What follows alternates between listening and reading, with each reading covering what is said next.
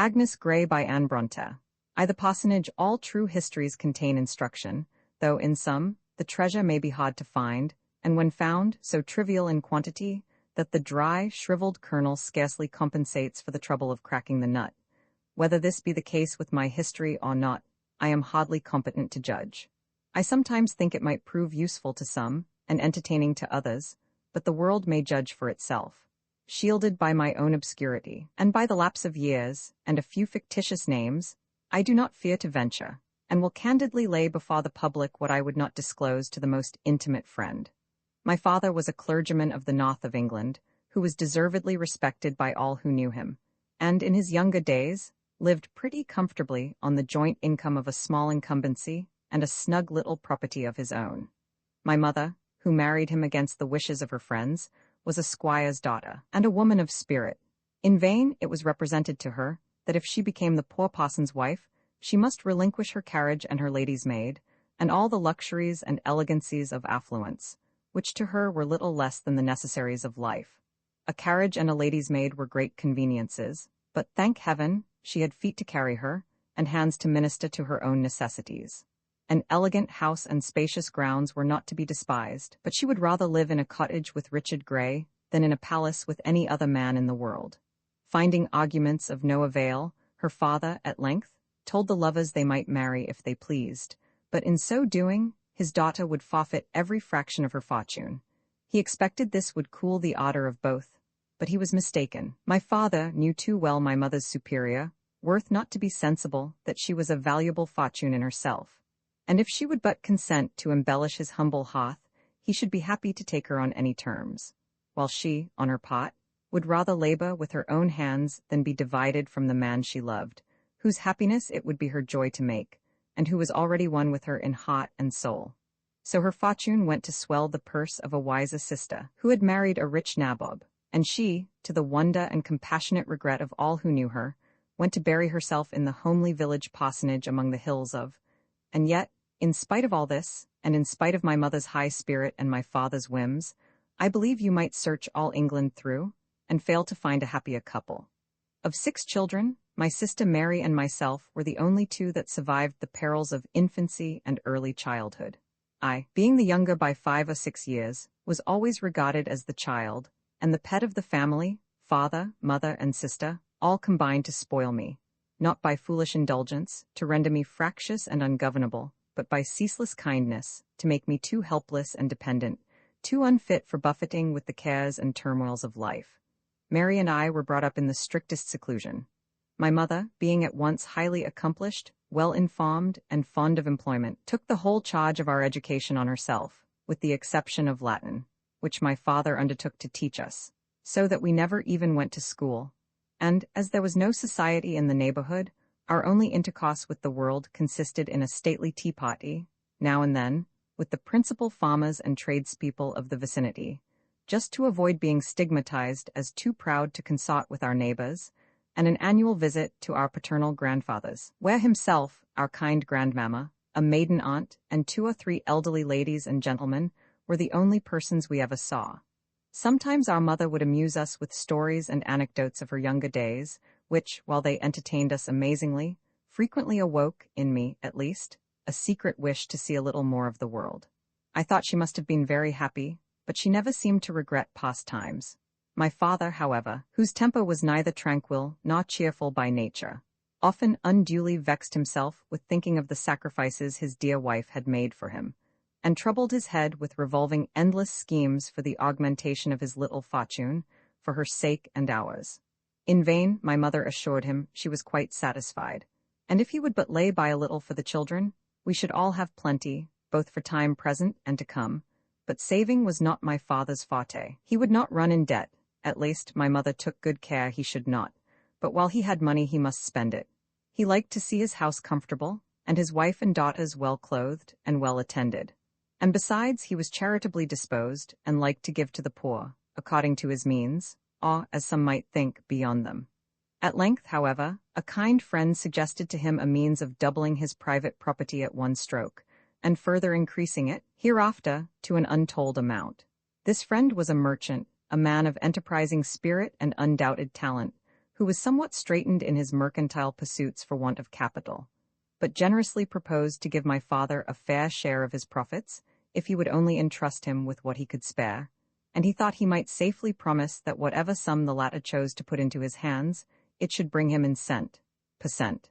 The small patrimony was speedily sold, and the whole of its price was deposited in the hands of the friendly merchant, who as promptly proceeded to ship his cargo and prepare for his voyage.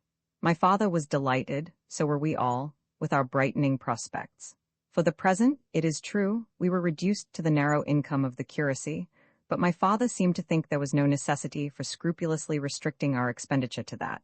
So, with a standing bill at Mr. Jackson's, another at Smith's, and a third at Hobson's, we got along even more comfortably than before, though my mother affirmed we had better keep within bounds, for our prospects of wealth were but precarious, after all, and if my father would only trust everything to her management, he should never feel himself stinted. But he, for once, was incorrigible.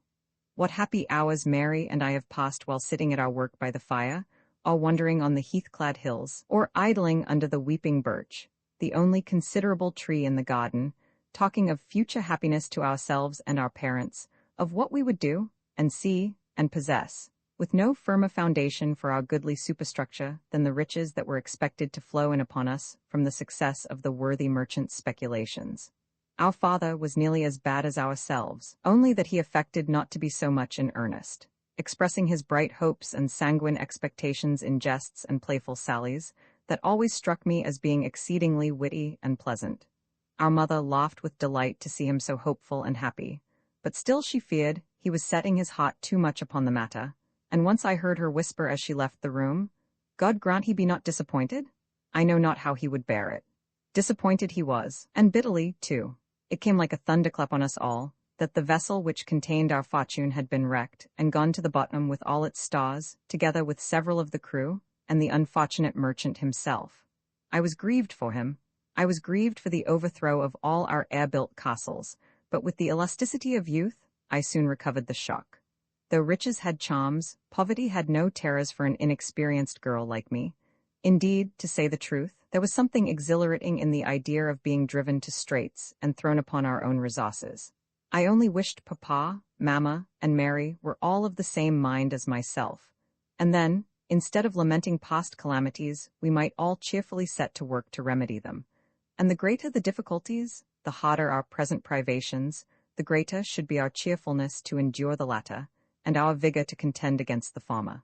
Mary did not lament, but she brooded continually over the misfortune, and sank into a state of dejection from which no effort of mine could rouse her.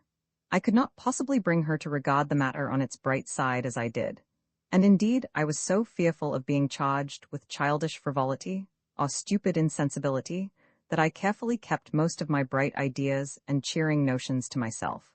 Well knowing they could not be appreciated, my mother thought only of consoling my father, and paying our debts and retrenching our expenditure by every available means, but my father was completely overwhelmed by the calamity.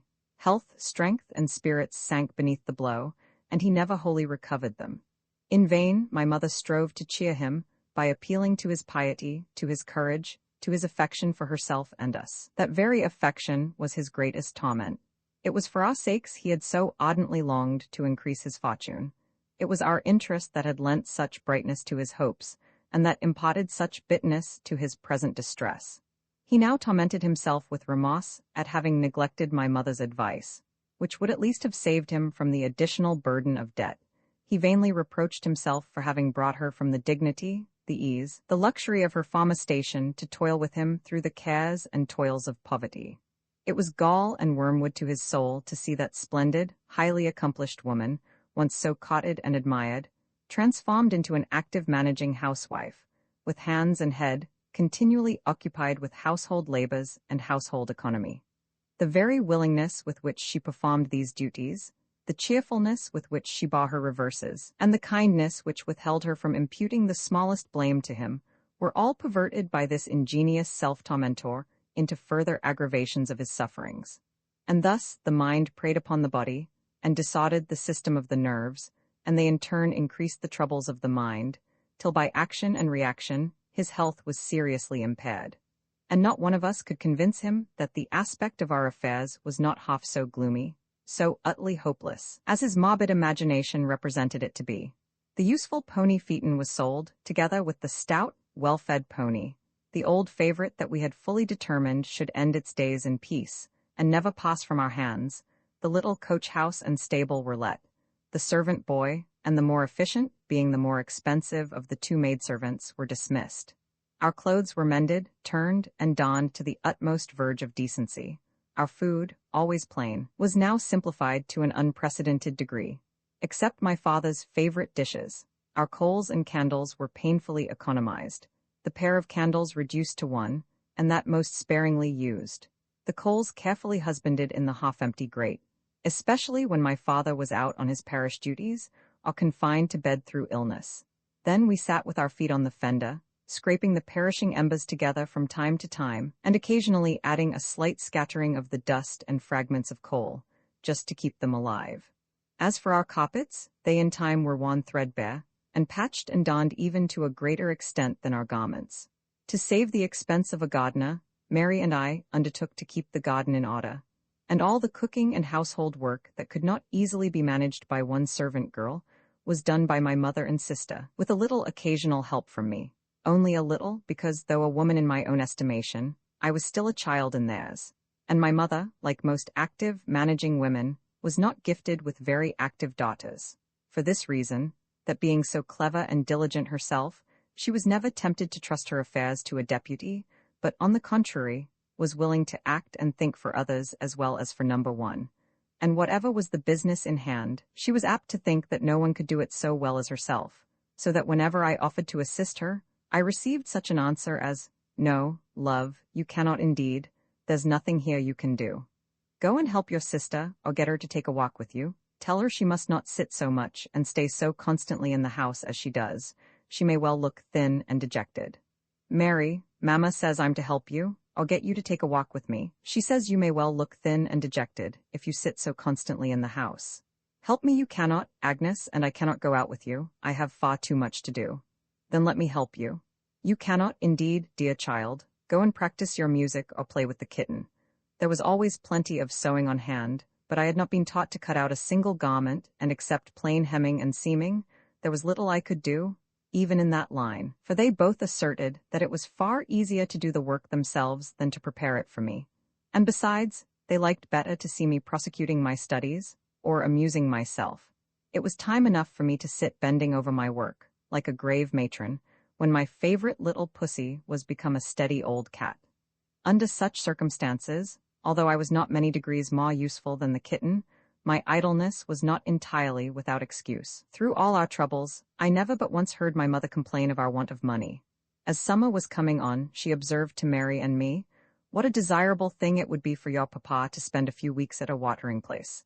I am convinced the sea air and the change of scene would be of incalculable service to him. But then, you see, there's no money," she added, with a sigh. We both wished exceedingly that the thing might be done, and lamented greatly that it could not. Well, well, said she, it's no use complaining. Possibly something might be done to further the project after all. Mary, you are a beautiful draw. What do you say to doing a few more pictures in your best style, and getting them framed with the watercolored drawings you have already done, and trying to dispose of them to some liberal picture dealer, who has the sense to discern their merits? Mamma, I should be delighted if you think they could be sold, and for anything worthwhile. It's worthwhile trying, however, my dear. Do you procure the drawings, and I'll endeavor to find a purchaser. I wish I could do something, said I. You, Agnes, well, who knows, you draw pretty well too. If you choose some simple piece for your subject, I dare say you will be able to produce something we shall all be proud to exhibit. But I have another scheme in my head, Mamma, and have had long, only I did not like to mention it. Indeed? Pray tell us what it is. I should like to be a governess. My mother uttered an exclamation of surprise and laughed. My sister dropped her work in astonishment, exclaiming, You a governess, Agnes? What can you be dreaming of? Well, I don't see anything so very extraordinary in it. I do not pretend to be able to instruct great girls, but surely I could teach little ones, and I should like it so much. I am so fond of children. Do let me, Mamma. But, my love, you have not learned to take care of yourself yet, and young children require more judgment and experience to manage than elder ones. But, Mamma, I am above 18, and quite able to take care of myself, and others too. You do not know half the wisdom and prudence I possess, because I have never been tried. Only think, said Mary. What would you do in a house full of strangers, without me or mamma to speak and act for you? With a parcel of children, besides yourself, to attend to, and no one to look to for advice? You would not even know what clothes to put on. You think, because I always do as you bid me, I have no judgment of my own, but only try me, that is all I ask, and you shall see what I can do. At that moment my father entered, and the subject of our discussion was explained to him. What, my little Agnes a governess? Cried he, and in spite of his dejection, he laughed at the idea. Yes, papa, don't you say anything against it. I should like it so much, and I am sure I could manage delightfully. But, my darling, we could not spare you. And a tear glistened in his eye as he added, No, no, afflicted as we are, surely we are not brought to that pass yet. Oh no, said my mother. There is no necessity whatever for such a step, it is merely a whim of her own. So you must hold your tongue, you naughty girl, for though you are so ready to leave us, you know very well we cannot part with you. I was silenced for that day, and for many succeeding ones, but still, I did not wholly relinquish my darling's scheme. Mary got her drawing materials and steadily set to work. I got mine too, but while I drew, I thought of other things. How delightful it would be to be a governess, to go out into the world, to enter upon a new life, to act for myself, to exercise my unused faculties, to try my unknown powers, to earn my own maintenance, and something to comfort and help my father, mother, and sister, besides exonerating them from the provision of my food and clothing, to show papa what his little Agnes could do, to convince mamma and Mary that I was not quite the helpless, thoughtless being they supposed. And then, how charming to be entrusted with the care and education of children. Whatever others said, I felt I was fully competent to the task. The clear remembrance of my own thoughts in early childhood would be a surer guide than the instructions of the most mature adviser.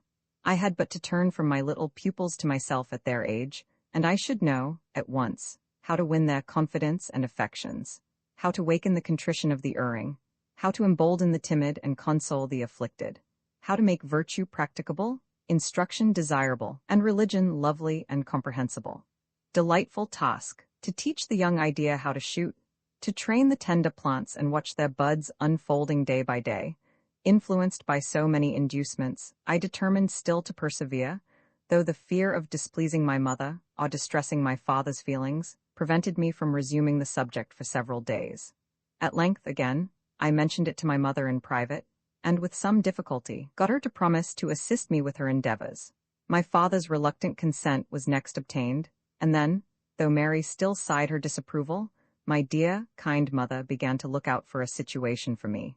She wrote to my father's relations, and consulted the newspaper advertisements. Her own relations she had long dropped all communication with. A formal interchange of occasional letters was all she had ever had since her marriage, and she would not at any time have applied to them in a case of this nature. But so long and so entire had been my parents' seclusion from the world, that many weeks elapsed before a suitable situation could be procured. At last, to my great joy, it was decreed that I should take charge of the young family of a certain Mrs. Bloomfield, whom my kind, prim Aunt Gray had known in her youth, and asserted to be a very nice woman. Her husband was a retired tradesman, who had realized a very comfortable fortune, but could not be prevailed upon to give a greater salary than £25 to the instructress of his children. I, however, was glad to accept this, rather than refuse the situation, which my parents were inclined to think the better plan. But some weeks more were yet to be devoted to preparation. How long, how tedious those weeks appeared to me! Yet they were happy ones in the main, full of bright hopes and ardent expectations. With what peculiar pleasure I assisted at the making of my new clothes, and, subsequently, the packing of my trunks. But there was a feeling of bitterness mingling with the latter occupation too, and when it was done, when all was ready for my departure on the morrow, and the last night at home approached, a sudden anguish seemed to swell my heart. My dear friends looked so sad, and spoke so very kindly, that I could scarcely keep my eyes from overflowing, but I still affected to be gay. I had taken my last ramble with Mary on the moors, my last walk in the garden, and round the house. I had fed, with her, our pet pigeons for the last time, the pretty creatures that we had tamed to peck their food from our hands. I had given a farewell stroke to all their silky backs as they crowded in my lap. I had tenderly kissed my own peculiar favorites, the pair of snow-white fantails. I had played my last tune on the old familiar piano, and sung my last song to papa. Not the last, I hoped, but the last for what appeared to me a very long time. And perhaps when I did these things again, it would be with different feelings. Circumstances might be changed, and this house might never be my settled home again. My dear little friend, the kitten, would certainly be changed. She was already growing a fine cat, and when I returned, even for a hasty visit at Christmas, would, most likely, have forgotten both her playmate and her merry pranks. I had romped with her for the last time, and when I stroked her soft bright fur, while she lay purring herself to sleep in my lap, it was with a feeling of sadness I could not easily disguise. Then at bedtime, when I retired with Mary to our quiet little chamber, where already my drawers were cleared out and my share of the bookcase was empty, and where, hereafter, she would have to sleep alone, in dreary solitude, as she expressed it, my heart sank more than ever. I felt as if I had been selfish and wrong to persist in leaving her, and when I knelt once more beside our little bed, I prayed for a blessing on her and on my parents more fervently than ever I had done before. To conceal my emotion, I buried my face in my hands, and they were presently bathed in tears. I perceived, on rising, that she had been crying too, but neither of us spoke, and in silence we betook ourselves to our repose, creeping more closely together from the consciousness that we were to part so soon. But the morning brought a renewal of hope and spirits. I was to depart early, that the conveyance which took me, a gig hired from Mr. Smith, the draper, grocer, and tea dealer of the village, might return the same day. I rose, washed, dressed, swallowed a hasty breakfast, received the fond embraces of my father, mother, and sister, kissed the cat, to the great scandal of Sally, the maid, shook hands with her, mounted the gig, drew my veil over my face, and then, but not till then, burst into a flood of tears. The gig rolled on, I looked back. My dear mother and sister were still standing at the door, looking after me and waving their adieus. I returned their salute and prayed God to bless them from my heart. We descended the hill, and I could see them no more. "It's a coldish mornin' for you, Miss Agnes," observed Smith, "and a darksome un too, but we's happen get to yon spot afore there come much rain to signify." "Yes, I hope so," replied I, as calmly as I could. "It's come to good sup last night too." "Yes, but this cold wind will happen keep it off." "Perhaps it will." Here ended our colloquy. We crossed the valley and began to ascend the opposite hill. As we were toiling up, I looked back again. There was the village spire, and the old grey parsonage beyond it, basking in a slanting beam of sunshine. It was but a sickly ray, but the village and surrounding hills were all in sombre shade, and I hailed the wandering beam as a propitious omen to my home.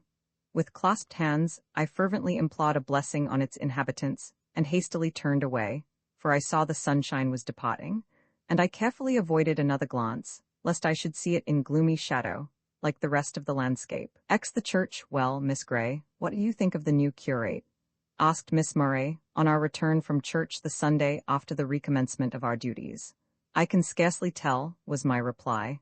"I have not even heard him preach." "Well, but you saw him, didn't you?" "Yes, but I cannot pretend to judge of a man's character by a single cursory glance at his face. But isn't he ugly?" "He did not strike me as being particularly so. I don't dislike that cast of countenance. But the only thing I particularly noticed about him was his style of reading, which appeared to me good, infinitely better, at least, than Mr. Hatfield's. He read the lessons as if he were bent on giving full effect to every passage.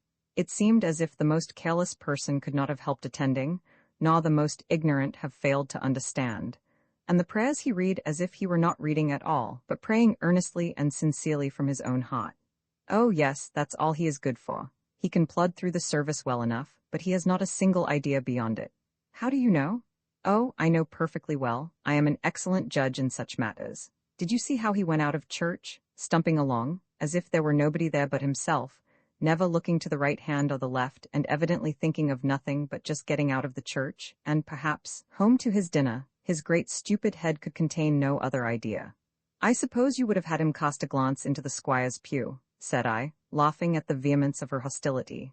"Indeed, I should have been highly indignant if he had dared to do such a thing," replied she, haughtily tossing her head. Then, after a moment's reflection, she added, Well, I suppose he's good enough for his place, but I'm glad I'm not dependent on him for amusement.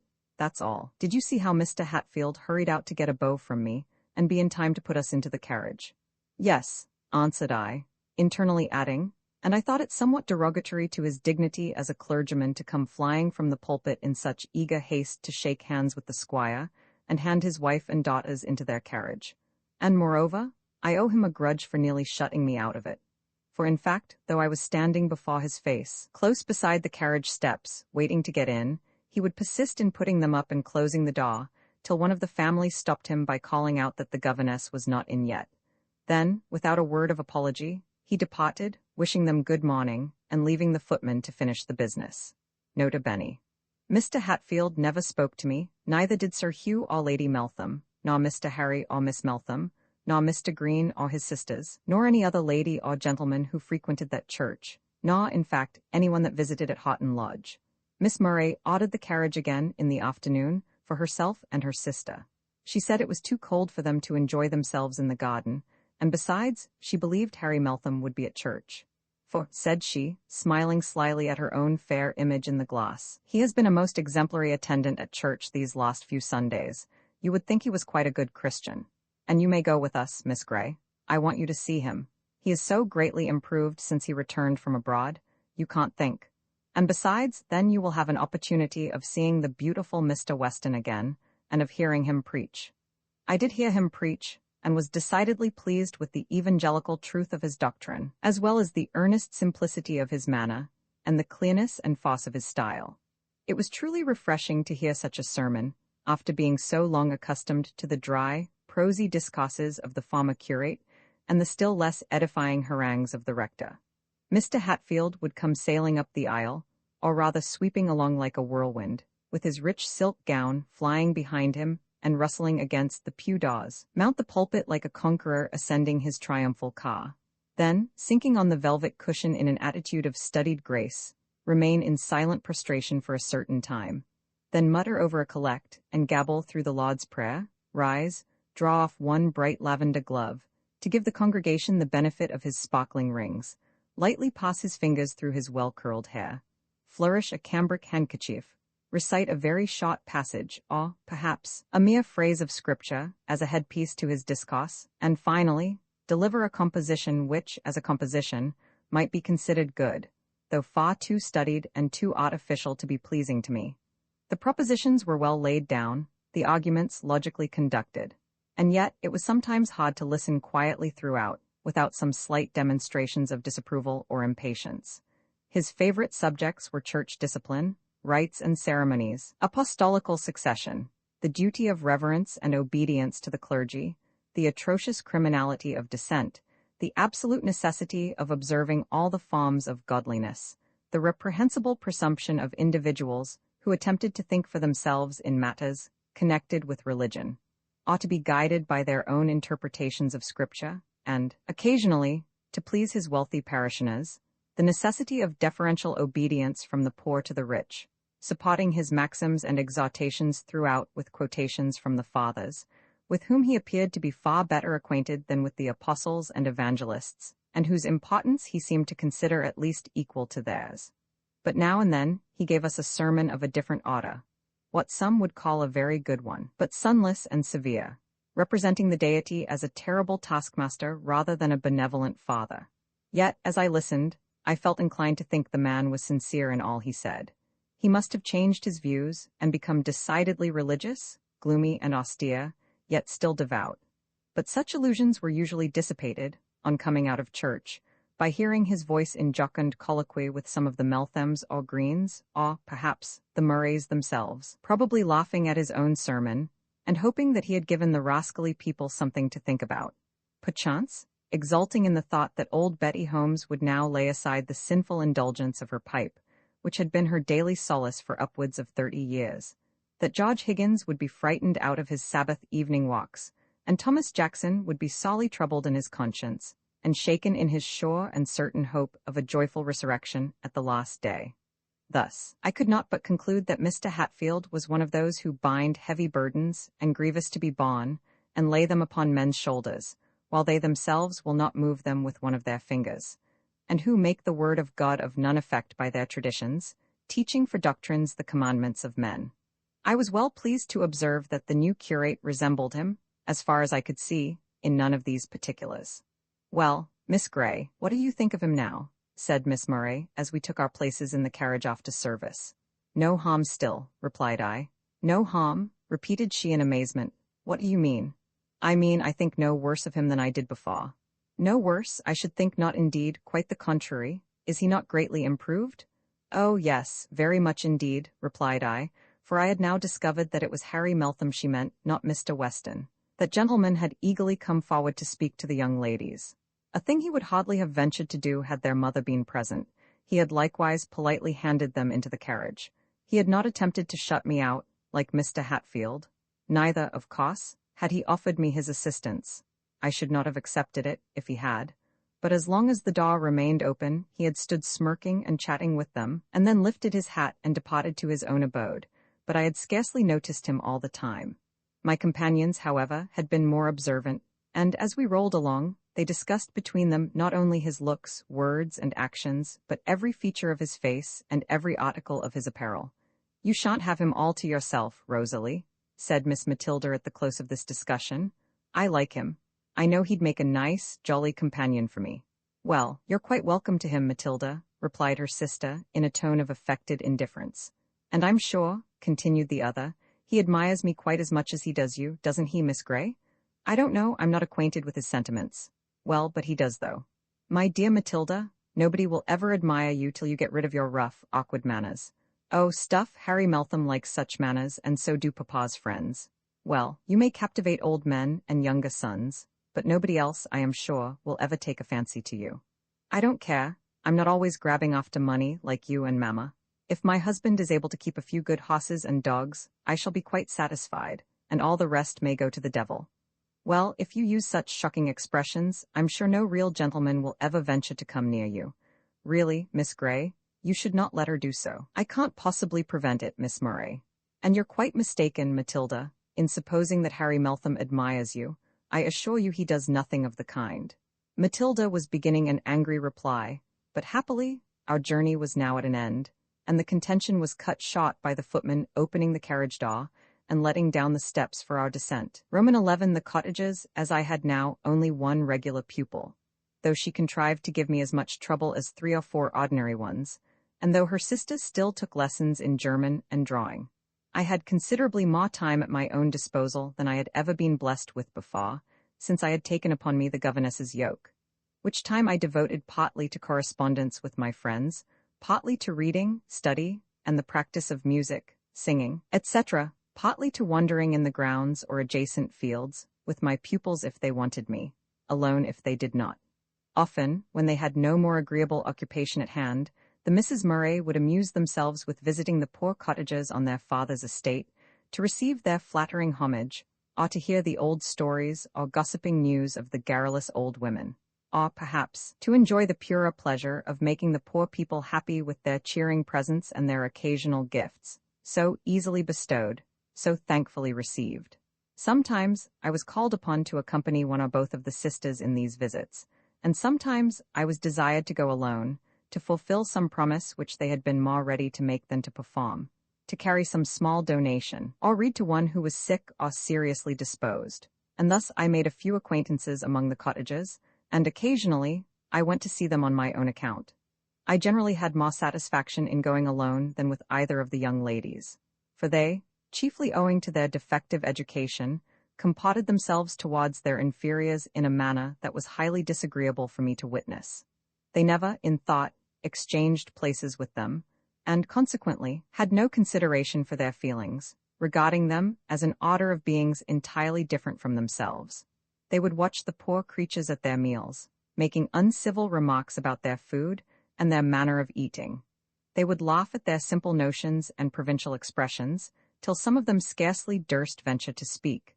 They would call the grave, elderly men and women old fools and silly old blockheads to their faces, and all this without meaning to offend. I could see that the people were often hurt and annoyed by such conduct, though their fear of the grand ladies prevented them from testifying any resentment, but they never perceived it. They thought that, as these cottages were poor and untaught, they must be stupid and brutish, and as long as they, their superiors, condescended to talk to them, and to give them shillings and half-crowns or articles of clothing, they had a right to amuse themselves, even at their expense, and the people must adore them as angels of light, condescending to minister to their necessities, and enlighten their humble dwellings. I made many and various attempts to deliver my pupils from these delusive notions without alarming their pride, which was easily offended and not soon appeased, but with little apparent result, and I know not which was the more reprehensible of the two. Matilda was more rude and boisterous, but from Rosalie's womanly age and ladylike exterior better things were expected. Yet she was as provokingly careless and inconsiderate as a giddy child of 12. One bright day in the last week of February, I was walking in the park, enjoying the threefold luxury of solitude, a book, and pleasant weather. For Miss Matilda had set out on her daily ride, and Miss Murray was gone in the carriage with her mamma to pay some morning calls. But it struck me that I ought to leave these selfish pleasures, and the park with its glorious canopy of bright blue sky, the west wind sounding through its yet leafless branches, the snow wreaths still lingering in its hollows, but melting fast beneath the sun, and the graceful deer browsing on its moist herbage, already assuming the freshness and verdure of spring. And go to the cottage of one Nancy Brown, a widow, whose son was at work all day in the fields, and who was afflicted with an inflammation in the eyes, which had for some time incapacitated her from reading, to her own great grief, for she was a woman of a serious, thoughtful turn of mind. I accordingly went, and found her alone, as usual, in her little, close, dark cottage, redolent of smoke and confined air, but as tidy and clean as she could make it. She was seated beside her little fire, consisting of a few red cinders and a bit of stick, busily knitting, with a small sackcloth cushion at her feet, placed for the accommodation of her gentle friend the cat, who was seated thereon, with her long tail half encircling her velvet paws, and her half-closed eyes dreamily gazing on the low, crooked fender. "Well, Nancy, how are you today?" "Why, middling, miss, I myseln. My eyes is no better, but I'm a deal easier I my mind nor I have been," replied she, rising to welcome me with a contented smile, which I was glad to see, for Nancy had been somewhat afflicted with religious melancholy. I congratulated her upon the change. She agreed that it was a great blessing, and expressed herself right down thankful for it, adding, "If it please God to spare my sight and make me so as I can read my Bible again, I think I shall be as happy as a queen." "I hope he will, Nancy," replied I. "And meantime, I'll come and read to you now and then, when I have a little time to spare." With expressions of grateful pleasure, the poor woman moved to get me a chair. But as I saved her the trouble, she busied herself with stirring the fire, and adding a few more sticks to the decaying embers, and then, taking her well-used Bible from the shelf, dusted it carefully, and gave it me. On my asking if there was any particular part she should like me to read, she answered, "Well, Miss Grey, if it's all the same to you, I should like to hear that chapter in the first epistle of St. John that says, 'God is love, and he that dwelleth in love dwelleth in God, and God in him.'" With a little searching, I found these words in the 4th chapter. When I came to the 7th verse, she interrupted me, and with needless apologies for such a liberty, desired me to read it very slowly, that she might take it all in, and dwell on every word, hoping I would excuse her, as she was but a simple body. "The wisest person," I replied, "might think over each of these verses for an hour, and be all the better for it, and I would rather read them slowly than not." Accordingly, I finished the chapter as slowly as need be, and at the same time as impressively as I could. My auditor listened most attentively all the while, and sincerely thanked me when I had done. I sat still about half a minute to give her time to reflect upon it, when, somewhat to my surprise, she broke the pause by asking me how I liked Mr. Weston. "I don't know," I replied, a little startled by the suddenness of the question. "I think he preaches very well." "Aye, he does so, and talks well too." "Does he?" "He does. Maybe you haven't seen him not to talk to him much yet?" "No, I never see anyone to talk to except the young ladies of the hall." "Ah, they're nice, kind young ladies, but they can't talk as he does." "Then he comes to see you, Nancy?" "He does, miss, and I set thankful for it. He comes to see all us poor bodies a deal ofter nor Maester Blig, or Th Rector ever did, and it's well he does, for he's always welcome. We can't say as much for Th Rector. There is it says they are fair feared on him. When he comes into a house, they say he's sure to find summat wrong, and begin a-calling him as soon as he crosses Th Dostons. But maybe he thinks it is duty like to tell him what's wrong. And very oft he comes o' purpose to reprove folk for not coming to church, or not kneeling and standing when other folk does, or going to the Methody chapel, or summat o' that sort. But I can't say it he ever fund much fault why me. He came to see me once or twice, afore Maester Weston come, when I was so ill troubled in my mind, and as I had only very poor health besides, I made bold to send for him, and he came right enough. I was so distressed. Miss Grey, thank God, it's owed now, but when I took my Bible, I could get no comfort of it at all. That very chapter at you've just been reading troubled me as much as aught. He that loveth not, knoweth not God. It seemed fearsome to me, for I felt that I loved neither God nor man as I should do, and could not, if I tried ever so. And chapter of 4, where it says, He that is born of God cannot commit sin. And another place where it says, Love is the fulfilling of the law. And many, many others, miss. I should fair weary you out if I was to tell them all. But all seemed to condemn me, and to show me that I was not in the right way. And as I knew not how to get into it, I sent our Bill to beg Maester Hatfield to be as kind as look in on me some day, and when he came, I told him all my troubles. And what did he say, Nancy? Why, miss, he seemed to scorn me, I might be mistan, but he gave a sort of a whistle, and I saw a bit of a smile on his face, and he said, Oh, it's all stuff. You've been among the Methodists, my good woman, but I telled him I'd never been near the Methodies. And then he said, Well, says he, you must come to church, where you'll hear the scriptures properly explained, instead of sitting poring over your Bible at home. But I telled him I always used coming to church when I had my health, but this very cold winter weather I hardly durst venture so far, and me so bad rheumatic and all. But he says, It'll do your rheumat is good to hobble to church. There's nothing like exercise for the rheumat is. You can walk about the house well enough. Why can't you walk to church? The fact is, says he, you're getting too fond of your ease. It's always easy to find excuses for shirking one's duty. But then, you know, Miss Grey, it wasn't so. However, I told him I'd try. But please, sir, says I, if I do go to church, what the better shall I be?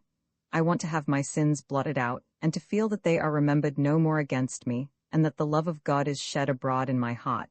And if I can get no good by reading my Bible and saying my prayers at home, what good shall I get by going to church?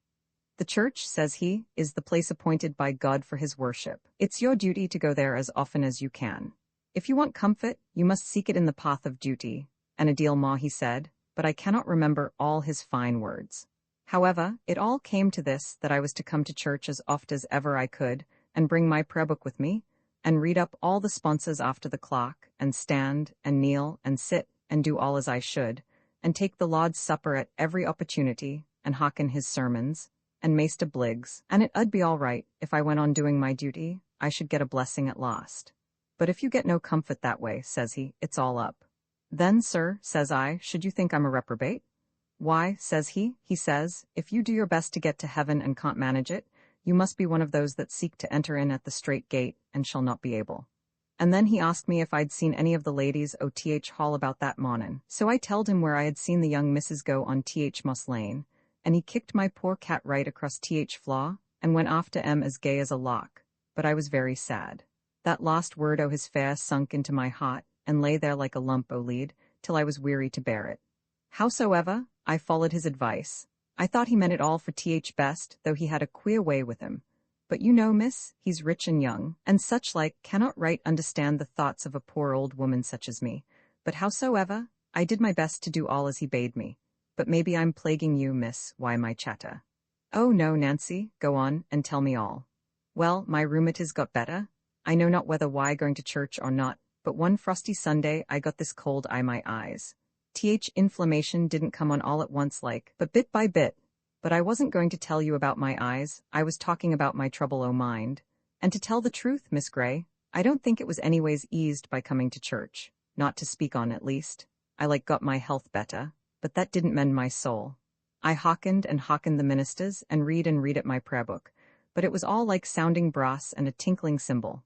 The sermons I couldn't understand, and prayer book only served to show me how wicked I was, that I could read such good words and never be no better for it, and often feel it a saw labor and a heavy task beside, instead of a blessing and a privilege as all good Christians does.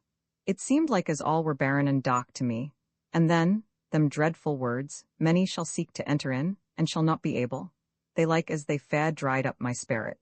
But one Sunday, when Maester Hatfield gave out about the sacrament, I noticed where he said, If there be any of you that cannot quiet his own conscience, but requireth further comfort or counsel, let him come to me, or some other discreet and learned minister of God's word, and open his grief. So next Sunday morning, afore service, I just looked into the vestry, and began talking to Rector again. I hardly could fashion to take such a liberty, but I thought when my soul was at stake I shouldn't stick at a trifle. But he said he hadn't time to attend to me then. And indeed, says he, I've nothing to say to you but what I've said before. Take the sacrament of course and go on doing your duty, and if that won't serve you, nothing will. So don't bother me any more. So then, I went away. But I heard Maester Weston. Maester Weston was there, miss. This was his first Sunday at Houghton, you know, and he was I.Th. vestry in his surplice, helping Th. Rector on with his gown. Yes, Nancy. And I heard him ask Maester Hatfield who I was, and he says, oh, she's a canting old fool. And I was very ill-grieved, Miss Grey, but I went to my seat, and I tried to do my duty as a fatime, but I got no peace. And I even took the sacrament, but I felt as though I were eating and drinking to my own damnation all time. So I went home, sorely troubled. But next day, afore I'd gotten fettled up, for indeed, miss, I'd no heart to sweeping and fettling and washing pots, so I sat me down I.Th. muck. Who should come in but Maester Weston? I started siding stuff then, and sweeping and doing, and I expected he'd begin calling me for my idle ways, as Maester Hatfield would ha' done. But I was mistan. He only bid me good mornin' in a quiet, decent way. So I dusted him a chair, and fettled up Th. fireplace a bit. But I hadn't forgotten Th. Rector's words, so says I wonder, sir, you should give yourself that trouble, to come so far to see a canting old fool, such as me. He seemed taken aback at that, but he would fain persuade me that the rector was only in jest, and when that wouldn't do, he says, well, Nancy, you shouldn't think so much about it. Mr. Hatfield was a little out of humor just then. You know we are none of us perfect. Even Moses spoke unadvisedly with his lips. But now sit down a minute if you can spare the time, and tell me all your doubts and fears, and I'll try to remove them. So I sat me down ain't him. He was quite a stranger, you know, Miss Grey, and even younger nor Maester Hatfield, I believe, and I had thought him not so pleasant-looking as him, and rather a bit crossish at first to look at, but he spoke so civil-like, and when Th. Cat, poor thing, jumped onto his knee, he only stroked her, and gave a bit of a smile, so I thought that was a good sign. For once, when she did so to Th. Rector, he knocked her off, like as it might be in scorn and anger, poor thing. But you can't expect a cat to know manners like a Christian, you know, Miss Grey. No, of course not, Nancy. But what did Mr. Weston say then? He said naught, but he listened to me as steady and patient as could be, and never a bit o' scorn about him. So I went on and telled him all, just as I've telled you, and ma too. Well, says he, Mr. Hatfield was quite right in telling you to persevere in doing your duty, but in advising you to go to church and attend to the service, and so on. He didn't mean that was the whole of a Christian's duty. He only thought you might there learn what more was to be done, and be led to take delight in those exercises, instead of finding them a task and a burden. And if you had asked him to explain those words that trouble you so much, I think he would have told you that if many shall seek to enter in at the strait gate and shall not be able, it is their own sins that hinder them, just as a man with a large sack on his back might wish to pass through a narrow doorway, and find it impossible to do so unless he would leave his sack behind him. But you, Nancy, I dare say, have no sins that you would not gladly throw aside if you knew how. Indeed, sir, you speak truth, said I. Well, says he, you know the first and great commandment, and the second, which is like unto it, on which two commandments hang all the law and the prophets. You say you cannot love God, but it strikes me that if you rightly consider who and what he is, you cannot help it. He is your father, your best friend. Every blessing, everything good, pleasant, or useful, comes from him, and everything evil, everything you have reason to hate, to shun, or to fear, comes from Satan, his enemy as well as ours. And for this cause was God manifest in the flesh, that he might destroy the works of the devil. In one word, God is love, and the more of love we have within us, the nearer we are to him, and the more of his spirit we possess. Well, sir, I said, if I can always think on these things, I think I might well love God. But how can I love my neighbours when they vex me, and be so contrary and sinful as someone is? It may seem a hard matter, says he, to love our neighbours, who have so much of what is evil about them, and whose faults so often awaken the evil that lingers within ourselves. But remember that he made them, and he loves them, and whosoever loveth him that begat, loveth him that is begotten also. And if God so loveth us, that he gave his only begotten Son to die for us, we ought also to love one another. But if you cannot feel positive affection for those who do not care for you, you can at least try to do to them as you would they should do unto you. You can endeavor to pity their failings and excuse their offenses, and to do all the good you can to those about you. And if you accustom yourself to this, Nancy, the very effort itself will make you love them in some degree, to say nothing of the goodwill your kindness would beget in them, though they might have little else that is good about them.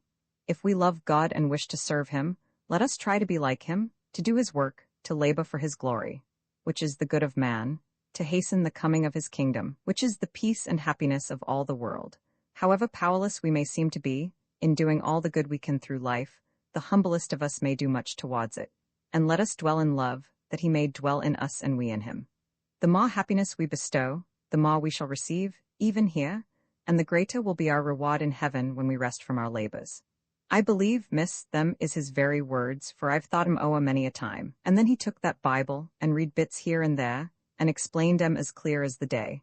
And it seemed like as a new light broke in on my soul, and I felt fair aglow about my heart, and only wished poor Bill and all the world could ha' been there, and heard it all, and rejoiced why me. After he was gone, Hannah Rogers, one o' th neighbors, came in and wanted me to help her to wash. I telled her I couldn't just then, for I hadn't set on th potatoes for th dinner, nor washed up th breakfast stuff yet. So then she began a-calling me for my nasty, idle ways. I was a little bit vexed at first, but I never said nothing wrong to her. I only telled her like all in a quiet way, 'at I'd had th new parson to see me, but I'd get done as quick as ever I could, and then come and help her. So then she softened down, and my heart like as it warmed towards her, and in a bit we was very good friends. And so it is, Miss Grey, a soft answer turneth away wrath, but grievous words stir up anger. It isn't only in them you speak to, but in yourself. Very true, Nancy, if we could always remember it. Aye, if we could. And did Mr. Weston ever come to see you again? Yes, many a time, and since my eyes has been so bad, he's sat and read to me by the half-hour together. But you know, miss, he has other folks to see, and other things to do, God bless him. And that next Sunday he preached such a sermon. His text was, "Come unto me all ye that labor and are heavy laden, and I will give you rest," and them two blessed verses that follows. You wasn't there, miss, you was with your friends then, but it made me so happy. And I am happy now, thank God, and I take a pleasure now in doing little bits o' jobs for my neighbors, such as a poor old body 'at's half-blind can do, and they take it kindly of me, just as he said. You see, miss, I'm knitting a pair o' stockings now. They are for Thomas Jackson. He's a queerish old body, and we've had many a bout at threeping, one ain't t'other, and at times we've differed sorely. So I thought I couldn't do better nor knit him a pair o' warm stockings, and I've felt to like him a deal better, poor old man, sin' I began. It's turned out just as Maester Weston said. Well, I'm very glad to see you so happy, Nancy, and so wise, but I must go now. I shall be wanted at the hall, said I, and bidding her good-bye, I departed, promising to come again when I had time, and feeling nearly as happy as herself. At another time, I went to read to a poor laborer who was in the last stage of consumption. The young ladies had been to see him, and somehow a promise of reading had been extracted from them, but it was too much trouble, so they begged me to do it instead. I went, willingly enough, and there too I was gratified with the praises of Mr. Weston, both from the sick man and his wife.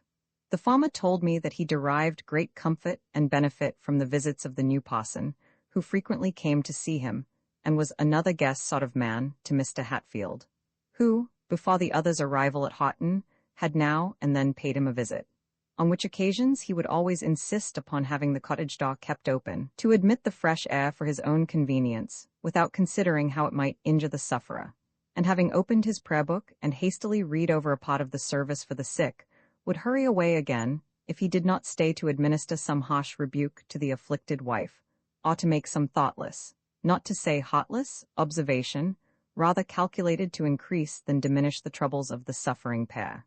Whereas, said the man, Maester Weston 'ull pray with me quite in a different fashion, and talk to me as kind as oat, and oft read to me too, and sit beside me just like a brother.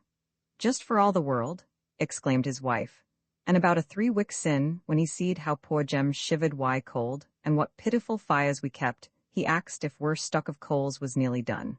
I telled him it was, and we was ill set to get more, but you know, mum, I didn't think o' him helping us, but houseva, he sent us a sack o' coals next day, and we've had good fires ever sin, and a great blessing it is this winter time. But that's his way, Miss Grey. When he comes into a poor body's house seein' sick folk, he like notices what they most stand I need on, and if he thinks they can't readily get it theirseln, he never says nowt about it, but just gets it for 'em. And it isn't everybody at 'ud do that, 'at has as little as he has. For you know, mum, he's nowt at all to live on, but what he gets fra th recta, and that's little enough, they say. I remembered then, with a species of exultation, that he had frequently been styled a vulgar brute by the amiable Miss Murray, because he wore a silver watch, and clothes not quite so bright and fresh as Mr. Hatfield's. In returning to the lodge, I felt very happy, and thanked God that I had now something to think about, something to dwell on as a relief from the weary monotony, the lonely drudgery of my present life, for I was lonely. Never, from month to month, from year to year, except during my brief intervals of rest at home, did I see one creature to whom I could open my heart, or freely speak my thoughts with any hope of sympathy, or even comprehension. Never one, unless it were poor Nancy Brown, with whom I could enjoy a single moment of real social intercourse, or whose conversation was calculated to render me better, wiser, or happier than before, or who, as far as I could see, could be greatly benefited by mine. My only companions had been unamiable children and ignorant, wrong-headed girls, from whose fatiguing folly unbroken solitude was often a relief most earnestly desired and dearly prized. But to be restricted to such associates was a serious evil, both in its immediate effects and the consequences that were likely to ensue. Never a new idea or stirring thought came to me from without, and such as rose within me were, for the most part, miserably crushed at once, or doomed to sicken or fade away, because they could not see the light. Habitual associates are known to exercise a great influence over each other's minds and manners. Those whose actions are forever before our eyes, whose words are ever in our ears, will naturally lead us, albeit against our will, slowly, gradually, imperceptibly, perhaps, to act and speak as they do. I will not presume to say how far this irresistible power of assimilation extends, but if one civilized man were doomed to pass a dozen years amid a race of intractable savages, unless he had power to improve them, I greatly question whether, at the close of that period, he would not have become, at least, a barbarian himself. And I, as I could not make my young companions better, feared exceedingly that they would make me worse, would gradually bring my feelings, habits, capacities, to the level of their own, without, however, imparting to me their light-heartedness and cheerful vivacity. Already, I seemed to feel my intellect deteriorating, my heart petrifying, my soul contracting, and I trembled lest my very moral perceptions should become deadened, my distinctions of right and wrong confounded, and all my better faculties be sunk at last beneath the baneful influence of such a mode of life. The gross vapors of earth were gathering around me and closing in upon my inward heaven, and thus it was that Mr. Weston rose at length upon me, appearing like the morning star in my horizon, to save me from the fear of utter darkness, and I rejoiced that I had now a subject for contemplation that was above me, not beneath.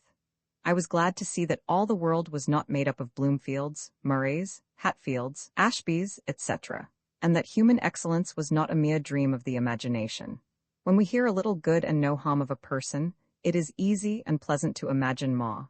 In short, it is needless to analyze all my thoughts, but Sunday was now become a day of peculiar delight to me.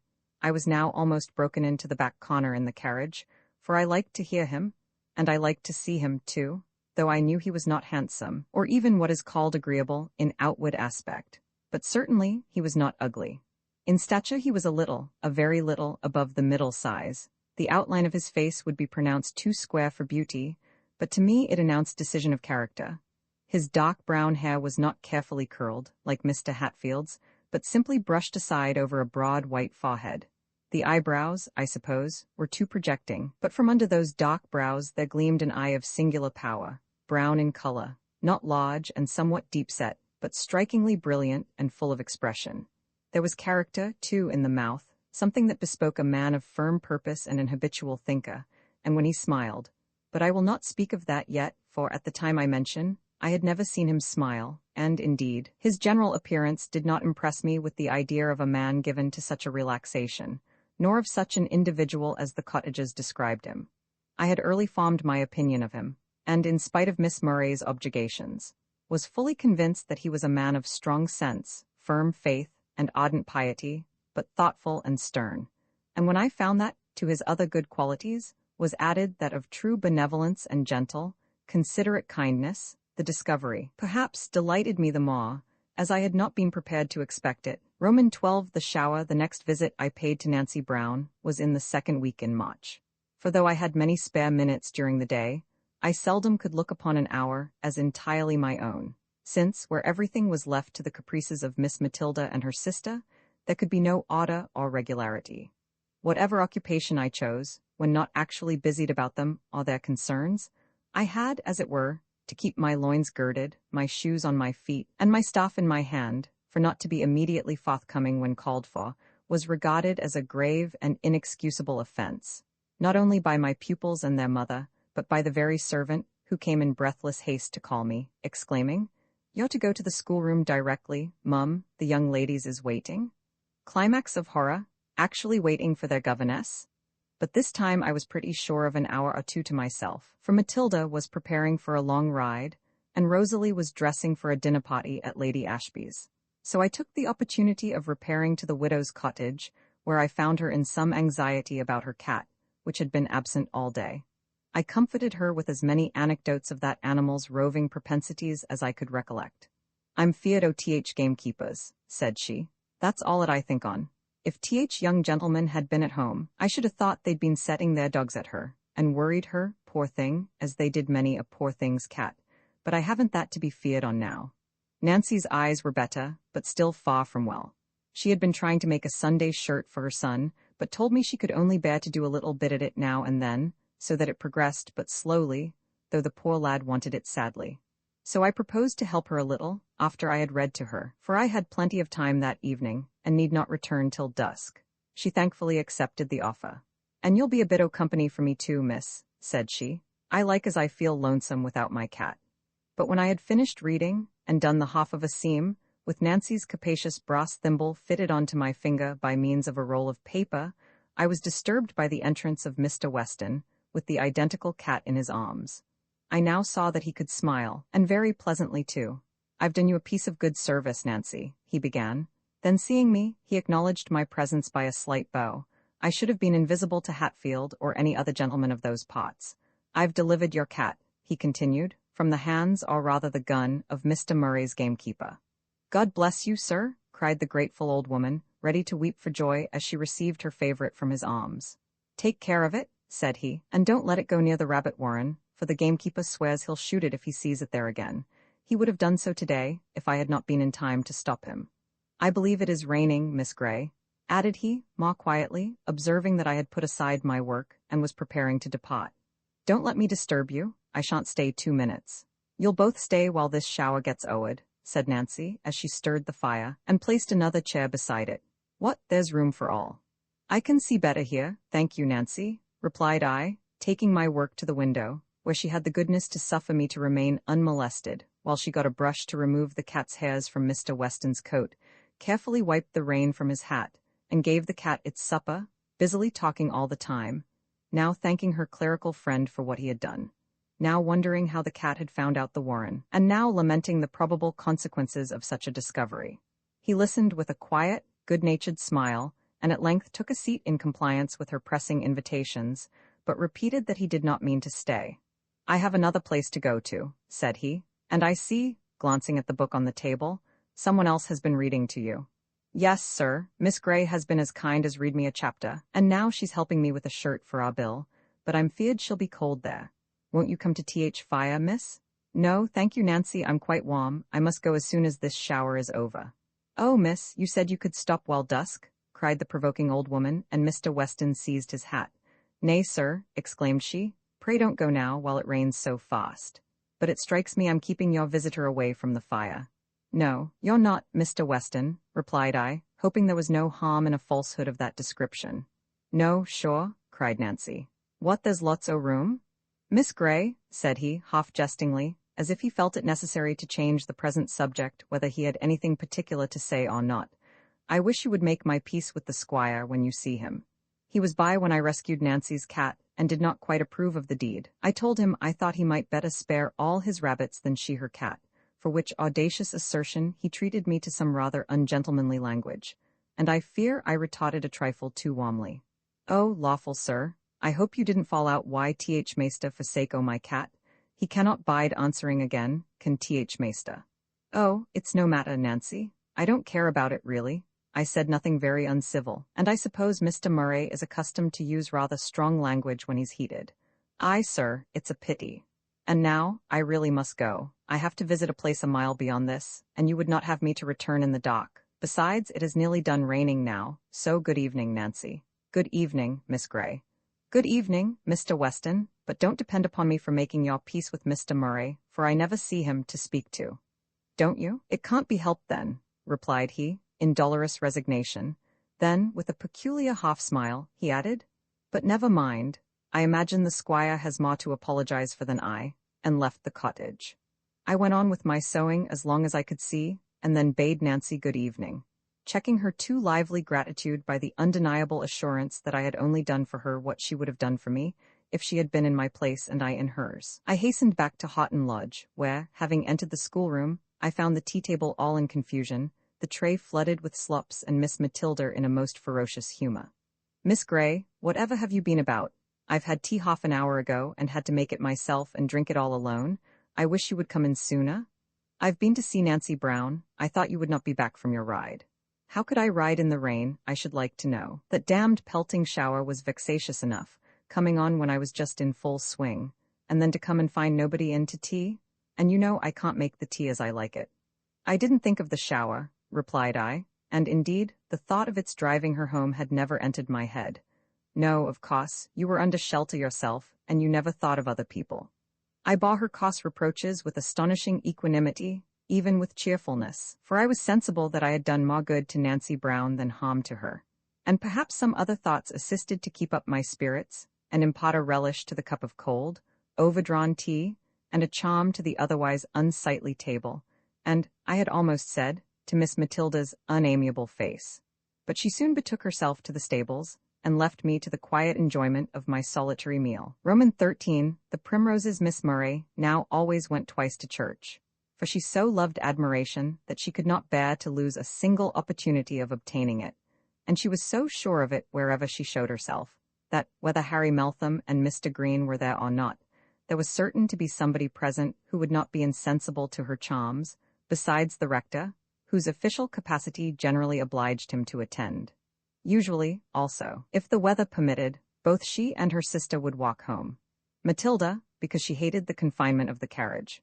She, because she disliked the privacy of it, and enjoyed the company that generally enlivened the first mile of the journey in walking from the church to Mr. Green's park gates, near which commenced the private road to Houghton Lodge, which lay in the opposite direction, while the highway conducted in a straightforward course to the still more distant mansion of Sir Hugh Meltham. Thus there was always a chance of being accompanied so far, either by Harry Meltham, with or without Miss Meltham, or Mr. Green, with perhaps one or both of his sisters, and any gentlemen visitors they might have. Whether I walked with the young ladies or rode with their parents depended upon their own capricious will. If they chose to take me, I went. If, for reasons best known to themselves, they chose to go alone, I took my seat in the carriage.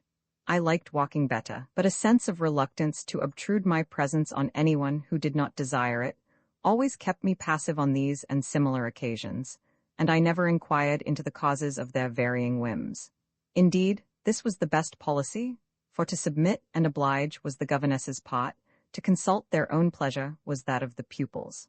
But when I did walk, the first half of journey was generally a great nuisance to me. As none of the before-mentioned ladies and gentlemen ever noticed me, it was disagreeable to walk beside them, as if listening to what they said, or wishing to be thought one of them, while they talked over me or across. And if their eyes, in speaking, chanced to fall on me, it seemed as if they looked on vacancy, as if they either did not see me, or were very desirous to make it appear so. It was disagreeable, too, to walk behind, and thus appear to acknowledge my own inferiority, for, in truth, I considered myself pretty nearly as good as the best of them, and wished them to know that I did so, and not to imagine that I looked upon myself as a mere domestic, who knew her own place too well to walk beside such fine ladies and gentlemen as they were, though her young ladies might choose to have her with them, and even condescend to converse with her when no better company were at hand. Thus, I am almost ashamed to confess it, but indeed I gave myself no little trouble in my endeavors, if I did keep up with them, to appear perfectly unconscious or regardless of their presence, as if I were wholly absorbed in my own reflections, or the contemplation of surrounding objects. Or, if I lingered behind, it was some bird or insect, some tree or flower, that attracted my attention, and having duly examined that, I would pursue my walk alone, at a leisurely pace, until my pupils had bidden adieu to their companions, and turned off into the quiet private road. One such occasion I particularly well remember. It was a lovely afternoon about the close of March. Mr. Green and his sisters had sent their carriage back empty, in order to enjoy the bright sunshine and balmy air in a sociable walk home along with their visitors, Captain Somebody and Lieutenant Somebody else, a couple of military fops, and the Mrs. Murray, who, of course, contrived to join them. Such a party was highly agreeable to Rosalie, but not finding it equally suitable to my taste, I presently fell back, and began to botanize and entomologize along the green banks and budding hedges, till the company was considerably in advance of me, and I could hear the sweet song of the happy lark.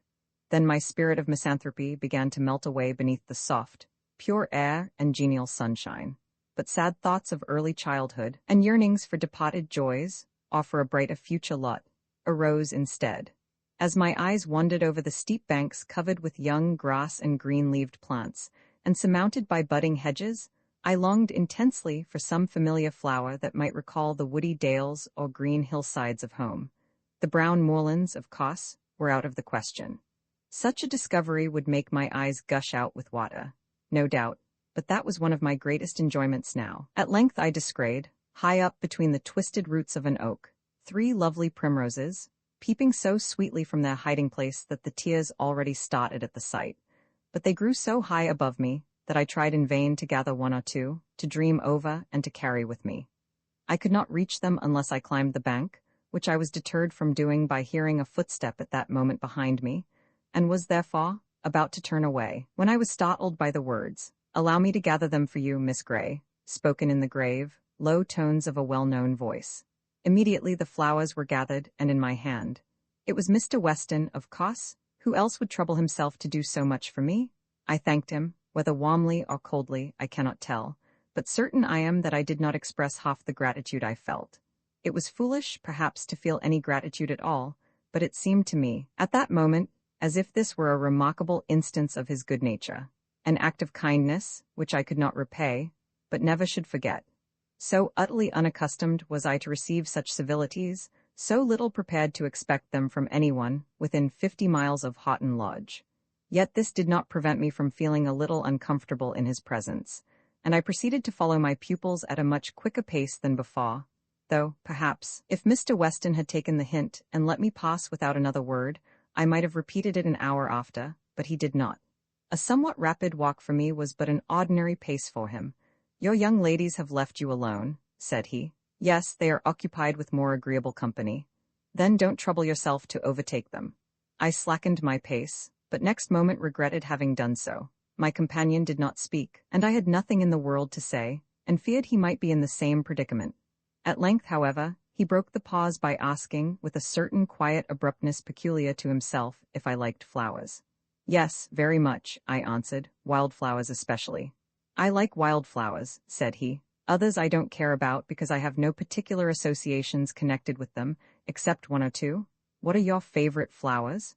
"Primroses, bluebells, and heath blossoms." "Not violets?" "No, because, as you say, I have no particular associations connected with them, for there are no sweet violets among the hills and valleys round my home." "It must be a great consolation to you to have a home, Miss Grey," observed my companion after a short pause. "However remote, or however seldom visited, still it is something to look to." "It is so much that I think I could not live without it," replied I, with an enthusiasm of which I immediately repented, for I thought it must have sounded essentially silly. "Oh yes, you could," said he, with a thoughtful smile. "The ties that bind us to life are tougher than you imagine, or than anyone can who has not felt how roughly they may be pulled without breaking. You might be miserable without a home, but even you could live, and not so miserably as you suppose. The human heart is like india-rubber, a little swells it, but a great deal will not burst it. If little more than nothing will disturb it, little less than all things will suffice to break it. As in the outer members of our frame, there is a vital power inherent in itself that strengthens it against external violence.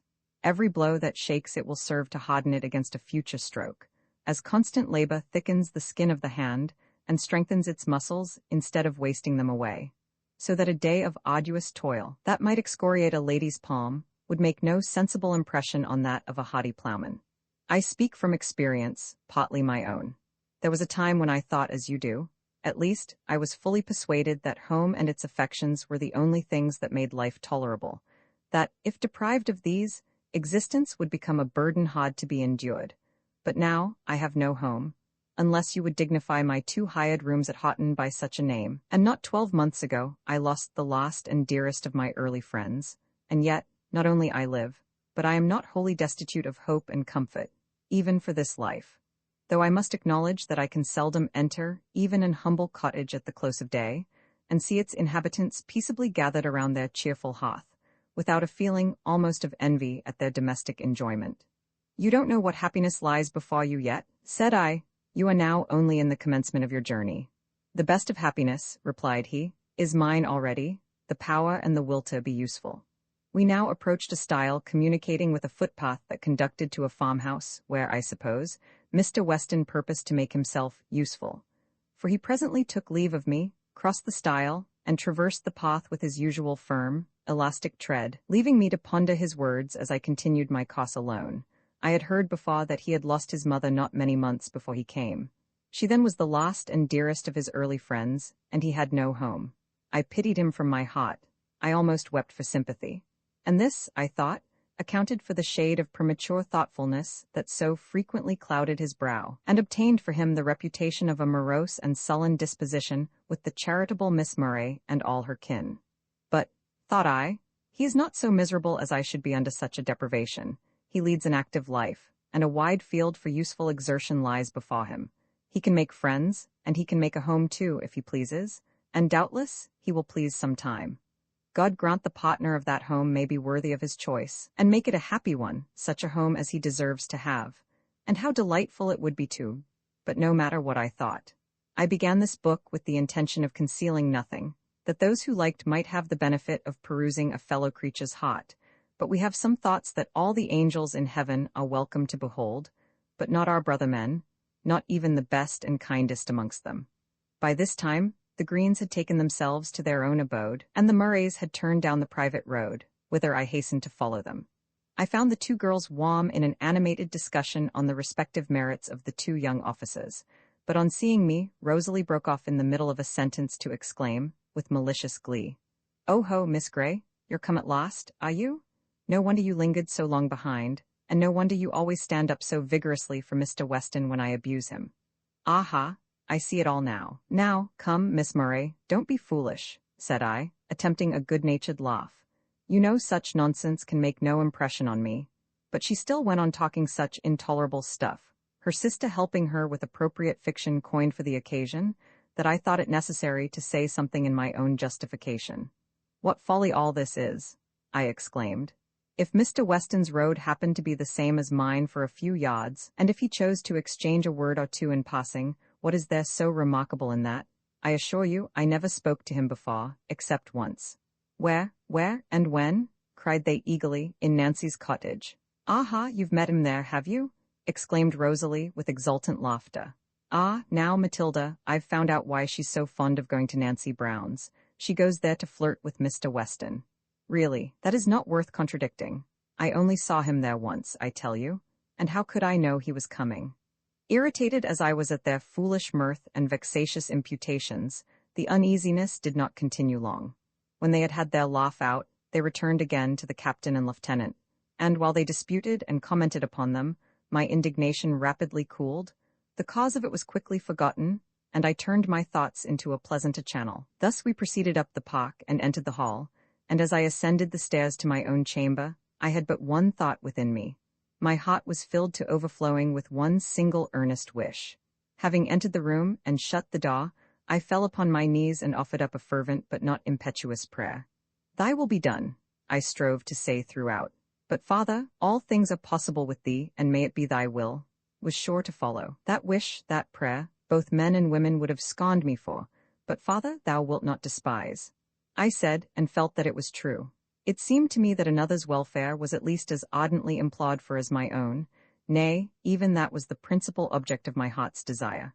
I might have been deceiving myself, but that idea gave me confidence to ask, and power to hope I did not ask in vain. As for the primroses, I kept 2 of them in a glass in my room, until they were completely withered, and the housemaid threw them out. And the petals of the other I pressed between the leaves of my Bible. I have them still, and mean to keep them always. Roman 14, the rector the following day, was as fine as the preceding one. Soon after breakfast, Miss Matilda, having galloped and blundered through a few unprofitable lessons, and vengefully thumped the piano for an hour, in a terrible humour with both me and it, because her mamma would not give her a holiday, had betaken herself to her favourite places of resort, the yards, the stables, and the dog kennels, and Miss Murray was gone forth to enjoy a quiet ramble with a new fashionable novel for her companion, leaving me in the schoolroom hard at work upon a watercolour drawing which I had promised to do for her, and which she insisted upon my finishing that day. At my feet lay a little rough terrier. It was the property of Miss Matilda, but she hated the animal, and intended to sell it, alleging that it was quite spoiled. It was really an excellent dog of its kind, but she affirmed it was fit for nothing, and had not even the sense to know its own mistress. The fact was she had purchased it when but a small puppy, insisting at first that no one should touch it but herself. But soon becoming tired of so helpless and troublesome a nursling, she had gladly yielded to my entreaties to be allowed to take charge of it, and I, by carefully nursing the little creature from infancy to adolescence, of course, had obtained its affections, a reward I should have greatly valued, and looked upon as far outweighing all the trouble I had had with it, had not poor Snap's grateful feelings exposed him to many a harsh word and many a spiteful kick and pinch from his owner, and were he not now in danger of being put away, in consequence, or transferred to some rough, stony-hearted master. But how could I help it? I could not make the dog hate me by cruel treatment, and she would not propitiate him by kindness. However, while I thus sat, working away with my pencil, Mrs. Murray came, half sailing, half bustling, into the room. "Miss Gray," she began, "dear, how can you sit at your drawing such a day as this?" She thought I was doing it for my own pleasure. "I wonder you don't put on your bonnet and go out with the young ladies." "I think, ma'am, Miss Murray is reading, and Miss Matilda is amusing herself with her dogs. If you would try to amuse Miss Matilda yourself a little more, I think she would not be driven to seek amusement in the companionship of dogs and horses and grooms, so much as she is. And if you would be a little more cheerful and conversable with Miss Murray, she would not so often go wandering in the fields with a book in her hand. However, I don't want to vex you," added she, seeing, I suppose, that my cheeks burned and my hand trembled with some unamiable emotion. "Do, pray, try not to be so touchy, there's no speaking to you else, and tell me if you know where Rosalie is gone, and why she likes to be so much alone." "She says she likes to be alone when she has a new book to read. But why can't she read it in the park or the garden? Why should she go into the fields and lanes? And how is it that Mr. Hatfield so often finds her out? She told me last week he'd walked his horse by her side all up Moss Lane, and now I'm sure it was he I saw, from my dressing-room window, walking so briskly past the park gates, and on towards the field where she so frequently goes. I wish you would go and see if she is there, and just gently remind her that it is not proper for a young lady of her rank and prospects to be wandering about by herself in that manner, exposed to the attentions of anyone that presumes to address her, like some poor neglected girl that has no park to walk in, and no friends to take care of her. And tell her that her papa would be extremely angry if he knew of her treating Mr. Hatfield in the familiar manner that I fear she does. And oh, if any governess had but half a mother's watchfulness, half a mother's anxious care, I should be saved this trouble, and you would see at once the necessity of keeping your eye upon her, and making your company agreeable too. Well, go, there's no time to be lost," cried she, seeing that I had put away my drawing materials, and was waiting in the doorway for the conclusion of her address. According to her prognostications, I found Miss Murray in her favourite field just without the park, and, unfortunately, not alone, for the tall, stately figure of Mr. Hatfield was slowly sauntering by her side. Here was a poser for me. It was my duty to interrupt the tete-a-tete. But how was it to be done? Mr. Hatfield could not to be driven away by so insignificant person as I, and to go and place myself on the other side of Miss Murray, and intrude my unwelcome presence upon her, without noticing her companion, was a piece of rudeness I could not be guilty of. Neither had I the courage to cry aloud from the top of the field that she was wanted elsewhere. So I took the intermediate course of walking slowly but steadily towards them, resolving, if my approach failed to scare away the beau, to pass by and tell Miss Murray her mamma wanted her. She certainly looked very charming as she strolled, lingering along under the budding horse-chestnut trees that stretched their long arms over the park palings, with her closed book in one hand, and in the other a graceful sprig of myrtle, which served her as a very pretty plaything. her bright ringlets escaping profusely from her little bonnet, and gently stirred by the breeze, her fair cheek flushed with gratified vanity, her smiling blue eyes, now slyly glancing towards her admirer, now gazing downward at her myrtle sprig.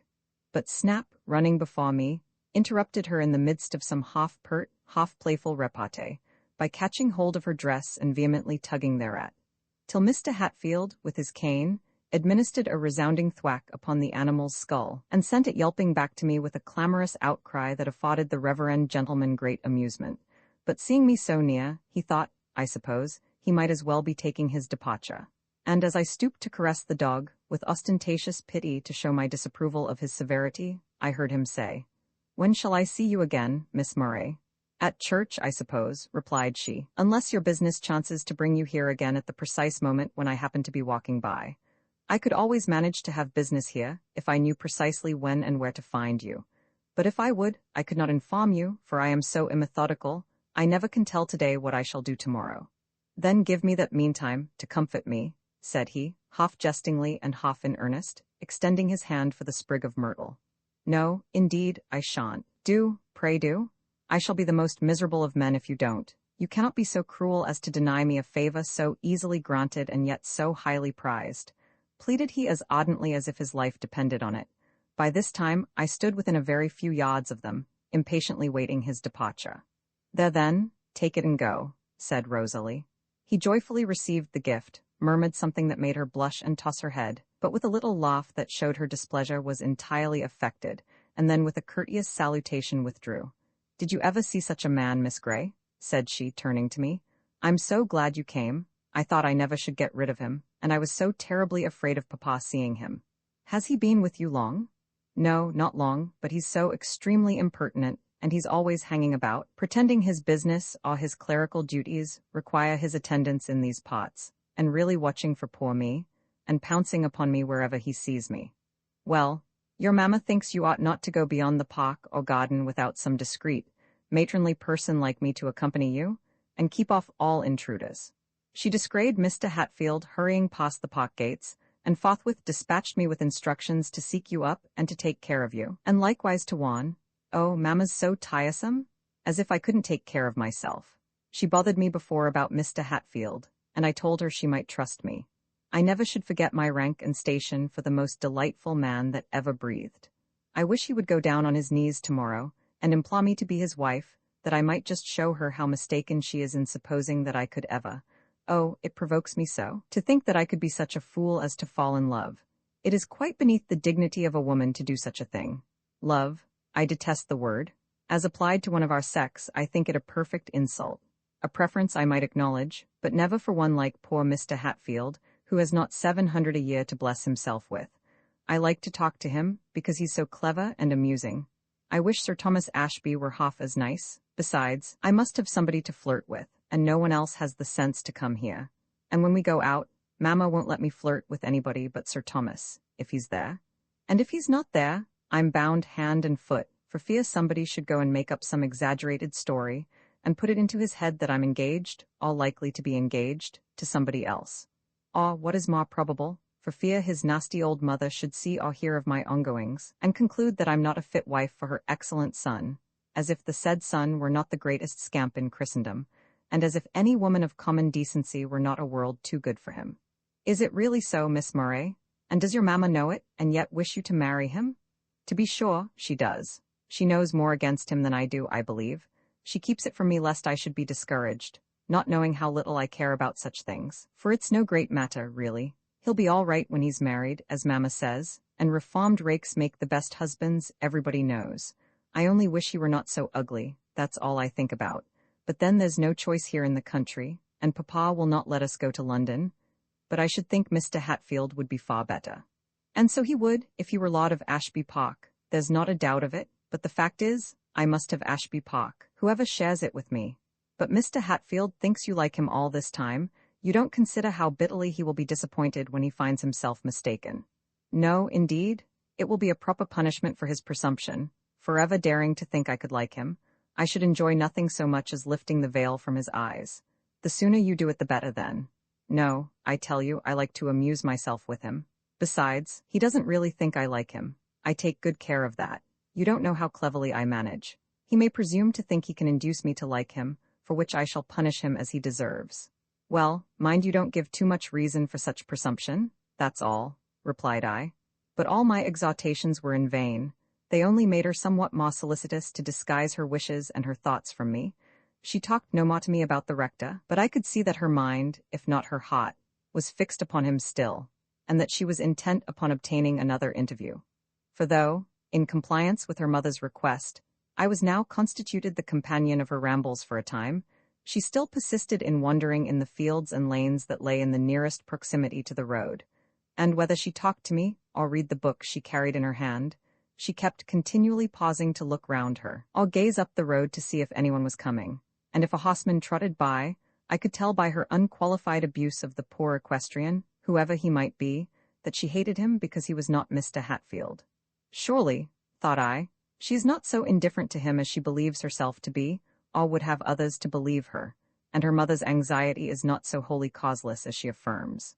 3 days passed away, and he did not make his appearance. On the afternoon of the 4th, as we were walking beside the park palings in the memorable field, each furnished with a book, for I always took care to provide myself with something to be doing when she did not require me to talk, she suddenly interrupted my studies by exclaiming, "Oh, Miss Grey, do be so kind as to go and see Mark Wood, and take his wife 1/2 crown from me.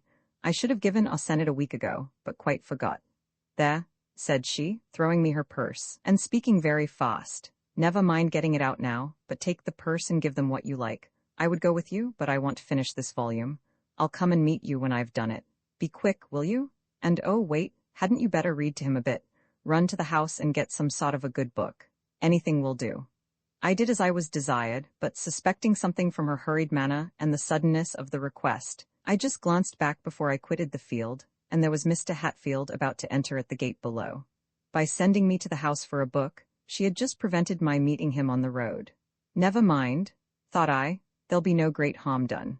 Poor Mark will be glad of the 1/2 crown, and perhaps of the good book too, and if the rector does steal Miss Rosalie's heart, it will only humble her pride a little, and if they do get married at last, it will only save her from a worse fate, and she will be quite a good enough partner for him, and he for her. Mark Wood was the consumptive laborer whom I mentioned before. He was now rapidly wearing away. Miss Murray, by her liberality, obtained literally the blessing of him that was ready to perish. For though the 1/2 crown could be of very little service to him, he was glad of it for the sake of his wife and children, so soon to be widowed and fatherless. After I had sat a few minutes, and read a little for the comfort and edification of himself and his afflicted wife, I left them. But I had not proceeded 50 yards before I encountered Mr. Weston, apparently on his way to the same abode. He greeted me in his usual quiet, unaffected way, stopped to inquire about the condition of the sick man and his family, and with a sort of unconscious, brotherly disregard to ceremony took from my hand the book out of which I had been reading, turned over its pages, made a few brief but very sensible remarks, and restored it. Then told me about some poor sufferer he had just been visiting, talked a little about Nancy Brown, made a few observations upon my little rough friend the terrier that was frisking at his feet, and finally upon the beauty of the weather, and departed. I have omitted to give a detail of his words, from a notion that they would not interest the reader as they did me, and not because I have forgotten them. No, I remember them well, for I thought them over and over again in the course of that day and many succeeding ones, I know not how often, and recalled every intonation of his deep, clear voice, every flash of his quick, brown eye, and every gleam of his pleasant, but too transient smile. Such a confession will look very absurd, I fear, but no matter, I have written it, and they that read it will not know the writer. While I was walking along, happy within, and pleased with all around, Miss Murray came hastening to meet me, her buoyant step, flushed cheek, and radiant smiles showing that she too was happy in her own way. Running up to me, she put her arm through mine, and without waiting to recover breath, began, "Now, Miss Grey, think yourself highly honored, for I'm come to tell you my news before I've breathed a word of it to anyone else." "Well, what is it?" "Oh, such news. In the first place, you must know that Mr. Hatfield came upon me just after you were gone. I was in such a way for fear papa or mamma should see him, but you know I couldn't call you back again, and so, oh dear, I can't tell you all about it now, for there's Matilda I see in the park, and I must go and open my budget to her. But however, Hatfield was most uncommonly audacious, unspeakably complimentary, and unprecedentedly tender. tried to be so, at least. He didn't succeed very well in that, because it's not his vein. I'll tell you all he said another time. But what did you say? I'm more interested in that. I'll tell you that too at some future period. I happened to be in a very good humor just then, but though I was complacent and gracious enough, I took care not to compromise myself in any possible way. But however, the conceited wretch chose to interpret my amiability of temper his own way, and at length presumed upon my indulgence so far. What do you think? He actually made me an offer. And you? I proudly drew myself up, and with the greatest coolness expressed my astonishment at such an occurrence, and hoped he had seen nothing in my conduct to justify his expectations. You should have seen how his countenance fell. He went perfectly white in the face. I assured him that I esteemed him and all that, but could not possibly accede to his proposals, and if I did, Papa and Mamma could never be brought to give their consent. But if they could, said he, would yours be wanting? Certainly, Mr. Hatfield, I replied, with a cool decision which quelled all hope at once. Oh, if you had seen how dreadfully mortified he was, how crushed to the earth by his disappointment. Really, I almost pitied him myself. One more desperate attempt, however, he made. After a silence of considerable duration, during which he struggled to be calm, and I to be grave, for I felt a strong propensity to laugh, which would have ruined all, he said, with the ghost of a smile, but tell me plainly, Miss Murray, if I had the wealth of Sir Hugh Meltham, or the prospects of his eldest son, would you still refuse me? Answer me truly, upon your honor. Certainly, said I, that would make no difference whatever. It was a great lie, but he looked so confident in his own attractions still, that I determined not to leave him one stone upon another. He looked me full in the face, but I kept my countenance so well that he could not imagine I was saying anything more than the actual truth. Then it's all over, I suppose, he said, looking as if he could have died on the spot with vexation and the intensity of his despair. But he was angry as well as disappointed. There was he, suffering so unspeakably, and there was I, the pitiless cause of it all, so utterly impenetrable to all the artillery of his looks and words, so calmly cold and proud, he could not but feel some resentment, and with singular bitterness he began, I certainly did not expect this, Miss Murray. I might say something about your past conduct, and the hopes you have led me to foster, but I forbear, on condition. No conditions, Mr. Hatfield, said I, now truly indignant at his insolence. Then let me beg it as a favor, he replied, lowering his voice at once and taking a humbler tone. Let me entreat that you will not mention this affair to anyone whatever. If you will keep silence about it, there need be no unpleasantness on either side. Nothing, I mean, beyond what is quite unavoidable. For my own feelings I will endeavor to keep to myself, if I cannot annihilate them. I will try to forgive, if I cannot forget the cause of my sufferings. I will not suppose, Miss Murray, that you know how deeply you have injured me. I would not have you aware of it. But if, in addition to the injury you have already done me, pardon me, but whether innocently or not, you have done it, and if you add to it by giving publicity to this unfortunate affair, or naming it at all, you will find that I too can speak, and though you scorned my love, you will hardly scorn my— He stopped, but he bit his bloodless lip and looked so terribly fierce that I was quite frightened. However, my pride upheld me still, and I answered disdainfully, I do not know what motive you suppose I could have for naming it to anyone, Mr. Hatfield, but if I were disposed to do so, you would not deter me by threats, and it is scarcely the part of a gentleman to attempt it. Pardon me, Miss Murray, said he, I have loved you so intensely. I do still adore you so deeply, that I would not willingly offend you, but though I never have loved, and never can love any woman as I have loved you, it is equally certain that I never was so ill-treated by any. On the contrary, I have always found your sex the kindest and most tender and obliging of God's creation, till now. Think of the conceited fellow saying that. And the novelty and harshness of the lesson you have taught me today, and the bitterness of being disappointed in the only quarter on which the happiness of my life depended, must excuse any appearance of asperity. If my presence is disagreeable to you, Miss Murray, he said, for I was looking about me to show how little I cared for him, so he thought I was tired of him, I suppose. If my presence is disagreeable to you, Miss Murray, you have only to promise me the favor I named, and I will relieve you at once. There are many ladies, some even in this parish, who would be delighted to accept what you have so scornfully trampled under your feet. They would be naturally inclined to hate one whose surpassing loveliness has so completely estranged my heart from them and blinded me to their attractions, and a single hint of the truth from me to one of these would be sufficient to raise such a talk against you as would seriously injure your prospects, and diminish your chance of success with any other gentleman you or your mamma might design to entangle. What do you mean, sir? Said I, ready to stamp with passion. I mean that this affair from beginning to end appears to me like a case of errant flirtation, to say the least of it.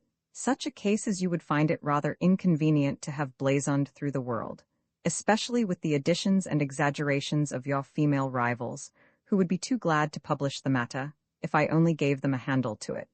But I promise you, on the faith of a gentleman, that no word or syllable that could tend to your prejudice shall ever escape my lips, provided you will? Well, I won't mention it, said I. You may rely upon my silence, if that can afford you any consolation. You promise it? Yes, I answered, for I wanted to get rid of him now. Farewell, then, said he in a most doleful, heartsick tone, and with a look where pride vainly struggled against despair, he turned and went away, longing, no doubt, to get home, that he might shut himself up in his study and cry, if he doesn't burst into tears before he gets there. But you have broken your promise already, said I, truly horrified at her perfidy. Oh, it's only to you, I know you won't repeat it. Certainly, I shall not, but you say you are going to tell your sister, and she will tell your brothers when they come home, and Brown immediately, if you do not tell her yourself, and Brown will blazon it, or be the means of blazoning it throughout the country. No, indeed, she won't. We shall not tell her at all, unless it be under the promise of the strictest secrecy. But how can you expect her to keep her promises better than her more enlightened mistress? Well, she shan't hear it then, said Miss Murray, somewhat snappishly. But you will tell your mamma, of course, pursued I, and she will tell your papa. Of course I shall tell mamma. That is the very thing that pleases me so much. I shall now be able to convince her how mistaken she was in her fears about me. Oh, that's it, is it? I was wondering what it was that delighted you so much. Yes, and another thing is, that I've humbled Mr. Hatfield so charmingly. And another. Why, you must allow me some share of female vanity. I don't pretend to be without that most essential attribute of our sex. And if you had seen poor Hatfield's intense eagerness in making his ardent declaration, and his flattering proposal, and his agony of mind, that no effort of pride could conceal, on being refused, you would have allowed I had some cause to be gratified. The greater his agony, I should think, the less your cause for gratification. Oh, nonsense, cried the young lady, shaking herself with vexation. You either can't understand me, or you won't. If I had not confidence in your magnanimity, I should think you envied me. But you will, perhaps, comprehend this cause of pleasure, which is as great as any, namely, that I am delighted with myself for my prudence, my self-command, my heartlessness, if you please. I was not a bit taken by surprise, not a bit confused, or awkward, or foolish. I just acted and spoke as I ought to have done, and was completely my own mistress throughout. And here was a man, decidedly good-looking. Jane and Susan Green call him bewitchingly handsome. I suppose they're two of the ladies he pretends would be so glad to have him. But however, he was certainly a very clever, witty, agreeable companion. Not what you call clever, but just enough to make him entertaining, and a man one needn't be ashamed of anywhere, and would not soon grow tired of. And to confess the truth, I rather liked him. Better even, of late, than Harry Meltham. And he evidently idolized me. And yet, though he came upon me all alone and unprepared, I had the wisdom, and the pride, and the strength to refuse him. And so scornfully and coolly as I did, I have good reason to be proud of that. And are you equally proud of having told him that his having the wealth of Sir Hugh Meltham would make no difference to you, when that was not the case, and of having promised to tell no one of his misadventure, apparently without the slightest intention of keeping your promise? Of course, what else could I do? You would not have had me. But I see, Miss Grey, you're not in a good temper. Here's Matilda. I'll see what she and Mamma have to say about it. She left me, offended at my want of sympathy, and thinking, no doubt, that I envied her. I did not, at least, I firmly believed I did not. I was sorry for her. I was amazed, disgusted at her heartless vanity. I wondered why so much beauty should be given to those who made so bad a use of it, and denied to some who would make it a benefit to both themselves and others. But God knows best, I concluded. There are, I suppose, some men as vain, as selfish, and as heartless as she is, and perhaps such women may be useful to punish them. Roman 15 the walk, oh dear. I wish Hatfield had not been so precipitate, said Rosalie next day at 4 p.m., as with a portentous yawn, she laid down her worsted work and looked listlessly towards the window. There's no inducement to go out now, and nothing to look forward to. The days will be so long and dull when there are no parties to enliven them, and there are none this week or next either that I know of. Pity you were so cross to him, observed Matilda, to whom this lamentation was addressed. He'll never come again, and I suspect you liked him after all. I hoped you would have taken him for your beau and left dear Harry to me. Humph! My beau must be an Agnes indeed, Matilda, the admired of all beholders, if I am to be contented with him alone.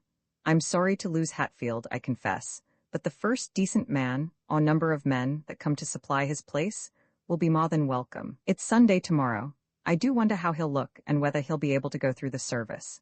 Most likely he'll pretend he's got a cold, and make Mr. Weston do it all. Not he, exclaimed Matilda, somewhat contemptuously. Fool as he is, he's not so soft as that comes to. Her sister was slightly offended, but the event proved Matilda was right. The disappointed lover performed his pastoral duties as usual. Rosalie, indeed, affirmed he looked very pale and dejected. He might be a little paler, but the difference, if any, was scarcely perceptible. As for his dejection, I certainly did not hear his laugh ringing from the vestry as usual, nor his voice loud in hilarious discourse, though I did hear it uplifted in rating the sexton in a manner that made the congregation stare, and in his transits to and from the pulpit and the communion table, there was more of solemn pomp and less of that irreverent, self-confident, or rather self-delighted imperiousness with which he usually swept along, that air that seemed to say, "You all reverence and adore me, I know, but if anyone does not, I defy him to the teeth." But the most remarkable change was, that he never once suffered his eyes to wander in the direction of Mr. Murray's pew, and did not leave the church till we were gone. Mr. Hatfield had doubtless received a very severe blow, but his pride impelled him to use every effort to conceal the effects of it. He had been disappointed in his certain hope of obtaining not only a beautiful, and to him, highly attractive wife, but one whose rank and fortune might give brilliance to far inferior charms. He was likewise, no doubt, intensely mortified by his repulse, and deeply offended at the conduct of Miss Murray throughout. It would have given him no little consolation to have known how disappointed she was to find him apparently so little moved, and to see that he was able to refrain from casting a single glance at her throughout both services. Though, she declared, it showed he was thinking of her all the time, or his eyes would have fallen upon her, if it were only by chance. But if they had so chanced to fall, she would have affirmed it was because they could not resist the attraction. It might have pleased him, too, in some degree, to have seen how dull and dissatisfied she was throughout that week, the greater part of it, at least, for lack of her usual sauce of excitement, and how often she regretted having used him up so soon, like a child that, having devoured its plum cake too hastily, sits sucking its fingers and vainly lamenting its greediness. At length I was called upon, one fine morning, to accompany her in a walk to the village. Ostensibly she went to get some shades of Berlin wool, at a tolerably respectable shop that was chiefly supported by the ladies of the vicinity. Really, I trust there is no breach of charity in supposing that she went with the idea of meeting either with the rector himself, or some other admirer by the way, for as we went along, she kept wondering what Hatfield would do or say, if we met him, etc., etc. As we passed Mr. Green's park gates, she wondered whether he was at home, great stupid blockhead. As Lady Meltham's carriage passed us, she wondered what Mr. Harry was doing this fine day, and then began to abuse his elder brother for being such a fool as to get married and go and live in London. "Why," said I thought you wanted to live in London yourself." "Yes, because it's so dull here, but then he makes it still duller by taking himself off, and if he were not married, I might have him instead of that odious Sir Thomas." Then, observing the prints of a horse's feet on the somewhat miry road, she wondered whether it was a gentleman's horse, and finally concluded it was, for the impressions were too small to have been made by a great clumsy cart horse. And then she wondered who the rider could be, and whether we should meet him coming back, for she was sure he had only passed that morning.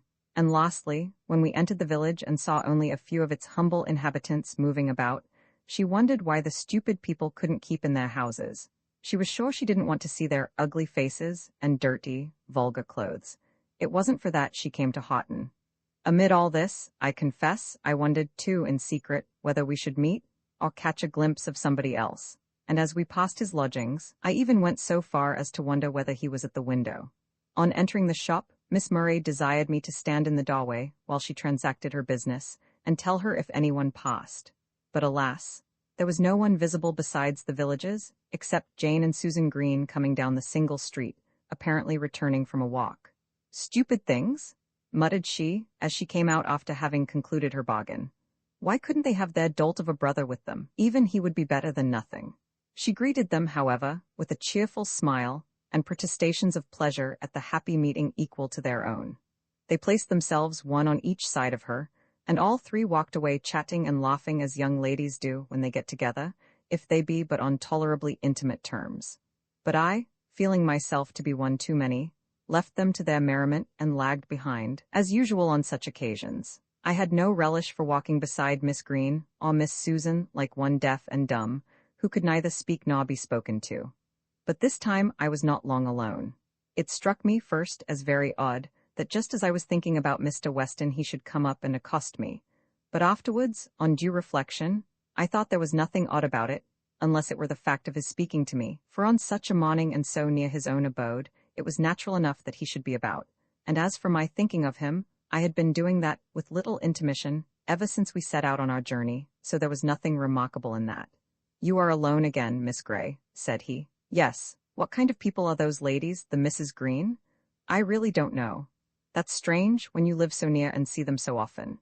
"Well, I suppose they are lively, good-tempered girls, but I imagine you must know them better than I do, yourself, for I never exchanged a word with either of them." "Indeed? They don't strike me as being particularly reserved." "Very likely they are not so to people of their own class, but they consider themselves as moving in quite a different sphere from me." He made no reply to this, but after a short pause he said, "I suppose it's these things, Miss Grey, that make you think you could not live without a home?" "Not exactly. The fact is I am too socially disposed to be able to live contentedly without a friend, and as the only friends I have, or am likely to have, are at home, or rather, if they were gone, I will not say I could not live. But I would rather not live in such a desolate world." "But why do you say the only friends you are likely to have? Are you so unsociable that you cannot make friends?" "No, but I never made one yet, and in my present position there is no possibility of doing so, or even of forming a common acquaintance. The fault may be partly in myself, but I hope not altogether. The fault is partly in society, and partly, I should think, in your immediate neighbors, and partly, too, in yourself, for many ladies, in your position, would make themselves be noticed and accounted of. But your pupils should be companions for you in some degree. They cannot be many years younger than yourself." "Oh, yes, they are good company sometimes, but I cannot call them friends, nor would they think of bestowing such a name on me. They have other companions better suited to their tastes." "Perhaps you are too wise for them. How do you amuse yourself when alone? Do you read much?" "Reading is my favorite occupation when I have leisure for it and books to read." From speaking of books in general, he passed to different books in particular, and proceeded by rapid transitions from topic to topic, till several matters, both of taste and opinion, had been discussed considerably within the space of half an hour, but without the embellishment of many observations from himself, he being evidently less bent upon communicating his own thoughts and predilections than on discovering mine. He had not the tact, or the art, to effect such a purpose by skillfully drawing out my sentiments or ideas through the real or apparent statement of his own, or leading the conversation by imperceptible gradations to such topics as he wished to advert to. But such gentle abruptness, and such single-minded straightforwardness, could not possibly offend me. And why should he interest himself at all in my moral and intellectual capacities? What is it to him what I think or feel? I asked myself, and my heart throbbed in answer to the question. But Jane and Susan Green soon reached their home. As they stood parleying at the park gates, attempting to persuade Miss Murray to come in, I wished Mr. Weston would go, that she might not see him with me when she turned round. But unfortunately, his business, which was to pay one more visit to poor Mark Wood, led him to pursue the same path as we did, till nearly the close of our journey. When, however, he saw that Rosalie had taken leave of her friends and I was about to join her, he would have left me and passed on at a quicker pace. But, as he civilly lifted his hat in passing her, to my surprise, instead of returning the salute with a stiff, ungracious bow, she accosted him with one of her sweetest smiles, and, walking by his side, began to talk to him with all imaginable cheerfulness and affability. And so we proceeded all three together. After a short pause in the conversation, Mr. Weston made some remark addressed particularly to me, as referring to something we had been talking of before. But before I could answer, Miss Murray replied to the observation and enlarged upon it. He rejoined, "And from thence to the close of the interview, she engrossed him entirely to herself. It might be partly owing to my own stupidity, my want of tact and assurance, but I felt myself wronged. I trembled with apprehension, and I listened with envy to her easy, rapid flow of utterance, and saw with anxiety the bright smile with which she looked into his face from time to time, for she was walking a little in advance, for the purpose, as I judged, of being seen as well as heard. If her conversation was light and trivial, it was amusing, and she was never at a loss for something to say, or for suitable words to express it in. There was nothing pert or flippant in her manner now, as when she walked with Mr. Hatfield. There was only a gentle, playful kind of vivacity, which I thought must be peculiarly pleasing to a man of Mr. Weston's disposition and temperament. When he was gone, she began to laugh and muttered to herself, "I thought I could do it?" "Do what?" I asked. "Fix that man." "What in the world do you mean?" "I mean that he will go home and dream of me. I have shot him through the heart." "How do you know?" "By many infallible proofs, more especially the look he gave me when he went away. It was not an impudent look. I exonerate him from that. It was a look of reverential, tender adoration. Ha ha, he's not quite such a stupid blockhead as I thought him. I made no answer, for my heart was in my throat, or something like it, and I could not trust myself to speak. "Oh God, avert it!" I cried internally. For his sake, not for mine. Miss Murray made several trivial observations as we passed up the park, to which, in spite of my reluctance to let one glimpse of my feelings appear, I could only answer by monosyllables.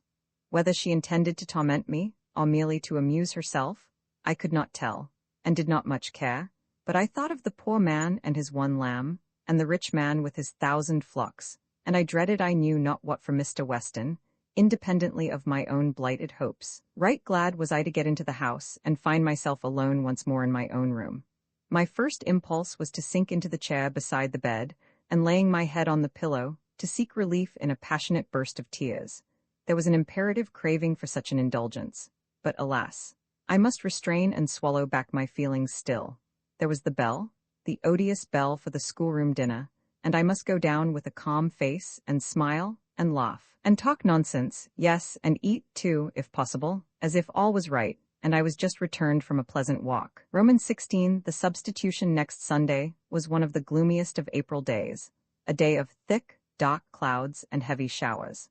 None of the Murrays were disposed to attend church in the afternoon, excepting Rosalie. She was bent upon going as usual, so she ordered the carriage, and I went with her. Nothing loth, of course, for at church I might look without fear of scorn or censure upon a form and face more pleasing to me than the most beautiful of God's creations. I might listen without disturbance to a voice more charming than the sweetest music to my ears. I might seem to hold communion with that soul in which I felt so deeply interested, and imbibe its purest thoughts and holiest aspirations, with no alloy to such felicity, except the secret reproaches of my conscience, which would too often whisper that I was deceiving my own self, and mocking God with the service of a heart more bent upon the creature than the Creator. Sometimes such thoughts would give me trouble enough, but sometimes I could quiet them with thinking, "It is not the man, it is his goodness that I love. Whatsoever things are pure, whatsoever things are lovely, whatsoever things are honest and of good report, think on these things." We do well to worship God in his works, and I know none of them in which so many of his attributes, so much of his own spirit shines, as in this his faithful servant, whom to know and not to appreciate were obtuse insensibility in me, who have so little else to occupy my heart. Almost immediately after the conclusion of the service, Miss Murray left the church. We had to stand in the porch, for it was raining, and the carriage was not yet come. I wondered at her coming forth so hastily, for neither young Meltham nor Squire Green was there, but I soon found it was to secure an interview with Mr. Weston as he came out, which he presently did. Having saluted us both, he would have passed on, but she detained him, first with observations upon the disagreeable weather, and then with asking if he would be so kind as to come some time tomorrow to see the granddaughter of the old woman who kept the Potter's Lodge, for the girl was ill of a fever, and wished to see him. He promised to do so. "And at what time will you be most likely to come, Mr. Weston? The old woman will like to know when to expect you. You know such people think more about having their cottages in order when decent people come to see them than we are apt to suppose." Here was a wonderful instance of consideration from the thoughtless Miss Murray. Mr. Weston named an hour in the morning at which he would endeavor to be there. By this time the carriage was ready, and the footman was waiting, with an open umbrella, to escort Miss Murray through the churchyard. I was about to follow, but Mr. Weston had an umbrella too, and offered me the benefit of its shelter, for it was raining heavily. "No, thank you, I don't mind the rain," I said. I always lacked common sense when taken by surprise. "But you don't like it, I suppose? An umbrella will do you no harm at any rate," he replied, with a smile that showed he was not offended, as a man of worse temper or less penetration would have been at such a refusal of his aid. I could not deny the truth of his assertion, and so went with him to the carriage. He even offered me his hand on getting in, an unnecessary piece of civility, but I accepted that too, for fear of giving offense. One glance he gave, one little smile at parting. It was but for a moment, but therein I read, or thought I read, a meaning that kindled in my heart a brighter flame of hope than had ever yet arisen. "I would have sent the footman back for you, Miss Grey. If you'd waited a moment, you needn't have taken Mr. Weston's umbrella," observed Rosalie, with a very unamiable cloud upon her pretty face. "I would have come without an umbrella, but Mr. Weston offered me the benefit of his, and I could not have refused it more than I did without offending him," replied I, smiling placidly, for my inward happiness made that amusing, which would have wounded me at another time. The carriage was now in motion. Miss Murray bent forwards and looked out of the window as we were passing Mr. Weston. He was pacing homewards along the causeway, and did not turn his head. "Stupid ass!" cried she, throwing herself back again in the seat. "You don't know what you've lost by not looking this way." "What has he lost?"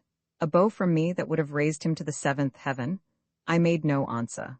I saw she was out of humor, and I derived a secret gratification from the fact, not that she was vexed, but that she thought she had reason to be so. It made me think my hopes were not entirely the offspring of my wishes and imagination. "I mean to take up Mr. Weston instead of Mr. Hatfield," said my companion, after a short pause, resuming something of her usual cheerfulness. "The ball at Ashby Park takes place on Tuesday, you know, and Mamma thinks it very likely that Sir Thomas will propose to me then. Such things are often done in the privacy of the ballroom, when gentlemen are most easily ensnared and ladies most enchanting. But if I am to be married so soon, I must make the best of the present time. I am determined Hatfield shall not be the only man who shall lay his heart at my feet, and implore me to accept the worthless gift in vain." "If you mean Mr. Weston to be one of your victims," said I, with affected indifference, "you will have to make such overtures yourself that you will find it difficult to draw back when he asks you to fulfill the expectations you have raised. I don't suppose he will ask me to marry him, nor should I desire it. That would be rather too much presumption. But I intend him to feel my power. He has felt it already, indeed, but he shall acknowledge it too, and what visionary hopes he may have, he must keep to himself, and only amuse me with the result of them, for a time." "Oh, that some kind spirit would whisper those words in his ear!" I inwardly exclaimed. I was far too indignant to hazard a reply to her observation aloud, and nothing more was said about Mr. Weston that day, by me or in my hearing. But next morning, soon after breakfast, Miss Murray came into the schoolroom, where her sister was employed at her studies, or rather her lessons, for studies they were not, and said, "Matilda, I want you to take a walk with me about 11 o'clock." "Oh, I can't, Rosalie. I have to give orders about my new bridle and saddle cloth, and speak to the rat-catcher about his dogs. Miss Grey must go with you." "No, I want you," said Rosalie, and calling her sister to the window, she whispered an explanation in her ear, upon which the latter consented to go. I remembered that 11 was the hour at which Mr. Weston proposed to come to the Potter's Lodge, and remembering that, I beheld the whole contrivance. Accordingly, at dinner, I was entertained with a long account of how Mr. Weston had overtaken them as they were walking along the road, and how they had had a long walk and talk with him, and really found him quite an agreeable companion, and how he must have been, and evidently was, delighted with them and their amazing condescension, etc., etc. Romans 17 Confessions. As I am in the way of confessions, I may as well acknowledge that, about this time, I paid more attention to dress than ever I had done before. This is not saying much, for hitherto I had been a little neglectful in that particular. But now, also, it was no uncommon thing to spend as much as 2 minutes in the contemplation of my own image in the glass, though I never could derive any consolation from such a study. I could discover no beauty in those marked features, that pale hollow cheek, and ordinary dark brown hair. There might be intellect in the forehead, there might be expression in the dark gray eyes, but what of that? A low Grecian brow, and large black eyes devoid of sentiment would be esteemed far preferable. It is foolish to wish for beauty. Sensible people never either desire it for themselves or care about it in others. If the mind be but well cultivated, and the heart well disposed, no one ever cares for the exterior. So said the teachers of our childhood, and so say we to the children of the present day. All very judicious and proper, no doubt, but are such assertions supported by actual experience? We are naturally disposed to love what gives us pleasure, and what more pleasing than a beautiful face, when we know no harm of the possessor at least? A little girl loves her bird, why? Because it lives and feels, because it is helpless and harmless. A toad, likewise, lives and feels, and is equally helpless and harmless. But though she would not hurt a toad, she cannot love it like the bird, with its graceful form, soft feathers, and bright, speaking eyes. If a woman is fair and amiable, she is praised for both qualities, but especially the former, by the bulk of mankind. If, on the other hand, she is disagreeable in person and character, her plainness is commonly inveighed against as her greatest crime, because, to common observers, it gives the greatest offense. While, if she is plain and good, provided she is a person of retired manners and secluded life, no one ever knows of her goodness, except her immediate connections. Others, on the contrary, are disposed to form unfavorable opinions of her mind and disposition, if it be but to excuse themselves for their instinctive dislike of one so unfavored by nature, and vice versa with her whose angel form conceals a vicious heart, or sheds a false, deceitful charm over defects and foibles that would not be tolerated in another.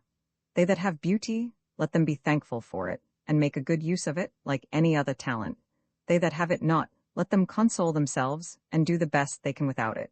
Certainly, though liable to be overestimated, it is a gift of God, and not to be despised. Many will feel this who have felt that they could love, and whose hearts tell them that they are worthy to be loved again, while yet they are debarred, by the lack of this or some such seeming trifle, from giving and receiving that happiness they seem almost made to feel and to impart. As well might the humble glowworm despise that power of giving light without which the roving fly might pass her and repass her 1,000 times, and never rest beside her.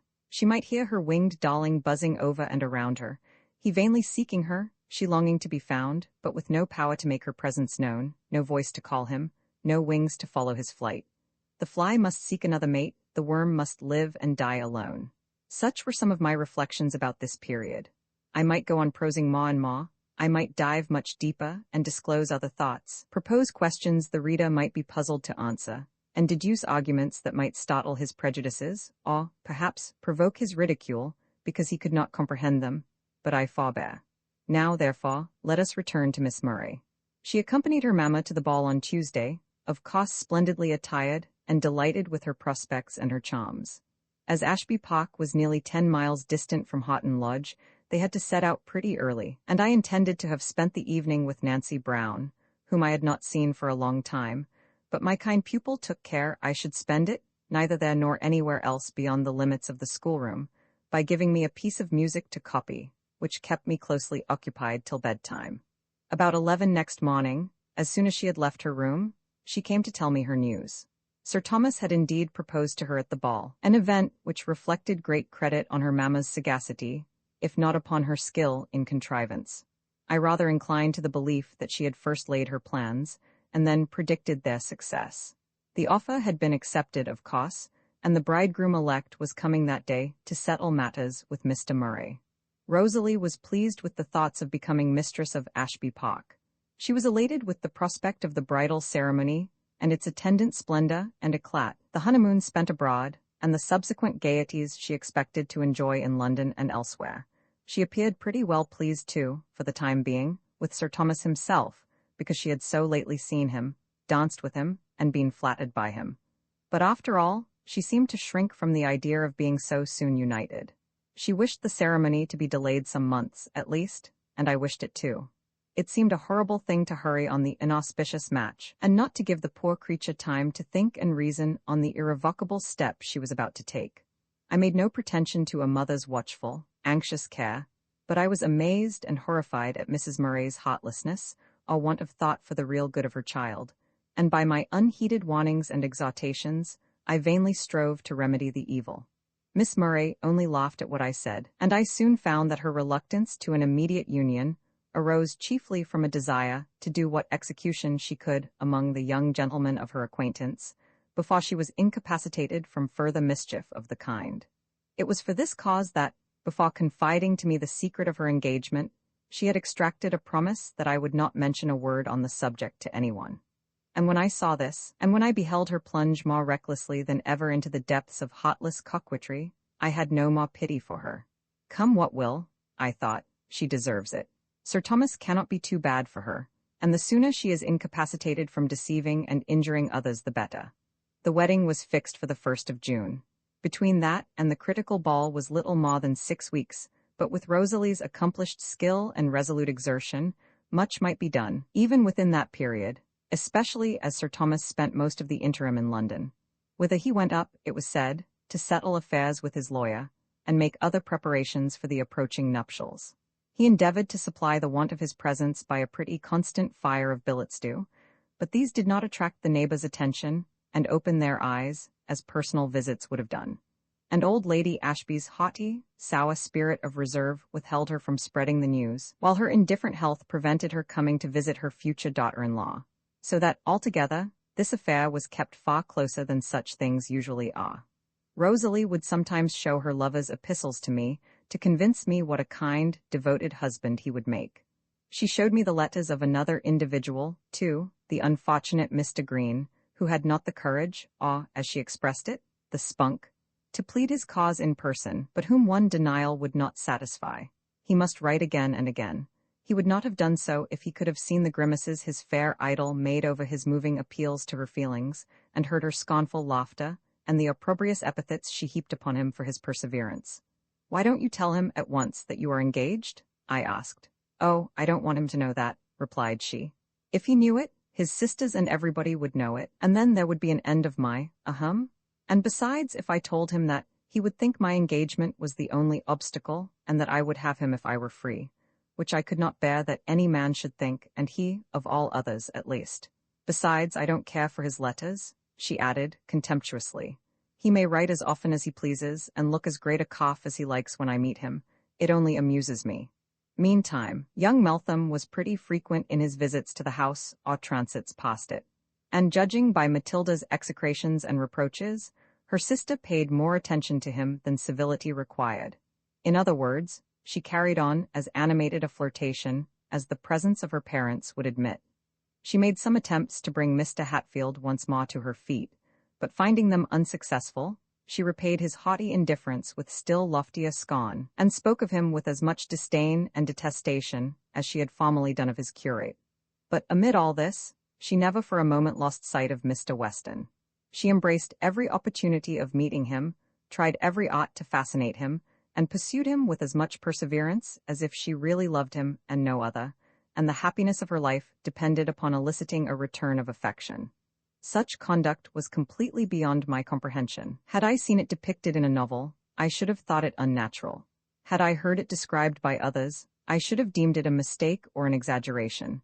But when I saw it with my own eyes and suffered from it too, I could only conclude that excessive vanity, like drunkenness, hardens the heart, enslaves the faculties, and perverts the feelings, and that dogs are not the only creatures which, when gouged to the throat, will yet gloat over what they cannot devour, and grudge the smallest morsel to a starving brother.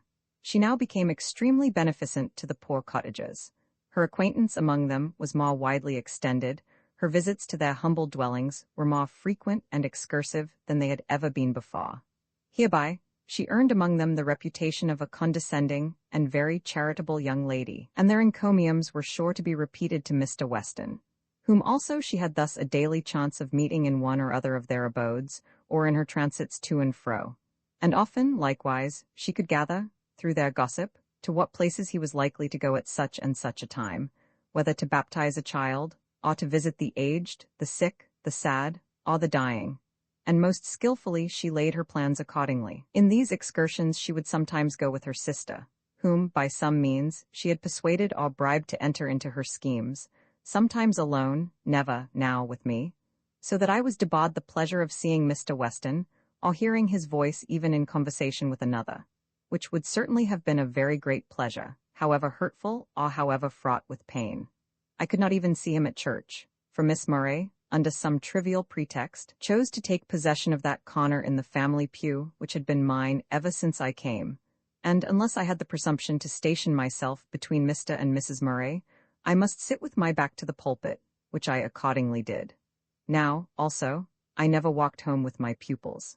They said their mamma thought it did not look well to see 3 people out of the family walking, and only 2 going in the carriage. And as they greatly preferred walking in fine weather, I should be honored by going with the seniors. And besides, said they, you can't walk as fast as we do, you know you're always lagging behind.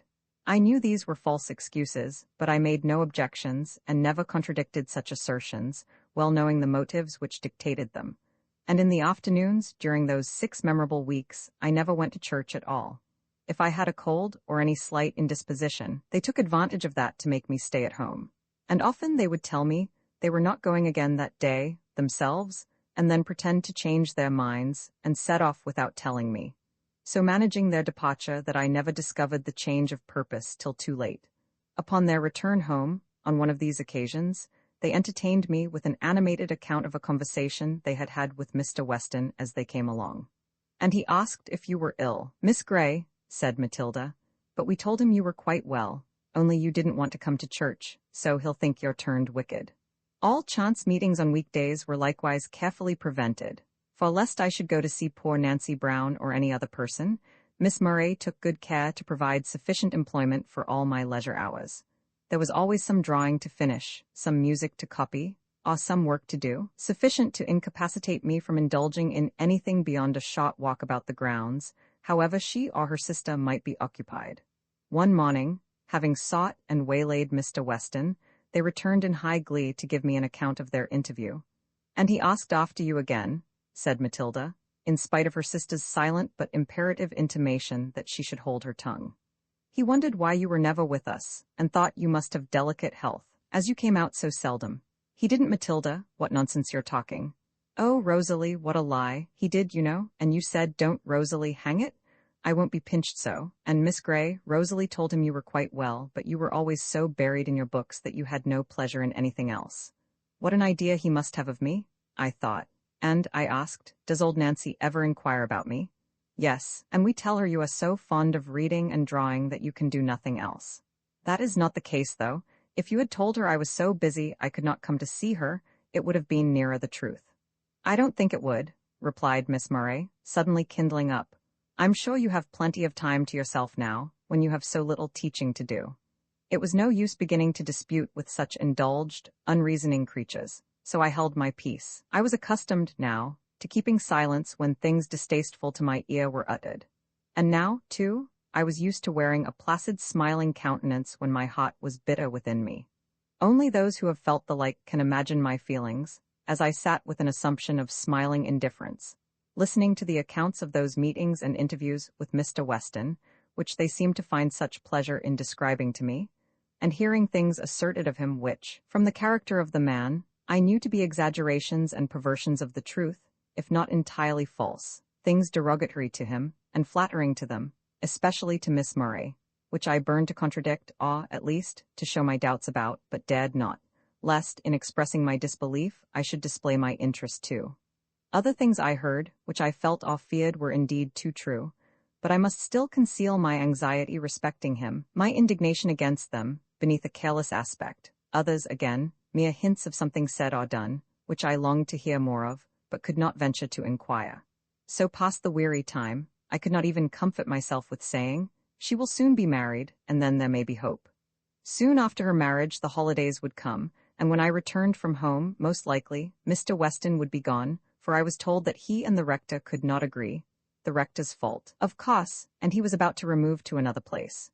No, besides my hope in God, my only consolation was in thinking that, though he know it not, I was more worthy of his love than Rosalie Murray, charming and engaging as she was, for I could appreciate his excellence, which she could not. I would devote my life to the promotion of his happiness. She would destroy his happiness for the momentary gratification of her own vanity. Oh, if he could but know the difference, I would earnestly exclaim. But no, I would not have him see my heart. Yet, if he could but know her hollowness, her worthless, heartless frivolity, he would then be safe, and I should be almost happy, though I might never see him more. I fear, by this time, the reader is well nigh disgusted with the folly and weakness I have so freely laid before him. I never disclosed it then, and would not have done so had my own sister or my mother been with me in the house. I was a close and resolute dissembler. in this one case at least. My prayers, my tears, my wishes, fears, and lamentations were witnessed by myself and heaven alone.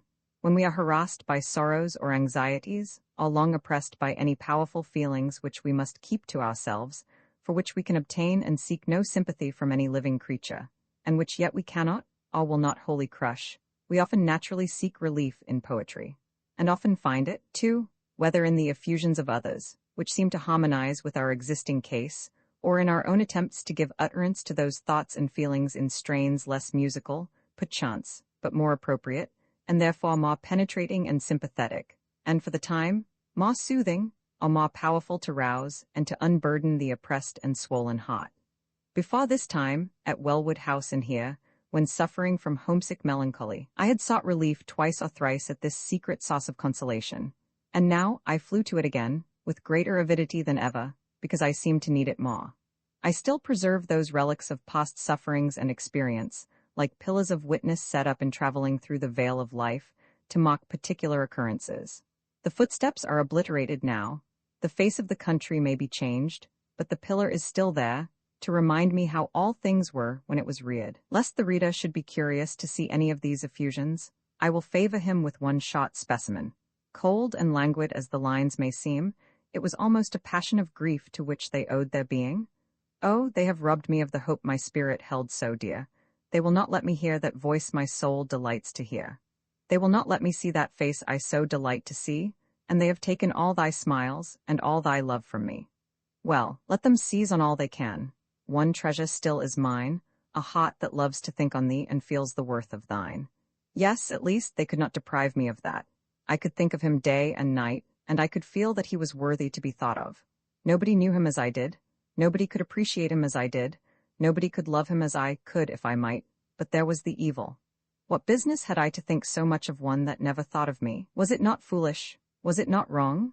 Yet, if I found such deep delight in thinking of him, and if I kept those thoughts to myself, and troubled no one else with them, where was the harm of it?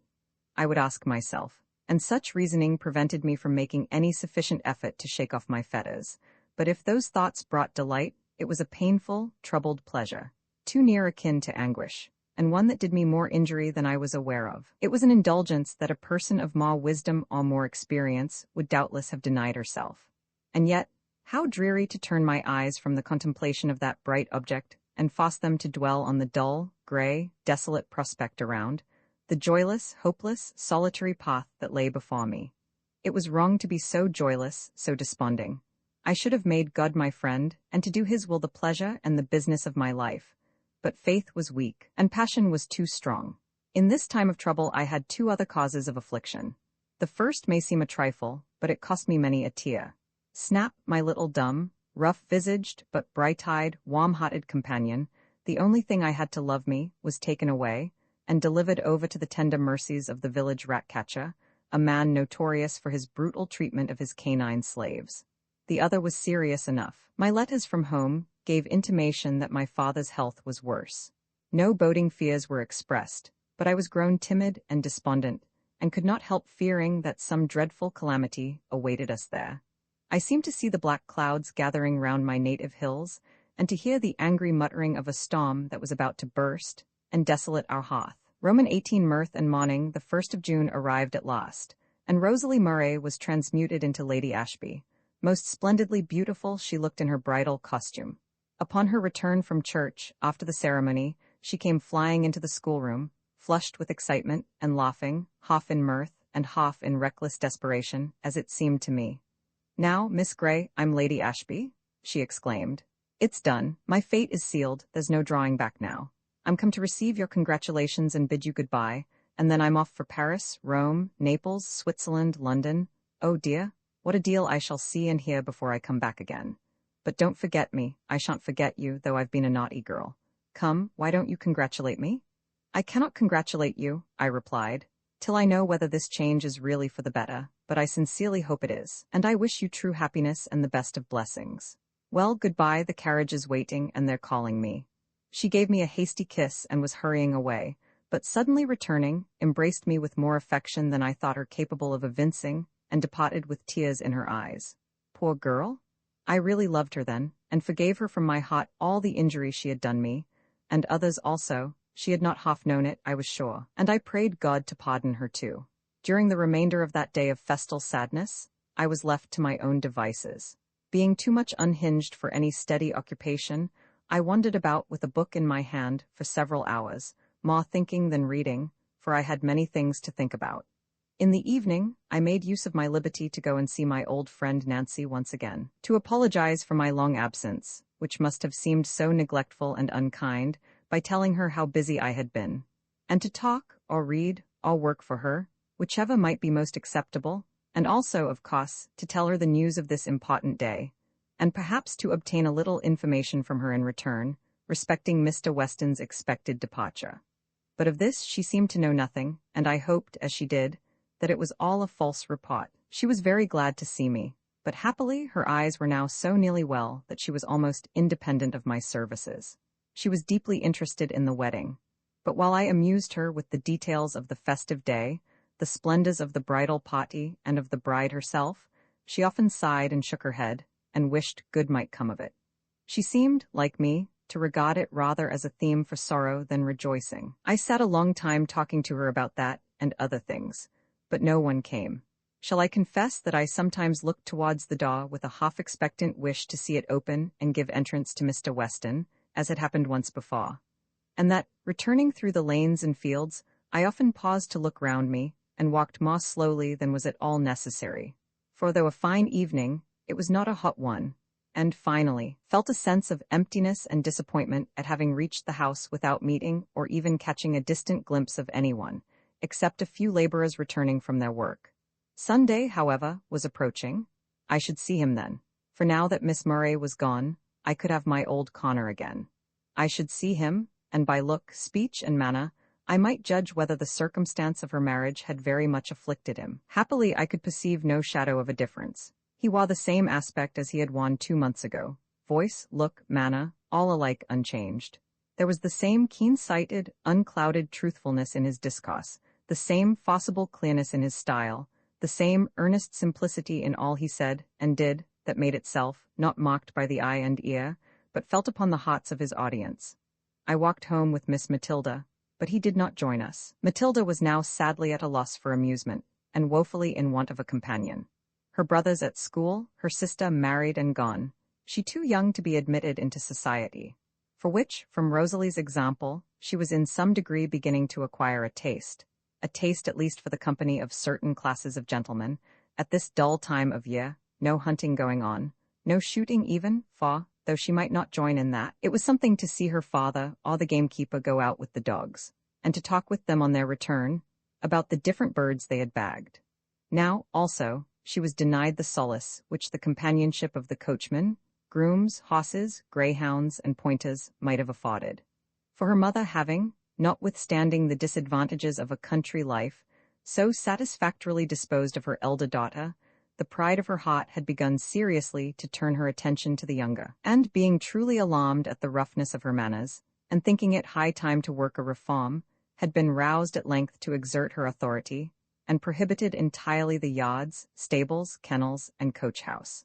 Of course she was not implicitly obeyed, but indulgent as she had hitherto been, when once her spirit was roused, her temper was not so gentle as she required that of her governesses to be, and her will was not to be thwarted with impunity. After many a scene of contention between mother and daughter, many a violent outbreak which I was ashamed to witness, in which the father's authority was often called in to confirm with oaths and threats the mother's slighted prohibitions, for even he could see that Tilly, though she would have made a fine lad, was not quite what a young lady ought to be.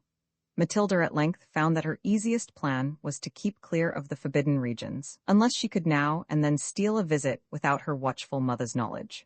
Amid all this, let it not be imagined that I escaped without many a reprimand, and many an implied reproach, that lost none of its sting from not being openly worded, but rather wounded the more deeply, because, from that very reason, it seemed to preclude self-defense. Frequently, I was told to amuse Miss Matilda with other things, and to remind her of her mother's precepts and prohibitions. I did so to the best of my power, but she would not be amused against her will, and could not against her taste, and though I went beyond mere reminding, such gentle remonstrances as I could use were utterly ineffectual. Dear Miss Grey, it is the strangest thing. I suppose you can't help it if it's not in your nature, but I wonder you can't win the confidence of that girl and make your society at least as agreeable to her as that of Robert or Joseph. They can talk the best about the things in which she is most interested, I replied. Well, that is a strange confession, however, to come from her governess. Who is to form a young lady's tastes, I wonder, if the governess doesn't do it?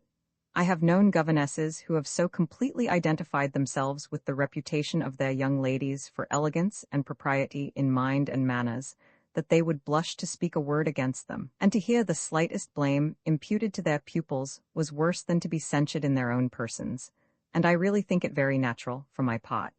Do you, ma'am? Yes, of course. The young lady's proficiency and elegance is of more consequence to the governess than her own, as well as to the world. If she wishes to prosper in her vocation, she must devote all her energies to her business. All her ideas and all her ambition will tend to the accomplishment of that one object. When we wish to decide upon the merits of a governess, we naturally look at the young ladies she professes to have educated, and judge accordingly. The judicious governess knows this. She knows that, while she lives in obscurity herself, her pupils' virtues and defects will be open to every eye, and that, unless she loses sight of herself in their cultivation, she need not hope for success. You see, Miss Grey, it is just the same as any other trade or profession. They that wish to prosper must devote themselves body and soul to their calling, and if they begin to yield to indolence or self-indulgence, they are speedily distanced by wiser competitors. There is little to choose between a person that ruins her pupils by neglect and one that corrupts them by her example. You will excuse my dropping these little hints. You know it is all for your own good. Many ladies would speak to you much more strongly, and many would not trouble themselves to speak at all, but quietly look out for a substitute. That, of course, would be the easiest plan. But I know the advantages of a place like this to a person in your situation, and I have no desire to part with you, as I am sure you would do very well if you will only think of these things and try to exert yourself a little more. Then, I am convinced, you would soon acquire that delicate tact which alone is wanting to give you a proper influence over the mind of your pupil. I was about to give the lady some idea of the fallacy of her expectations, but she sailed away as soon as she had concluded her speech.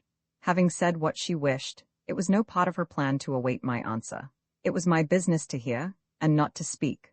However, as I have said, Matilda at length yielded in some degree to her mother's authority. Pity it had not been exerted before. And being thus deprived of almost every source of amusement, there was nothing for it but to take long rides with the groom and long walks with the governess, and to visit the cottages and farmhouses on her father's estate, to kill time in chatting with the old men and women that inhabited them. In one of these walks, it was our chance to meet Mr. Weston. This was what I had long desired, but now, for a moment, I wished either he or I were away. I felt my heart throb so violently that I dreaded lest some outward signs of emotion should appear, but I think he hardly glanced at me, and I was soon calm enough. After a brief salutation to both, he asked Matilda if she had lately heard from her sister. Yes, replied she. She was at Paris when she wrote, and very well, and very happy. She spoke the last word emphatically, and with a glance impertinently sly. He did not seem to notice it, but replied, with equal emphasis and very seriously, I hope she will continue to be so. Do you think it likely? I ventured to inquire, for Matilda had started off in pursuit of her dog that was chasing a leveret. I cannot tell, replied he. Sir Thomas may be a better man than I suppose, but from all I have heard and seen, it seems a pity that one so young and gay, and interesting, to express many things by one word, whose greatest, if not her only fault, appears to be thoughtlessness. No trifling fault to be sure, since it renders the possessor liable to almost every other, and exposes him to so many temptations, but it seems a pity that she should be thrown away on such a man. It was her mother's wish, I suppose. Yes, and her own too, I think, for she always laughed at my attempts to dissuade her from the step. You did attempt it?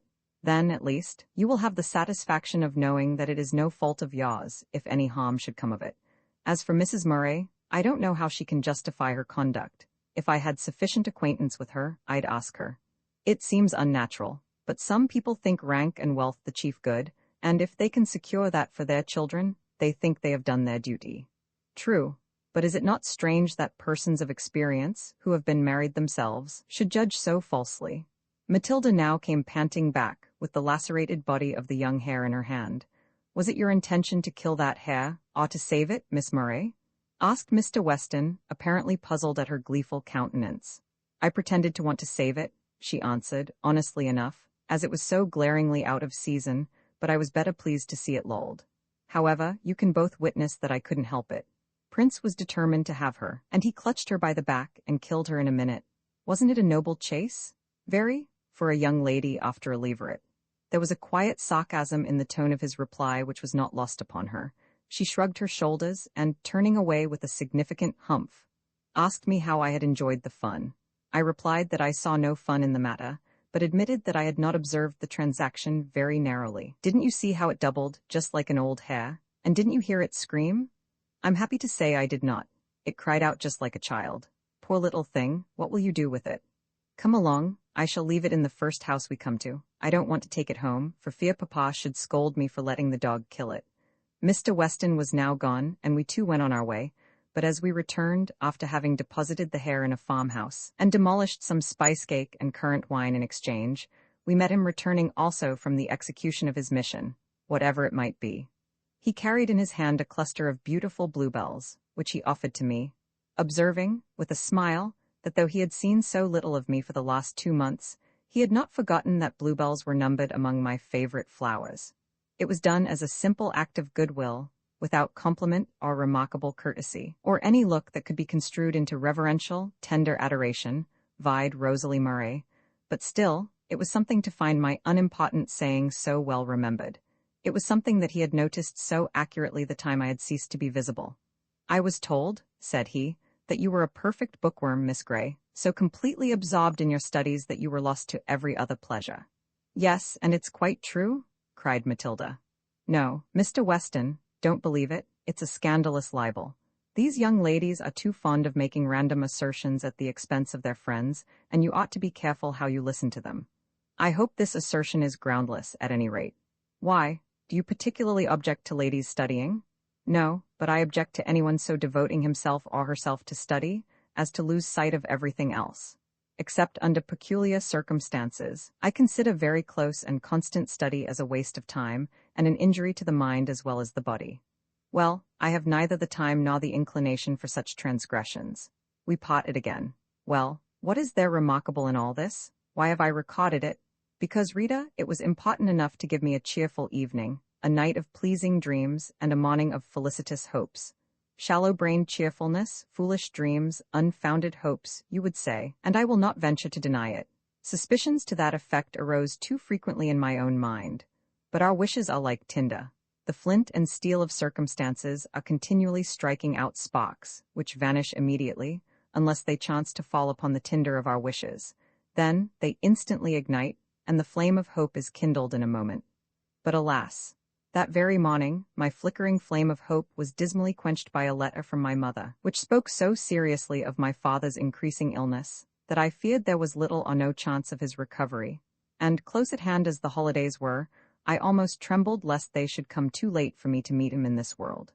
2 days after, a letter from Mary told me his life was despaired of, and his end seemed fast approaching.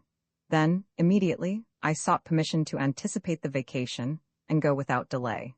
Mrs. Murray stared, and wondered at the unwonted energy and boldness with which I urged the request, and thought there was no occasion to hurry, but finally gave me leave, stating, however, that there was no need to be in such agitation about the matter. It might prove a false alarm after all, and if not, why, it was only in the common course of nature. We must all die some time, and I was not to suppose myself the only afflicted person in the world, and concluding with saying I might have the phaeton to take me to O. And instead of repining, Miss Grey, be thankful for the privileges you enjoy. There's many a poor clergyman whose family would be plunged into ruin by the event of his death, but you see, have influential friends ready to continue their patronage, and to show you every consideration.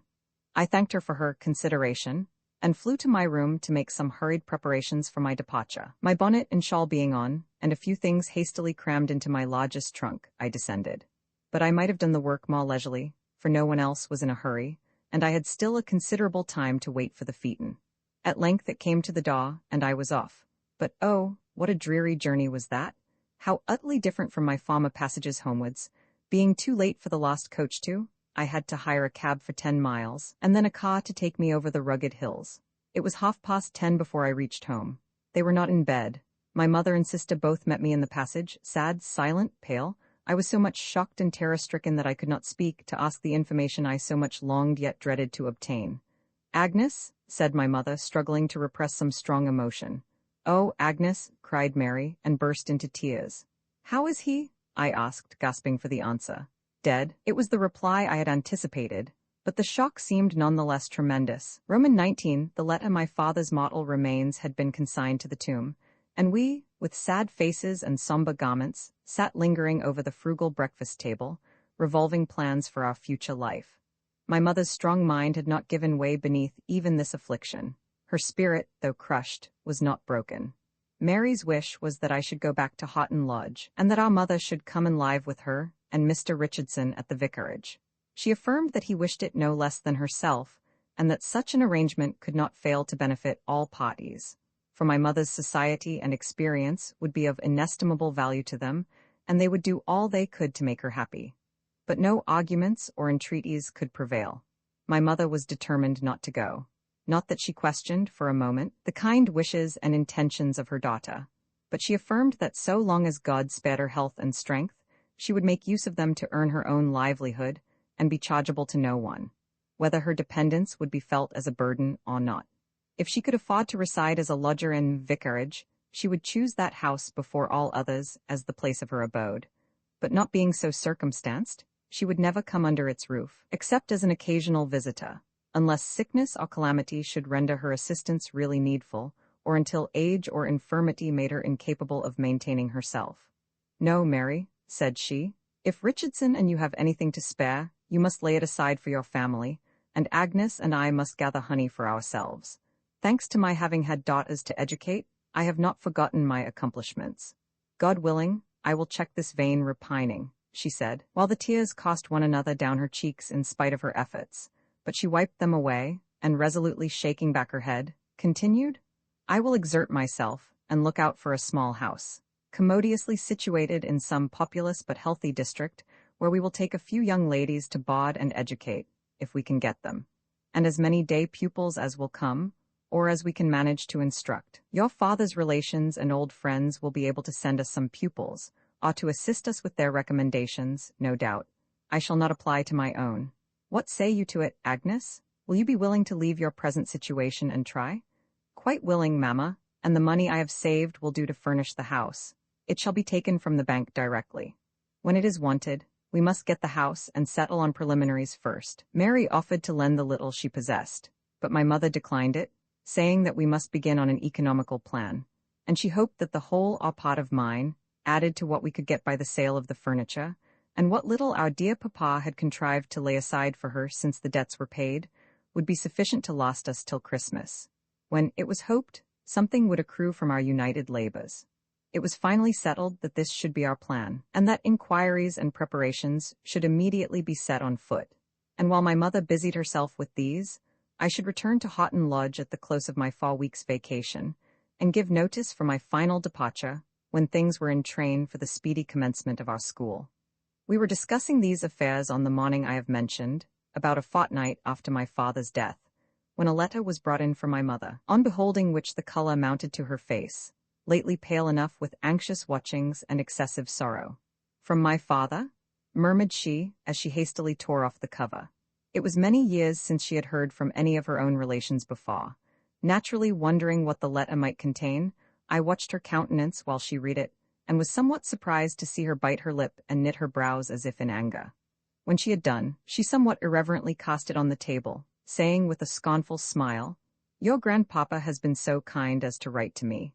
He says he has no doubt I have long repented of my unfortunate marriage, and if I will only acknowledge this and confess I was wrong in neglecting his advice, and that I have justly suffered for it, he will make a lady of me once again, if that be possible after my long degradation, and remember my girls in his will. Get my desk, Agnes, and send these things away. I will answer the letter directly. But first, as I may be depriving you both of a legacy, it is just that I should tell you what I mean to say. I shall say that he is mistaken in supposing that I can regret the birth of my daughters, who have been the pride of my life, and are likely to be the comfort of my old age, All the 30 years I have passed in the company of my best and dearest friend, that, had our misfortunes been 3 times as great as they were, unless they had been of my bringing on, I should still the more rejoice to have shared them with your father, and administered what consolation I was able. And, had his sufferings in illness been 10 times what they were, I could not regret having watched over and labored to relieve them. That, if he had married a richer wife, misfortunes and trials would no doubt have come upon him still, while I am egotist enough to imagine that no other woman could have cheered him through them so well. Not that I am superior to the rest, but I was made for him, and he for me, and I can no more repent the hours, days, years of happiness we have spent together, and which neither could have had without the other, than I can the privilege of having been his nurse in sickness, and his comfort in affliction. Will this do, children? Or shall I say we are all very sorry for what has happened during the last 30 years, and my daughters wish they had never been born. But since they have had that misfortune, they will be thankful for any trifle their grandpapa will be kind enough to bestow. Of course, we both applauded our mother's resolution. Mary cleared away the breakfast things. I brought the desk. The letter was quickly written and dispatched, and from that day, we heard no more of our grandfather, till we saw his death announced in the newspaper a considerable time after, all his worldly possessions, of course, being left to our wealthy, unknown cousins. Roman 2 first lessons in the art of instruction as we drove along. My spirits revived again, and I turned, with pleasure, to the contemplation of the new life upon which I was entering. But though it was not far past the middle of September, the heavy clouds and strong northeasterly wind combined to render the day extremely cold and dreary, and the journey seemed a very long one, for, as Smith observed, the roads were very heavy. And certainly, his horse was very heavy too. It crawled up the hills and crept down them, and only condescended to shake its sides in a trot where the road was at a dead level, or a very gentle slope, which was rarely the case in those rugged regions, so that it was nearly 1 o'clock before we reached the place of our destination. Yet, after all, when we entered the lofty iron gateway, when we drove softly up the smooth, well-rolled carriage road, with the green lawn on each side, studded with young trees, and approached the new but stately mansion of Wellwood, rising above its mushroom poplar groves, my heart failed me, and I wished it were a mile or 2 farther off. For the first time in my life I must stand alone. There was no retreating now. I must enter that house and introduce myself among its strange inhabitants. But how was it to be done? True, I was near 19, but thanks to my retired life and the protecting care of my mother and sister, I well knew that many a girl of 15 or under was gifted with a more womanly address and greater ease and self-possession than I was. Yet, if Mrs. Bloomfield were a kind, motherly woman, I might do very well, after all, and the children, of course, I should soon be at ease with them, and Mr. Bloomfield, I hoped, I should have but little to do with. Be calm, whatever happens, I said within myself, and truly I kept this resolution so well, and was so fully occupied in steadying my nerves and stifling the rebellious flutter of my heart, that when I was admitted into the hall and ushered into the presence of Mrs. Bloomfield, I almost forgot to answer her polite salutation, and it afterwards struck me that the little I did say was spoken in the tone of one half dead or half asleep. The lady, too, was somewhat chilly in her manner, as I discovered when I had time to reflect.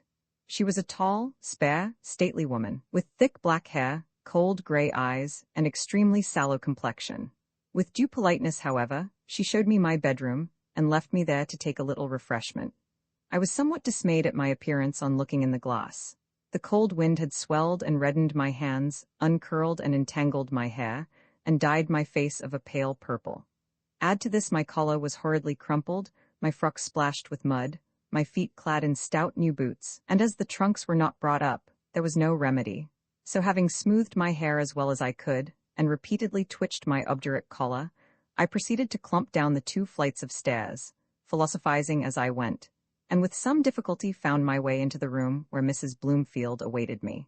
She led me into the dining room, where the family luncheon had been laid out. Some beefsteaks and half-cold potatoes were set before me, and while I dined upon these, she sat opposite, watching me, as I thought, and endeavoring to sustain something like a conversation, consisting chiefly of a succession of commonplace remarks, expressed with frigid formality. But this might be more my fault than hers, for I really could not converse. In fact, my attention was almost wholly absorbed in my dinner, not from ravenous appetite, but from distress at the toughness of the beefsteaks, and the numbness of my hands, almost palsied by their 5 hours' exposure to the bitter wind. I would gladly have eaten the potatoes and let the meat alone, but having got a large piece of the latter onto my plate, I could not be so impolite as to leave it. So, after many awkward and unsuccessful attempts to cut it with the knife, or tear it with the fork, or pull it asunder between them, sensible that the awful lady was a spectator to the whole transaction, I at last desperately grasped the knife and fork in my fists, like a child of 2 years old, and fell to work with all the little strength I possessed. But this needed some apology. With a feeble attempt at a laugh, I said, "My hands are so benumbed with the cold that I can scarcely handle my knife and fork." "I dare say you would find it cold," replied she with a cool, immutable gravity that did not serve to reassure me. When the ceremony was concluded, she led me into the sitting-room again, where she rang and sent for the children. "You will find them not very far advanced in their attainments," said she, "for I have had so little time to attend to their education myself, and we have thought them too young for governess till now. But I think they are clever children, and very apt to learn, especially the little boy. He is, I think, the flower of the flock. A generous, noble-spirited boy, one to be led, but not driven, and remarkable for always speaking the truth. He seems to scorn deception." This was good news. "His sister Mary Ann will require watching," continued she, "but she is a very good girl upon the whole, though I wish her to be kept out of the nursery as much as possible, as she is now almost 6 years old, and might acquire bad habits from the nurses. I have ordered her crib to be placed in your room, and if you will be so kind as to overlook her washing and dressing, and take charge of her clothes, she need have nothing further to do with the nursery maid." I replied I was quite willing to do so, and at that moment my young pupils entered the apartment with their 2 younger sisters. Master Tom Bloomfield was a well-grown boy of 7, with a somewhat wiry frame, flaxen hair, blue eyes, small turned-up nose, and fair complexion. Mary Ann was a tall girl too, somewhat dark like her mother, but with a round, full face and a high color in her cheeks. The second sister was Fanny, a very pretty little girl. Mrs. Bloomfield assured me she was a remarkably gentle child, and required encouragement. She had not learned anything yet, but in a few days she would be 4 years old, and then she might take her first lesson in the alphabet, and be promoted to the schoolroom. The remaining one was Harriet, a little broad, fat, merry, playful thing of scarcely 2, that I coveted more than all the rest, but with her I had nothing to do. I talked to my little pupils as well as I could, and tried to render myself agreeable, but with little success, I fear, for their mother's presence kept me under an unpleasant restraint. They, however, were remarkably free from shyness.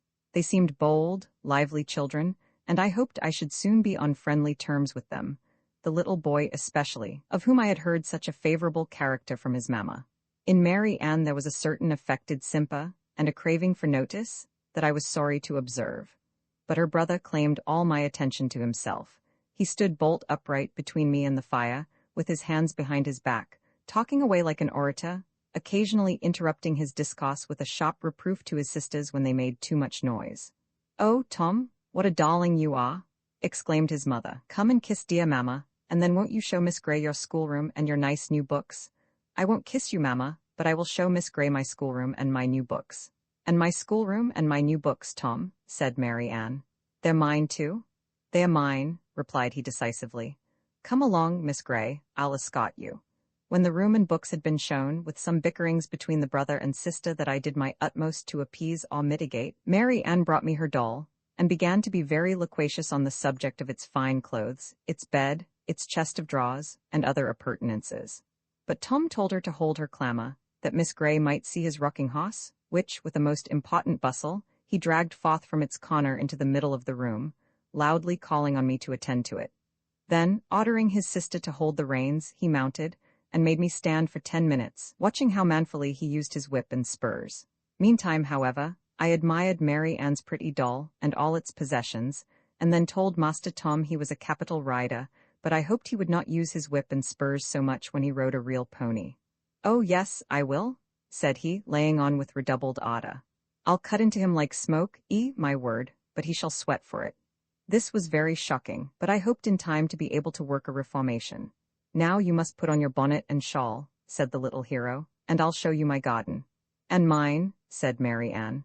Tom lifted his fist with a menacing gesture. She uttered a loud, shrill scream, ran to the other side of me, and made a face at him. "Surely, Tom, you would not strike your sister?" I hope I shall never see you do that. You will sometimes. I'm obliged to do it now and then to keep her in order. But it is not your business to keep her in order, you know? That is for. Well, now go and put on your bonnet. I don't know. It is so very cloudy and cold, it seems likely to rain, and you know I have had a long drive. No matter, you must come. I shall allow of no excuses, replied the consequential little gentleman, and as it was the first day of our acquaintance, I thought I might as well indulge him. It was too cold for Mary Ann to venture, so she stayed with her mamma, to the great relief of her brother, who liked to have me all to himself. The garden was a large one, and tastefully laid out. Besides several splendid dahlias, there were some other fine flowers still in bloom, but my companion would not give me time to examine them. I must go with him, across the wet grass, to a remote sequestered corner, the most important place in the grounds, because it contained his garden. There were 2 round beds, stocked with a variety of plants. In one there was a pretty little rose tree. I paused to admire its lovely blossoms. "Oh, never mind that," said he contemptuously. "That's only Mary Ann's garden. Look, this is mine." After I had observed every flower and listened to a disquisition on every plant, I was permitted to depart, but first, with great pomp, he plucked a polyanthus and presented it to me, as one conferring a prodigious favor. I observed, on the grass about his garden, certain apparatus of sticks and corn, and asked what they were. "Traps for birds." "Why do you catch them?" "Papa says they do harm." "And what do you do with them when you catch them?" "Different things. Sometimes I give them to the cat, sometimes I cut them in pieces with my penknife, but the next I mean to roast alive." "And why do you mean to do such a horrible thing?" "For 2 reasons. First, to see how long it will live, and then, to see what it will taste like. But don't you know it is extremely wicked to do such things? Remember, the birds can feel as well as you, and think, how would you like it yourself?" "Oh, that's nothing. I'm not a bird, and I can't feel what I do to them." "But you will have to feel it some time, Tom. You have heard where wicked people go to when they die, and if you don't leave off torturing innocent birds, remember, you will have to go there, and suffer just what you have made them suffer." "Oh, pooh, I shan't. Papa knows how I treat them, and he never blames me for it. He says it is just what he used to do when he was a boy. Last summer, he gave me a nest full of young sparrows, and he saw me pulling off their legs and wings and heads, and never said anything, except that they were nasty things, and I must not let them soil my trousers. And Uncle Robson was there too, and he laughed, and said I was a fine boy." "But what would your mamma say?" "Oh, she doesn't care. She says it's a pity to kill the pretty singing birds, but the naughty sparrows and mice and rats I may do what I like with. So now, Miss Gray, you see it is not wicked." "I still think it is, Tom, and perhaps your papa and mamma would think so too if they thought much about it. However," I internally added, "they may say what they please, but I am determined you shall do nothing of the kind, as long as I have power to prevent it." He next took me across the lawn to see his mole traps, and then into the stackyard to see his weasel traps, one of which, to his great joy, contained a dead weasel, and then into the stable to see, not the fine carriage horses, but a little rough colt, which he informed me had been bred on purpose for him, and he was to ride it as soon as it was properly trained. I tried to amuse the little fellow, and listened to all his chatter as complacently as I could, for I thought if he had any affections at all, I would endeavor to win them, and then, in time, I might be able to show him the error of his ways. But I looked in vain for that generous, noble spirit his mother talked of, though I could see he was not without a certain degree of quickness and penetration when he chose to exert it. When we re-entered the house, it was nearly tea-time. Master Tom told me that, as Papa was from home, he and I and Mary Ann were to have tea with Mamma, for a treat. For on such occasions, she always dined at luncheon time with them, instead of at 6 o'clock. Soon after tea, Mary Ann went to bed, but Tom favored us with his company and conversation till 8. After he was gone, Mrs. Bloomfield further enlightened me on the subject of her children's dispositions and acquirements, and on what they were to learn, and how they were to be managed, and cautioned me to mention their defects to no one but herself.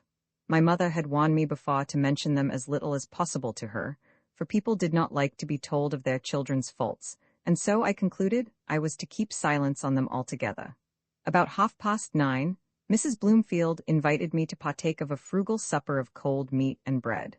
I was glad when that was over, and she took her bedroom candlestick and retired to rest, for though I wished to be pleased with her, her company was extremely irksome to me, and I could not help feeling that she was cold, grave, and forbidding, the very opposite of the kind, warm-hearted matron my hopes had depicted her to be. Roman 20, the farewell a house in N, the fashionable watering place, was hired for our seminary, and a promise of 2 or 3 pupils was obtained to commence with. I returned to Houghton Lodge about the middle of July, leaving my mother to conclude the bargain for the house, to obtain more pupils, to sell off the furniture of our old abode, and to fit out the new one. We often pity the poor, because they have no leisure to mourn their departed relatives, and necessity obliges them to labor through their severest afflictions. But is not active employment the best remedy for overwhelming sorrow, the surest antidote for despair? It may be a rough comforter. It may seem hard to be harassed with the cares of life when we have no relish for its enjoyments, to be goaded to labor when the heart is ready to break, and the vexed spirit implores for rest only to weep in silence. But is not labor better than the rest we covet, and are not those petty, tormenting cares less hurtful than a continual brooding over the great affliction that oppresses us? Besides, we cannot have cares, and anxieties, and toil, without hope, if it be but the hope of fulfilling our joyless task, accomplishing some needful project, or escaping some further annoyance. At any rate, I was glad my mother had so much employment for every faculty of her action-loving frame. Our kind neighbors lamented that she, once so exalted in wealth and station, should be reduced to such extremity in her time of sorrow. But I am persuaded that she would have suffered thrice as much had she been left in affluence, with liberty to remain in that house, the scene of her early happiness and late affliction, and no stern necessity to prevent her from incessantly brooding over and lamenting her bereavement. I will not dilate upon the feelings with which I left the old house, the well-known garden, the little village church, then doubly dear to me, because my father, who for 30 years had taught and prayed within its walls, lay slumbering now beneath its flags, and the old bare hills, delightful in their very desolation, with the narrow vales between, smiling in green wood and sparkling water. The house where I was born, the scene of all my early associations, the place where throughout life my earthly affections had been centered, and left them to return no more? True, I was going back to Houghton Lodge, where, amid many evils, one source of pleasure yet remained, but it was pleasure mingled with excessive pain, and my stay, alas, was limited to 6 weeks. And even of that precious time, day after day slipped by and I did not see him. Except at church, I never saw him for a fortnight after my return. It seemed a long time to me, and as I was often out with my rambling pupil, of course hopes would keep rising, and disappointments would ensue, and then I would say to my own heart, "Here is a convincing proof, if you would but have the sense to see it, or the candor to acknowledge it, that he does not care for you. If he only thought half as much about you as you do about him, he would have contrived to meet you many times ere this. You must know that, by consulting your own feelings. Therefore, have done with this nonsense. You have no ground for hope. Dismiss, at once, these hurtful thoughts and foolish wishes from your mind, and turn to your own duty, and the dull blank life that lies before you. You might have known such happiness was not for you. But I saw him at last. He came suddenly upon me as I was crossing a field and returning from a visit to Nancy Brown, which I had taken the opportunity of paying while Matilda Murray was riding her matchless mare. He must have heard of the heavy loss I had sustained. He expressed no sympathy, offered no condolence, but almost the first words he uttered were, "How is your mother?" And this was no matter-of-course question, for I never told him that I had a mother. He must have learned the fact from others if he knew it at all, and besides, there was sincere goodwill, and even deep, touching, unobtrusive sympathy in the tone and manner of the inquiry. I thanked him with due civility, and told him she was as well as could be expected. "What will she do?" was the next question. Many would have deemed it an impertinent one, and given an evasive reply, but such an idea never entered my head, and I gave a brief but plain statement of my mother's plans and prospects. "Then you will leave this place shortly?" said he. "Yes, in a month." He paused a minute as if in thought. When he spoke again, I hoped it would be to express his concern at my departure, but it was only to say, "I should think you will be willing enough to go?" "Yes, for some things," I replied. "For some things only. I wonder what should make you regret it?" I was annoyed at this in some degree, because it embarrassed me. I had only one reason for regretting it, and that was a profound secret which he had no business to trouble me about.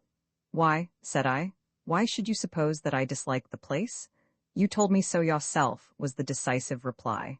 "You said, at least, that you could not live contentedly without a friend, and that you had no friend here, and no possibility of making one. And besides, I know you must dislike it." "But if you remember rightly, I said, or meant to say, I could not live contentedly without a friend in the world. I was not so unreasonable as to require one always near me. I think I could be happy in a house full of enemies, if... But no, that sentence must not be continued. I paused and hastily added, and besides, we cannot well leave a place where we have lived for 2 or 3 years, without some feeling of regret. Will you regret to part with Miss Murray, your sole remaining pupil and companion? I dare say I shall in some degree. It was not without sorrow I parted with her sister. I can imagine that. Well, Miss Matilda is quite as good, better in one respect. What is that? She's honest, and the other is not. I should not call her dishonest, but it must be confessed she's a little artful. Artful is she? I saw she was giddy and vain, and now, he added after a pause, I can well believe she was artful too, but so excessively so as to assume an aspect of extreme simplicity and unguarded openness. Yes, continued he, musingly, that accounts for some little things that puzzled me a trifle before. After that, he turned the conversation to more general subjects. He did not leave me till we had nearly reached the park gates. He had certainly stepped a little out of his way to accompany me so far, for he now went back and disappeared down Moss Lane, the entrance of which we had passed some time before. Assuredly, I did not regret this circumstance. If sorrow had any place in my heart, it was that he was gone at last, that he was no longer walking by my side, and that short interval of delightful intercourse was at an end. He had not breathed a word of love, or dropped one hint of tenderness or affection, and yet I had been supremely happy. To be near him, to hear him talk as he did talk, and to feel that he thought me worthy to be so spoken to, capable of understanding and duly appreciating such discourse, was enough. Yes, Edward Weston, I could indeed be happy in a house full of enemies, if I had but one friend who truly, deeply, and faithfully loved me. And if that friend were you, though we might be far apart, seldom to hear from each other, still more seldom to meet, though toil, and trouble, and vexation might surround me still, it would be too much happiness for me to dream of. Yet who can tell, said I within myself, as I proceeded up the park, who can tell what this 1 month may bring forth? I have lived nearly 23 years, and I have suffered much, and tasted little pleasure yet. Is it likely my life all through will be so clouded? Is it not possible that God may hear my prayers, disperse these gloomy shadows, and grant me some beams of heaven's sunshine yet?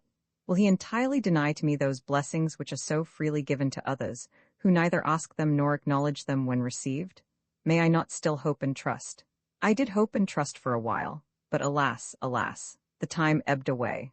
1 week followed another, and, excepting one distant glimpse and 2 transient meetings, during which scarcely anything was said, while I was walking with Miss Matilda, I saw nothing of him, except of course at church. And now the lost Sunday was come, and the lost service. I was often on the point of melting into tears during the sermon. The last I was to hear from him, the best I should hear from anyone, I was well assured. It was over, the congregation were departing, and I must follow. I had then seen him and heard his voice too, probably for the last time. In the churchyard, Matilda was pounced upon by the 2 Mrs. Green. They had many inquiries to make about her sister, and I know not what besides. I only wished they would have done, that we might hasten back to Houghton Lodge. I longed to seek the retirement of my own room, or some sequestered nook in the grounds, that I might deliver myself up to my feelings, to weep my lost farewell, and lament my false hopes and vain delusions. Only this once, and then adieu to fruitless dreaming. Thenceforth, only sober, solid, sad reality should occupy my mind. But while I thus resolved, a low voice close beside me said, I suppose you are going this week, Miss Grey? Yes, I replied. I was very much startled, and had I been at all hysterically inclined, I certainly should have committed myself in some way then. Thank God I was not. Well, said Mr. Weston, I want to bid you good-bye. It is not likely I shall see you again before you go. Good-bye, Mr. Weston, I said. Oh, how I struggled to say it calmly. I gave him my hand. He retained it a few seconds in his. It is possible we may meet again, said he. Will it be of any consequence to you whether we do or not? Yes, I should be very glad to see you again. I could say no less. He kindly pressed my hand and went. Now, I was happy again, though more inclined to burst into tears than ever. If I had been forced to speak at that moment, a succession of sobs would have inevitably ensued, and as it was, I could not keep the water out of my eyes. I walked along with Miss Murray, turning aside my face and neglecting to notice several successive remarks, till she bawled out that I was either deaf or stupid. And then, having recovered my self-possession, as one awakened from a fit of abstraction, I suddenly looked up and asked what she had been saying. Roman 21, the school I left Houghton Lodge, and went to join my mother in our new abode at I found her well in health, resigned in spirit, and even cheerful, though subdued and sober, in her general demeanor. We had only 3 boarders and half a dozen day pupils to commence with, but by due care and diligence, we hoped ere long to increase the number of both. I set myself with befitting energy to discharge the duties of this new mode of life. I call it new, for there was, indeed, a considerable difference between working with my mother in a school of our own, and working as a hireling among strangers, despised and trampled upon by old and young, and for the first few weeks I was by no means unhappy. It is possible we may meet again, and will it be of any consequence to you whether we do or not? Those words still rang in my ear and rested on my heart. They were my secret solace and support. I shall see him again. He will come, or he will write. No promise, in fact, was too bright or too extravagant for hope to whisper in my ear. I did not believe half of what she told me. I pretended to laugh at it all, but I was far more credulous than I myself supposed.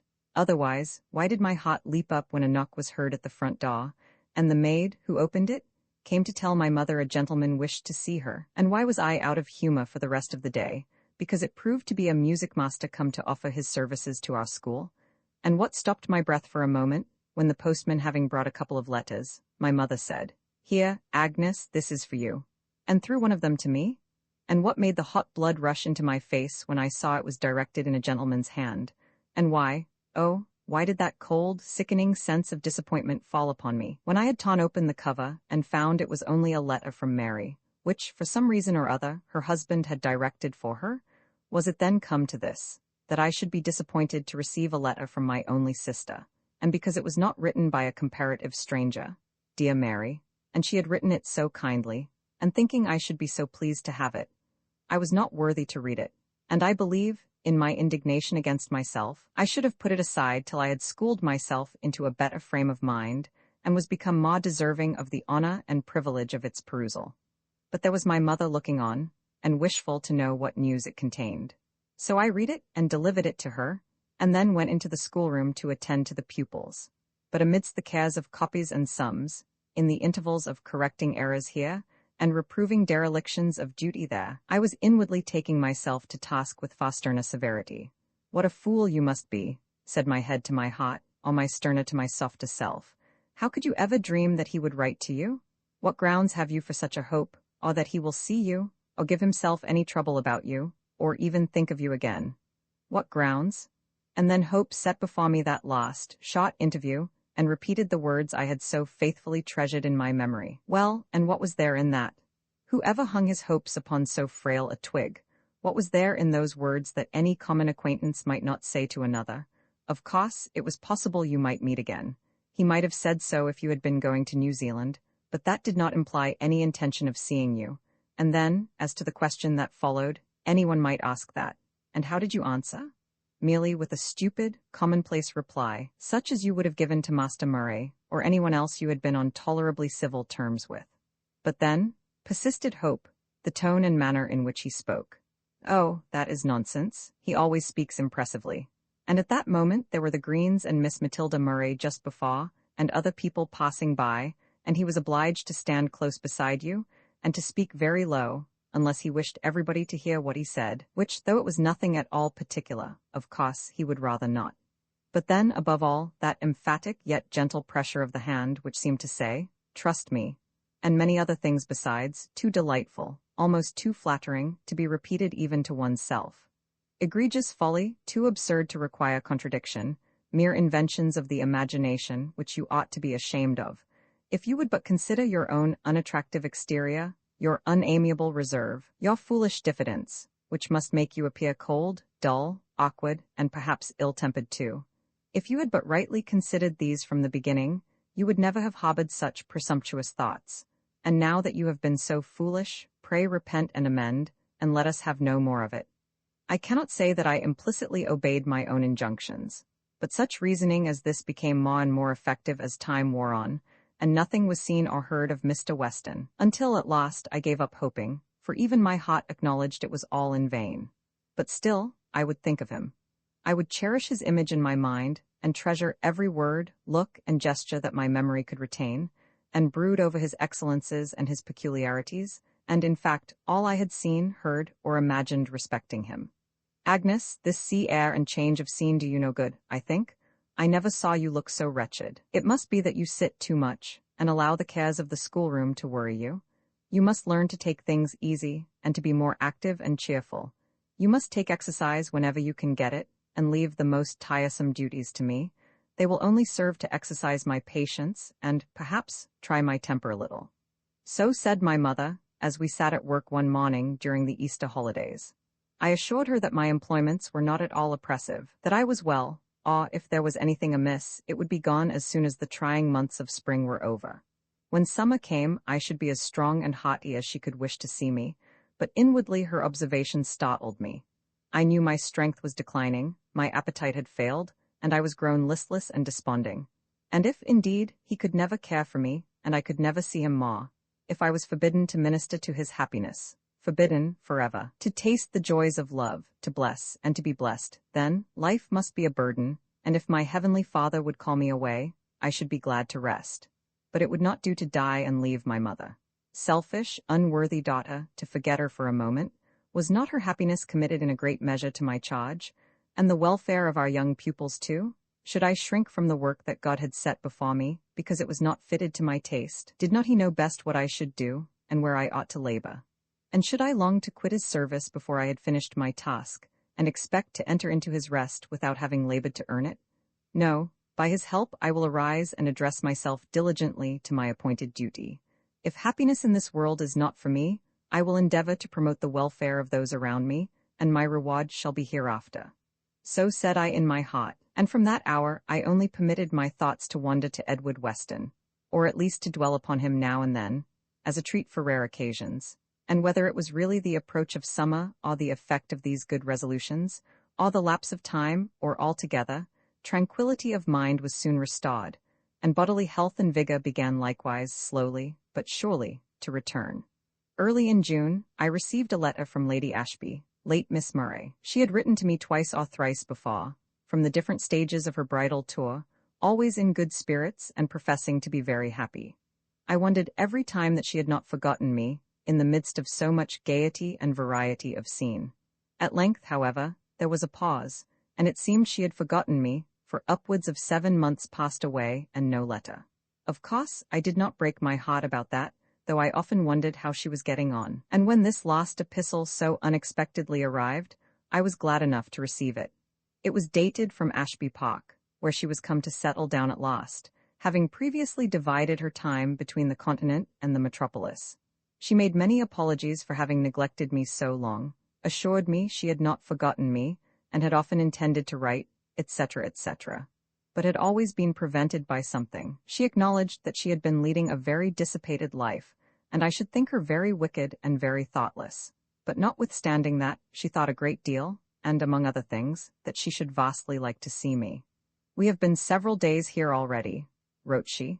"We have not a single friend with us, and are likely to be very dull. You know I never had a fancy for living with my husband like 2 turtles in a nest, were he the most delightful creature that ever wore a coat. So do take pity upon me and come. I suppose your midsummer holidays commence in June, the same as other people's, therefore you cannot plead want of time, and you must and shall come. In fact, I shall die if you don't. I want you to visit me as a friend and stay a long time.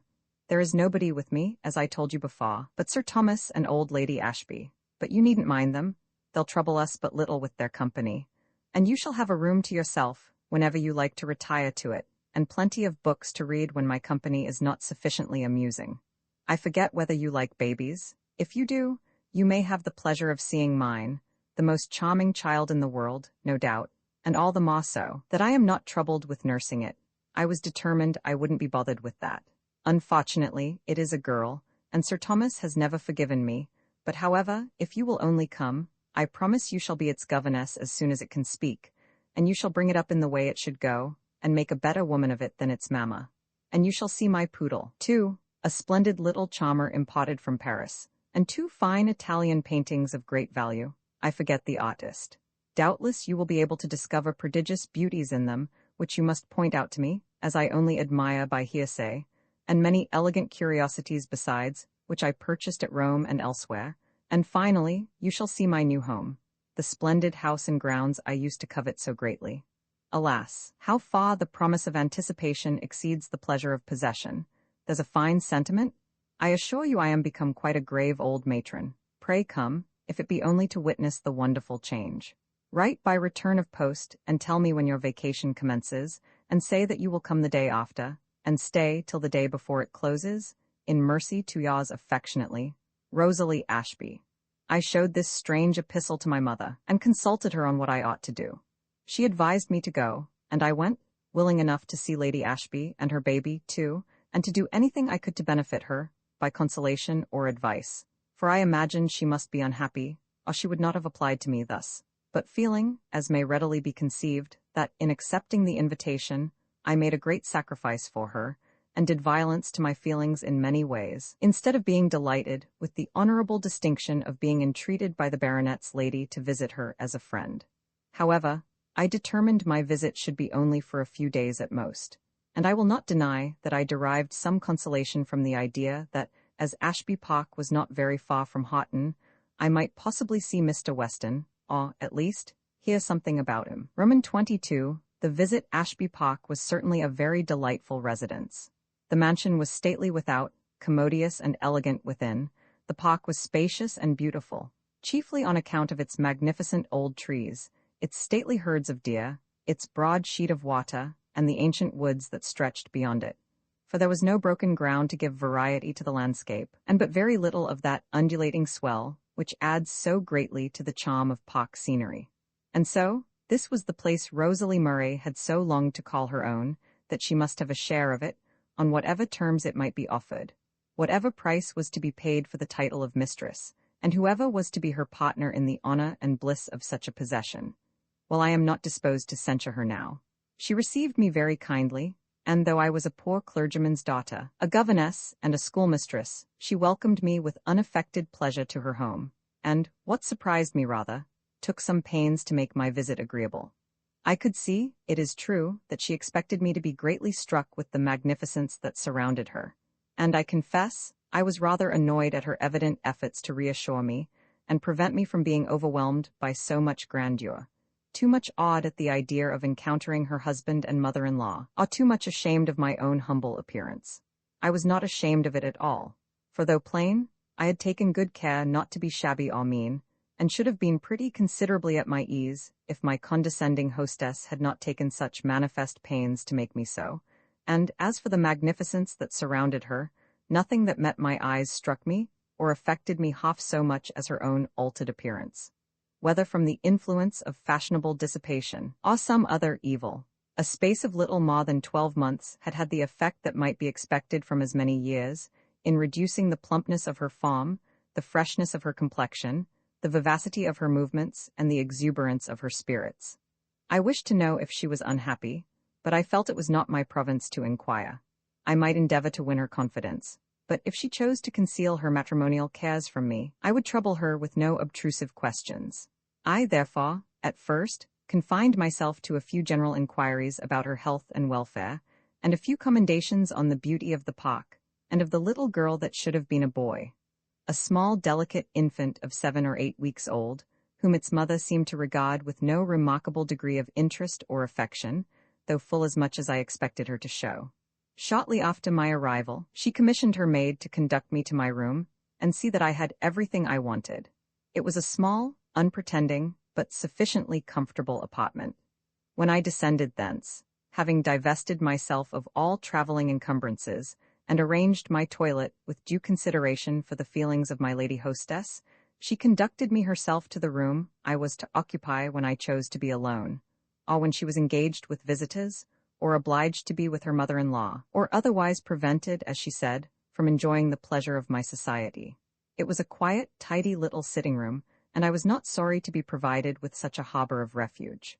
And some time, said she, I will show you the library.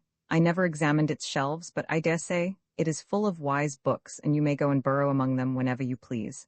And now you shall have some tea. It will soon be dinner-time, but I thought, as you were accustomed to dine at one, you would perhaps like better to have a cup of tea about this time, and to dine when we lunch. And then, you know, you can have your tea in this room, and that will save you from having to dine with Lady Ashby and Sir Thomas, which would be rather awkward. At least, not awkward, but rather. You know what I mean. I thought you mightn't like it so well, especially as we may have other ladies and gentlemen to dine with us occasionally. Certainly, said I. I would much rather have it as you say, and if you have no objection, I should prefer having all my meals in this room. Why so?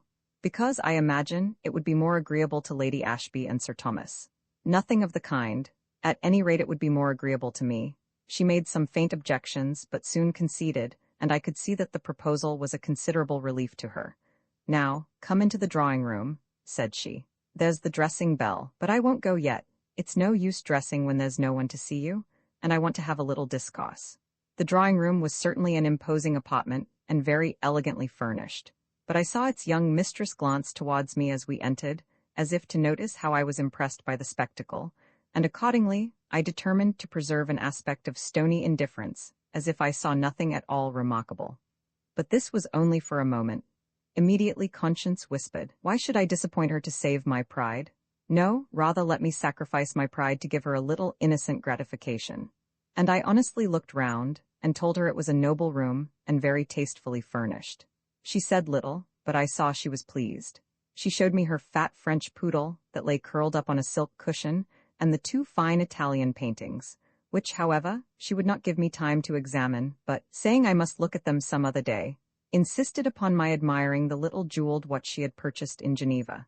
And then she took me round the room to point out sundry articles of virtu she had brought from Italy, an elegant little timepiece, and several busts, small graceful figures and vases, all beautifully carved in white marble. She spoke of these with animation, and heard my admiring comments with a smile of pleasure. That soon, however, vanished, and was followed by a melancholy sigh, as if in consideration of the insufficiency of all such baubles to the happiness of the human heart, and their woeful inability to supply its insatiate demands. Then, stretching herself upon a couch, she motioned me to a capacious easy-chair that stood opposite, not before the fire, but before a wide open window, for it was summer, be it remembered, a sweet, warm evening in the latter half of June.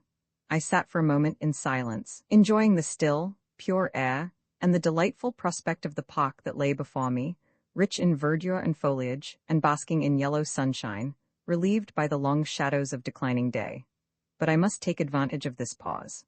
I had inquiries to make, and, like the substance of a lady's postscript, the most important must come last. So I began with asking after Mr. and Mrs. Murray, and Miss Matilda and the young gentleman.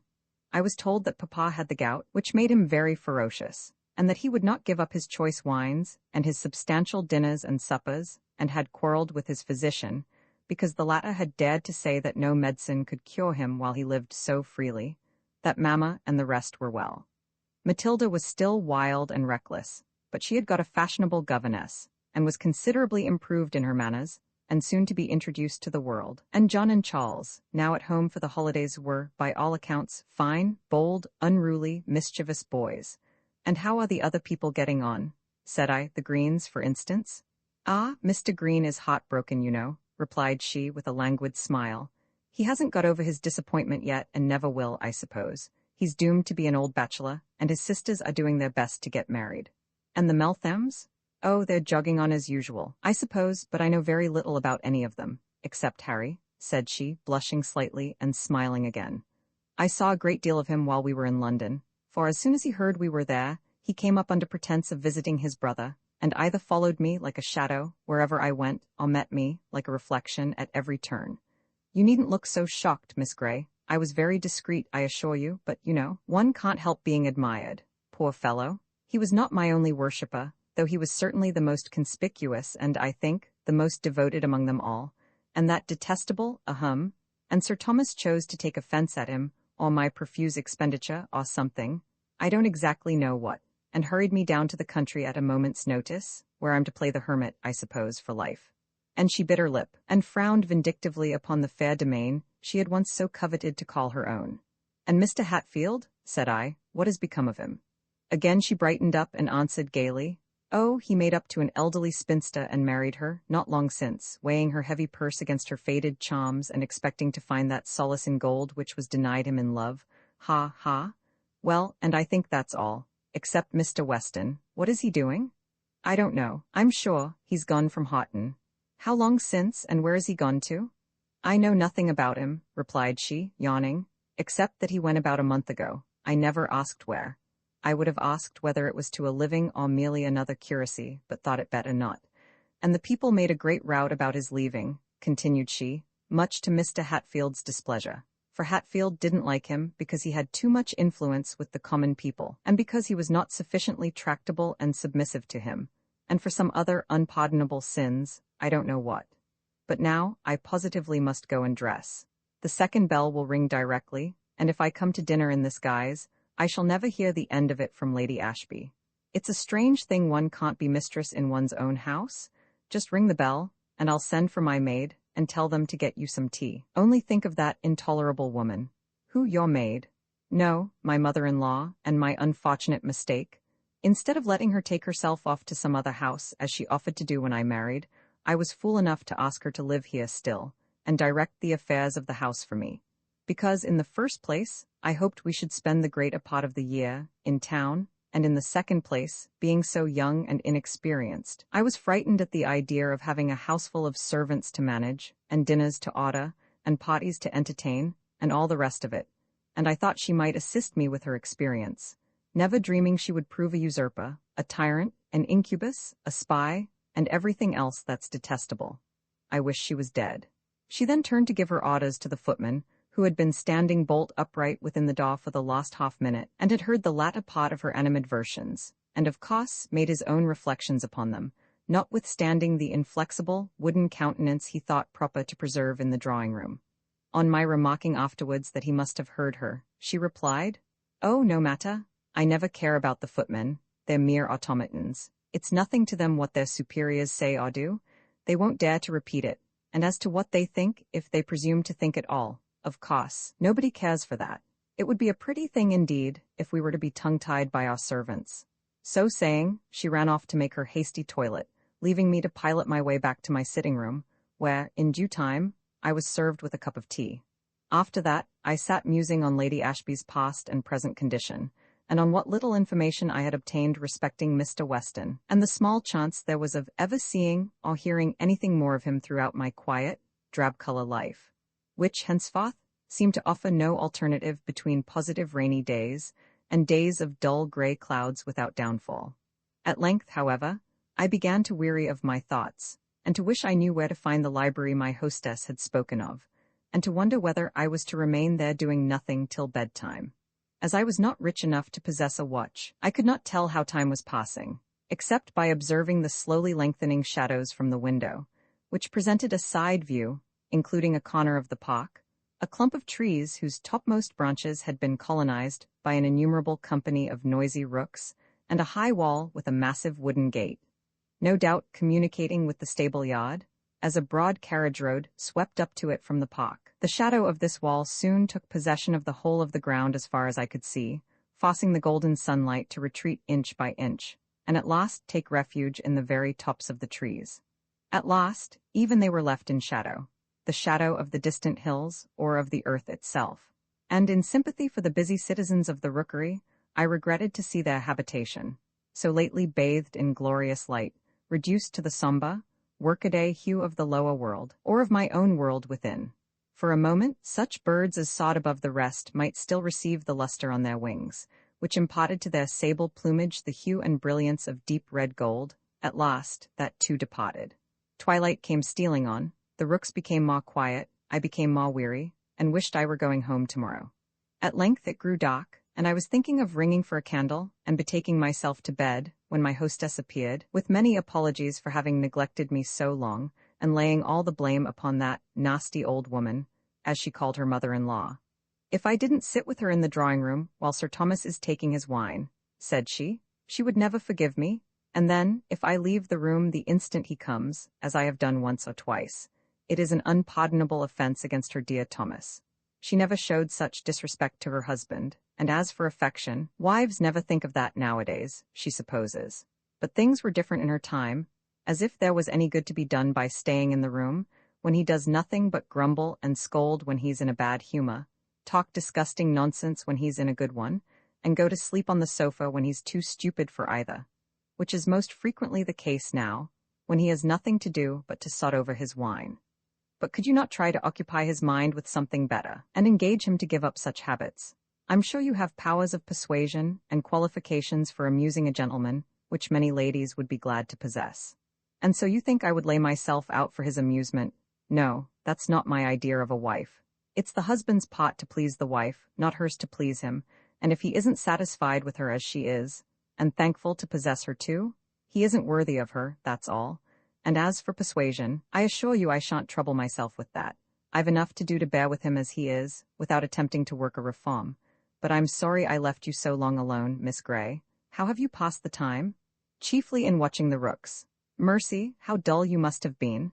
I really must show you the library, and you must ring for everything you want, just as you would in an inn, and make yourself comfortable. I have selfish reasons for wishing to make you happy, because I want you to stay with me, and not fulfill your horrid threat of running away in a day or two. Well, don't let me keep you out of the drawing room any longer tonight, for at present I am tired and wish to go to bed. Roman 23, the park. I came down a little before 8 next morning, as I knew by the striking of a distant clock. There was no appearance of breakfast. I waited above an hour before it came, still vainly longing for access to the library, and after that lonely repast was concluded, I waited again about an hour and a half in great suspense and discomfort, uncertain what to do. At length, Lady Ashby came to bid me good morning. She informed me she had only just breakfasted, and now wanted me to take an early walk with her in the park. She asked how long I had been up, and on receiving my answer, expressed the deepest regret, and again promised to show me the library. I suggested she had better do so at once, and then there would be no further trouble either with remembering or forgetting. She complied, on condition that I would not think of reading or bothering with the books now, for she wanted to show me the gardens and take a walk in the park with me before it became too hot for enjoyment, which, indeed, was nearly the case already. Of course I readily assented, and we took our walk accordingly. As we were strolling in the park, talking of what my companion had seen and heard during her traveling experience, a gentleman on horseback rode up and passed us. As he turned, in passing, and stared me full in the face, I had a good opportunity of seeing what he was like. He was tall, thin, and wasted, with a slight stoop in the shoulders, a pale face but somewhat blotchy and disagreeably red about the eyelids, plain features, and a general appearance of languor and flatness, relieved by a sinister expression in the mouth and the dull, soulless eyes. "I detest that man," whispered Lady Ashby with bitter emphasis as he slowly trotted by. "Who is it?" I asked, unwilling to suppose that she should so speak of her husband. "Sir Thomas Ashby," she replied with dreary composure. "And do you detest him, Miss Murray?" said I, for I was too much shocked to remember her name at the moment. "Yes, I do, Miss Grey, and despise him too, and if you knew him you would not blame me. But you knew what he was before you married him." "No, I only thought so. I did not half know him really. I know you warned me against it, and I wish I had listened to you, but it's too late to regret that now. And besides, Mamma ought to have known better than either of us, and she never said anything against it, quite the contrary. And then I thought he adored me, and would let me have my own way. He did pretend to do so at first, but now he does not care a bit about me. Yet I should not care for that. He might do as he pleased, if I might only be free to amuse myself, and to stay in London. I'll have a few friends down here. But he will do as he pleases, and I must be a prisoner and a slave. The moment he saw I could enjoy myself without him, and that others knew my value better than himself, the selfish wretch began to accuse me of coquetry and extravagance, and to abuse Harry Meltham, whose shoes he was not worthy to clean. And then he must needs have me down in the country, to lead the life of a nun, lest I should dishonor him or bring him to ruin, as if he had not been 10 times worse every way, with his betting book, and his gaming table, and his opera girls, and his lady this and Mrs. that, yes, and his bottles of wine, and glasses of brandy and water too.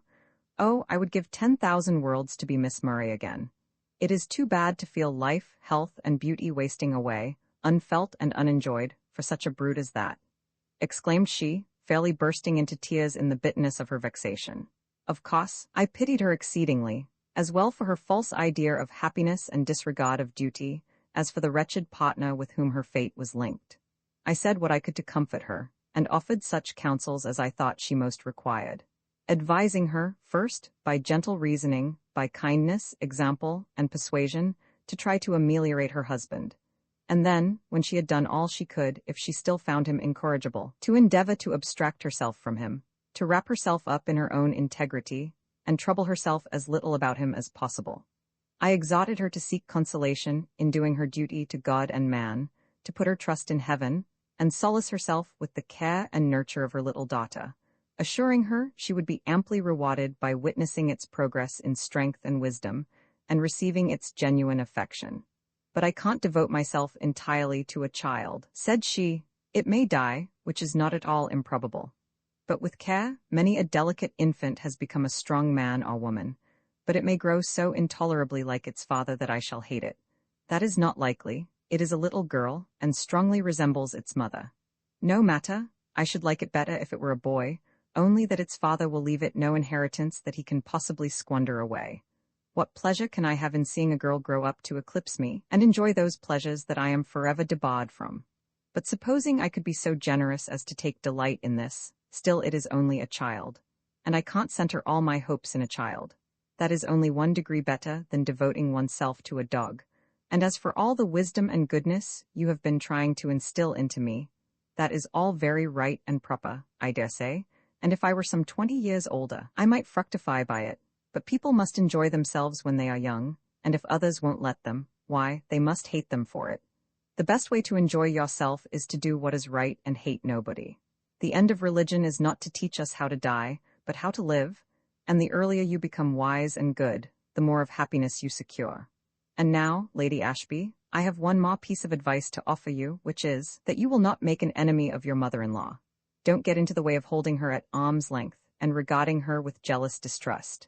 I never saw her, but I have heard good as well as evil respecting her, and I imagine that, though cold and haughty in her general demeanor, and even exacting in her requirements, she has strong affections for those who can reach them, and though so blindly attached to her son, she is not without good principles, or incapable of hearing reason.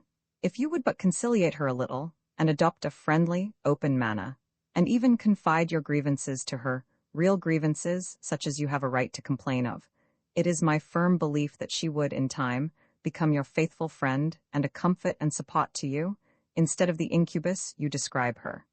But I fear my advice had little effect upon the unfortunate young lady, and, finding I could render myself so little serviceable, my residence at Ashby Park became doubly painful. But still, I must stay out that day and the following one, as I had promised to do so. Though, resisting all entreaties and inducements to prolong my visit further, I insisted upon departing the next morning, affirming that my mother would be lonely without me, and that she impatiently expected my return. Nevertheless, it was with a heavy heart that I bade adieu to poor Lady Ashby, and left her in her princely home.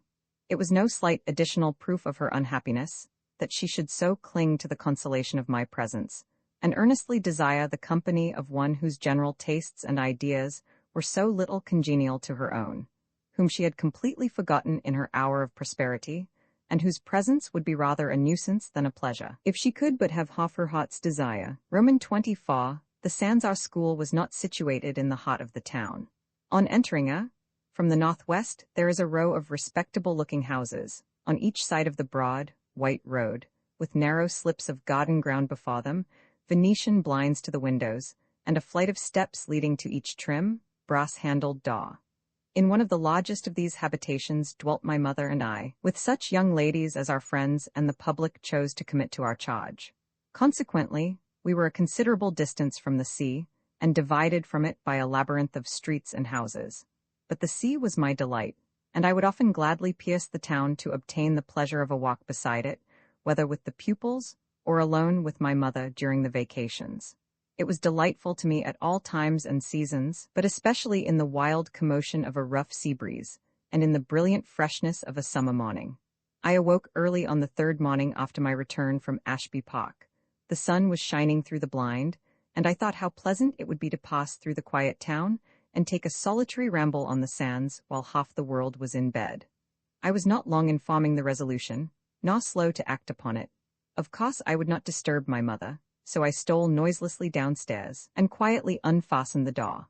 I was dressed and out when the church clock struck 6:15.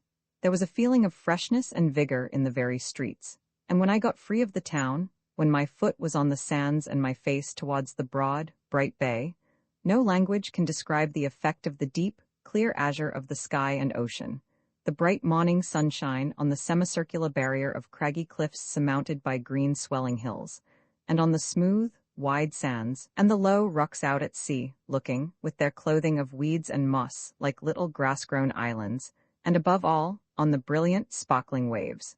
And then, the unspeakable purity and freshness of the air.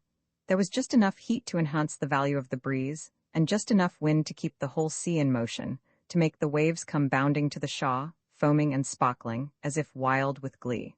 Nothing else was stirring. No living creature was visible besides myself. My footsteps were the first to press the firm, unbroken sands.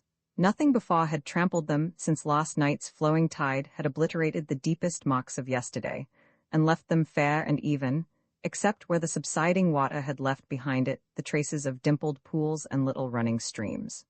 Refreshed, delighted, invigorated, I walked along, forgetting all my cares, feeling as if I had wings to my feet, and could go at least 40 miles without fatigue, and experiencing a sense of exhilaration to which I had been an entire stranger since the days of early youth. About 6:30, however, the grooms began to come down to air their masters' horses, first one, and then another, till there were some dozen horses and 5 or 6 riders, but that need not trouble me, for they would not come as far as the low rocks which I was now approaching. When I had reached these, and walked over the moist, slippery seaweed at the risk of floundering into one of the numerous pools of clear, salt water that lay between them, to a little mossy promontory with the sea splashing round it, I looked back again to see who next was stirring. Still, there were only the early grooms with their horses, and one gentleman with a little dark speck of a dog running before him, and one watercart coming out of the town to get water for the baths. In another minute or two, the distant bathing machines would begin to move, and then the elderly gentlemen of regular habits and sober Quaker ladies would be coming to take their salutary morning walks. But however interesting such a scene might be, I could not wait to witness it, for the sun and the sea so dazzled my eyes in that direction that I could but afford one glance. And then I turned again to delight myself with the sight and the sound of the sea, dashing against my promontory, with no prodigious force, for the swell was broken by the tangled seaweed and the unseen rocks beneath. Otherwise, I should soon have been deluged with spray. But the tide was coming in, the water was rising, the gulfs and lakes were filling, the straits were widening. It was time to seek some safer footing. So I walked, skipped, and stumbled back to the smooth, wide sands, and resolved to proceed to a certain bold projection in the cliffs, and then return. Presently, I heard a snuffling sound behind me, and then a dog came frisking and wriggling to my feet. It was my own Snap, the little dark, wire-haired terrier. When I spoke his name, he leapt up in my face and yelled for joy. Almost as much delighted as himself, I caught the little creature in my arms and kissed him repeatedly. But how came he to be there? He could not have dropped from the sky or come all that way alone. It must be either his master, the rat-catcher, or somebody else that had brought him. So, repressing my extravagant caresses and endeavoring to repress his likewise, I looked round and beheld Mr. Weston. "Your dog remembers you well, Miss Gray," said he, warmly grasping the hand I offered him without clearly knowing what I was about. "You rise early." "Not often so early as this," I replied with amazing composure, considering all the circumstances of the case. "How far do you purpose to extend your walk?" "I was thinking of returning. It must be almost time, I think." He consulted his watch, a gold one now, and told me it was only 5 minutes past 7. "But doubtless you have had a long enough walk," said he, turning towards the town, to which I now proceeded leisurely to retrace my steps, and he walked beside me. "In what part of the town do you live?" asked he. I never could discover. Never could discover? Had he endeavored to do so then? I told him the place of our abode. He asked how we prospered in our affairs. I told him we were doing very well, that we had had a considerable addition to our pupils after the Christmas vacation, and expected a still further increase at the close of this. "You must be an accomplished instructor," he observed. "No, it is my mother," I replied. "She manages things so well, and is so active and clever and kind. I should like to know your mother. Will you introduce me to her some time if I call?" "Yes, willingly." "And will you allow me the privilege of an old friend, of looking in upon you now and then?" "Yes, if I suppose so." This was a very foolish answer, but the truth was, I considered that I had no right to invite anyone to my mother's house without her knowledge, and if I had said, "Yes, if my mother does not object," it would appear as if by his question I understood more than was expected. So, supposing she would not, I added, "I suppose so." But of course I should have said something more sensible and more polite, if I had had my wits about me. We continued our walk for a minute in silence. which, however, was shortly relieved, no small relief to me, by Mr. Weston commenting upon the brightness of the morning and the beauty of the bay, and then upon the advantages possessed over many other fashionable places of resort. "You don't ask what brings me to said he. "You can't suppose I'm rich enough to come for my own pleasure. I heard you had left Houghton. You didn't hear, then, that I had got the living of F was a village about 2 miles distant from No, said I. We live so completely out of the world even here, that news seldom reaches me through any quarter, except through the medium of the Gazette. But I hope you like your new parish, and that I may congratulate you on the acquisition. I expect to like my parish better a year or two hence, when I have worked certain reforms I have set my heart upon, or, at least, progressed some steps towards such an achievement. But you may congratulate me now, for I find it very agreeable to have a parish all to myself, with nobody to interfere with me, to thwart my plans or cripple my exertions.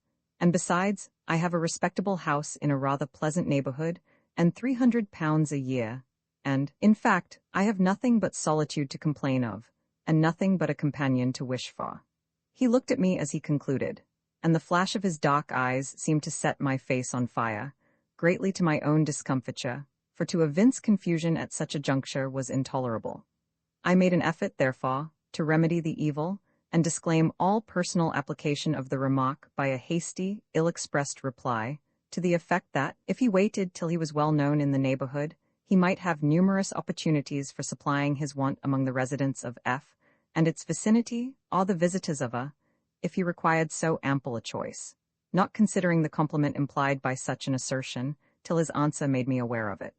"I am not so presumptuous as to believe that," said he, "though you tell it me, but if it were so, I am rather particular in my notions of a companion for life, and perhaps I might not find one to suit me among the ladies you mention. If you require perfection, you never will. I do not. I have no right to require it, as being so far from perfect myself."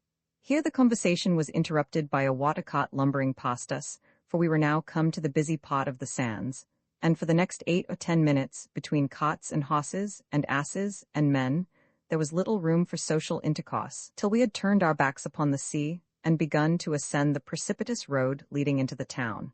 Here my companion offered me his arm, which I accepted, though not with the intention of using it as a support. "You don't often come onto the sands, I think," said he, "for I have walked there many times, both morning and evening, since I came, and never seen you till now, and several times, in passing through the town, too, I have looked about for your school, but I did not think of the road, and once or twice I made inquiries, but without obtaining the requisite information. When we had surmounted the acclivity, I was about to withdraw my arm from his, but by a slight tightening of the elbow was tacitly informed that such was not his will, and accordingly desisted.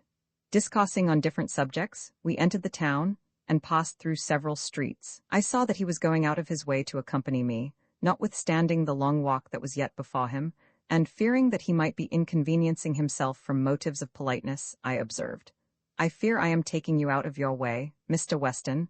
I believe the road to F lies quite in another direction." "I'll leave you at the end of the next street," said he. "And when will you come to see Mamma?" "Tomorrow, God willing." The end of the next street was nearly the conclusion of my journey. He stopped there, however, bid me good morning, and called Snap, who seemed a little doubtful whether to follow his old mistress or his new master, but trotted away upon being summoned by the latter. "I won't offer to restore him to you, Miss Gray," said Mr. Weston, smiling, "because I like him." "Oh, I don't want him," replied I. "Now that he has a good master, I'm quite satisfied." "You take it for granted that I am a good one, then?" The man and the dog departed, and I returned home, full of gratitude to heaven for so much bliss, and praying that my hopes might not again be crushed. Roman 25 Conclusion. "Well, Agnes, you must not take such long walks again before breakfast," said my mother, observing that I drank an extra cup of coffee and ate nothing, pleading the heat of the weather, and the fatigue of my long walk as an excuse. I certainly did feel feverish and tired too. "You always do things by extremes. Now, if you had taken a short walk every morning, and would continue to do so, it would do you good." "Well, Mamma, I will. But this is worse than lying in bed or bending over your books. You have quite put yourself into a fever." "I won't do it again," said I. I was racking my brains with thinking how to tell her about Mr. Weston, for she must know he was coming tomorrow. However, I waited till the breakfast things were removed, and I was more calm and cool, and then, having sat down to my drawing, I began, I met an old friend on the sands today, Mamma. An old friend? Who could it be? Two old friends indeed. One was a dog. And then I reminded her of Snap, whose history I had recounted before, and related the incident of his sudden appearance and remarkable recognition. And the other, continued I, was Mr. Weston, the curate of Houghton. Mr. Weston? I never heard of him before. Yes, you have. I've mentioned him several times, I believe, but you don't remember. I've heard you speak of Mr. Hatfield. Mr. Hatfield was the rector, and Mr. Weston the curate. I used to mention him sometimes in contradistinction to Mr. Hatfield, as being a more efficient clergyman. However, he was on the sands this morning with the dog. He had bought it, I suppose, from the rat-catcher, and he knew me as well as it did, probably through its means, and I had a little conversation with him, in the course of which, as he asked about our school, I was led to say something about you and your good management, and he said he should like to know you, and asked if I would introduce him to you, if he should take the liberty of calling tomorrow. So I said I would. Was I right? Of course. What kind of a man is he? A very respectable man, I think, but you will see him tomorrow. He is the new vicar of F, and as he has only been there a few weeks, I suppose he has made no friends yet, and wants a little society. The morrow came. What a fever of anxiety and expectation I was in from breakfast till noon, at which time he made his appearance. Having introduced him to my mother, I took my work to the window, and sat down to await the result of the interview. They got on extremely well together, greatly to my satisfaction, for I had felt very anxious about what my mother would think of him. He did not stay long that time, but when he rose to take leave, she said she should be happy to see him, whenever he might find it convenient to call again, and when he was gone, I was gratified by hearing her say, "Well, I think he's a very sensible man. But why did you sit back there, Agnes," she added, "and talk so little?" "Because you talked so well, Mamma. I thought you required no assistance from me, and besides, he was your visitor, not mine." After that, he often called upon us, several times in the course of a week. He generally addressed most of his conversation to my mother, and no wonder, for she could converse. I almost envied the unfettered, vigorous fluency of her discourse, and the strong sense evinced by everything she said. And yet, I did not. For though I occasionally regretted my own deficiencies for his sake, it gave me very great pleasure to sit and hear the two beings I loved and honored above everyone else in the world, discoursing together so amicably, so wisely, and so well. I was not always silent, however, nor was I at all neglected. I was quite as much noticed as I would wish to be. There was no lack of kind words and kinder looks, no end of delicate attentions, too fine and subtle to be grasped by words, and therefore indescribable, but deeply felt at heart. Ceremony was quickly dropped between us. Mr. Weston came as an expected guest, welcome at all times, and never deranging the economy of our household affairs. He even called me Agnes. The name had been timidly spoken at first, but finding it gave no offense in any quarter, he seemed greatly to prefer that appellation to Miss Grey. And so did I. How tedious and gloomy were those days in which he did not come, and yet not miserable, for I had still the remembrance of the lost visit and the hope of the next to cheer me. But when 2 or 3 days passed without my seeing him, I certainly felt very anxious, absurdly, unreasonably so, for of course he had his own business and the affairs of his parish to attend to, and I dreaded the close of the holidays, when my business also would begin, and I should be sometimes unable to see him, and sometimes, when my mother was in the schoolroom, obliged to be with him alone, a position I did not at all desire in the house, though to meet him out of doors and walk beside him had proved by no means disagreeable.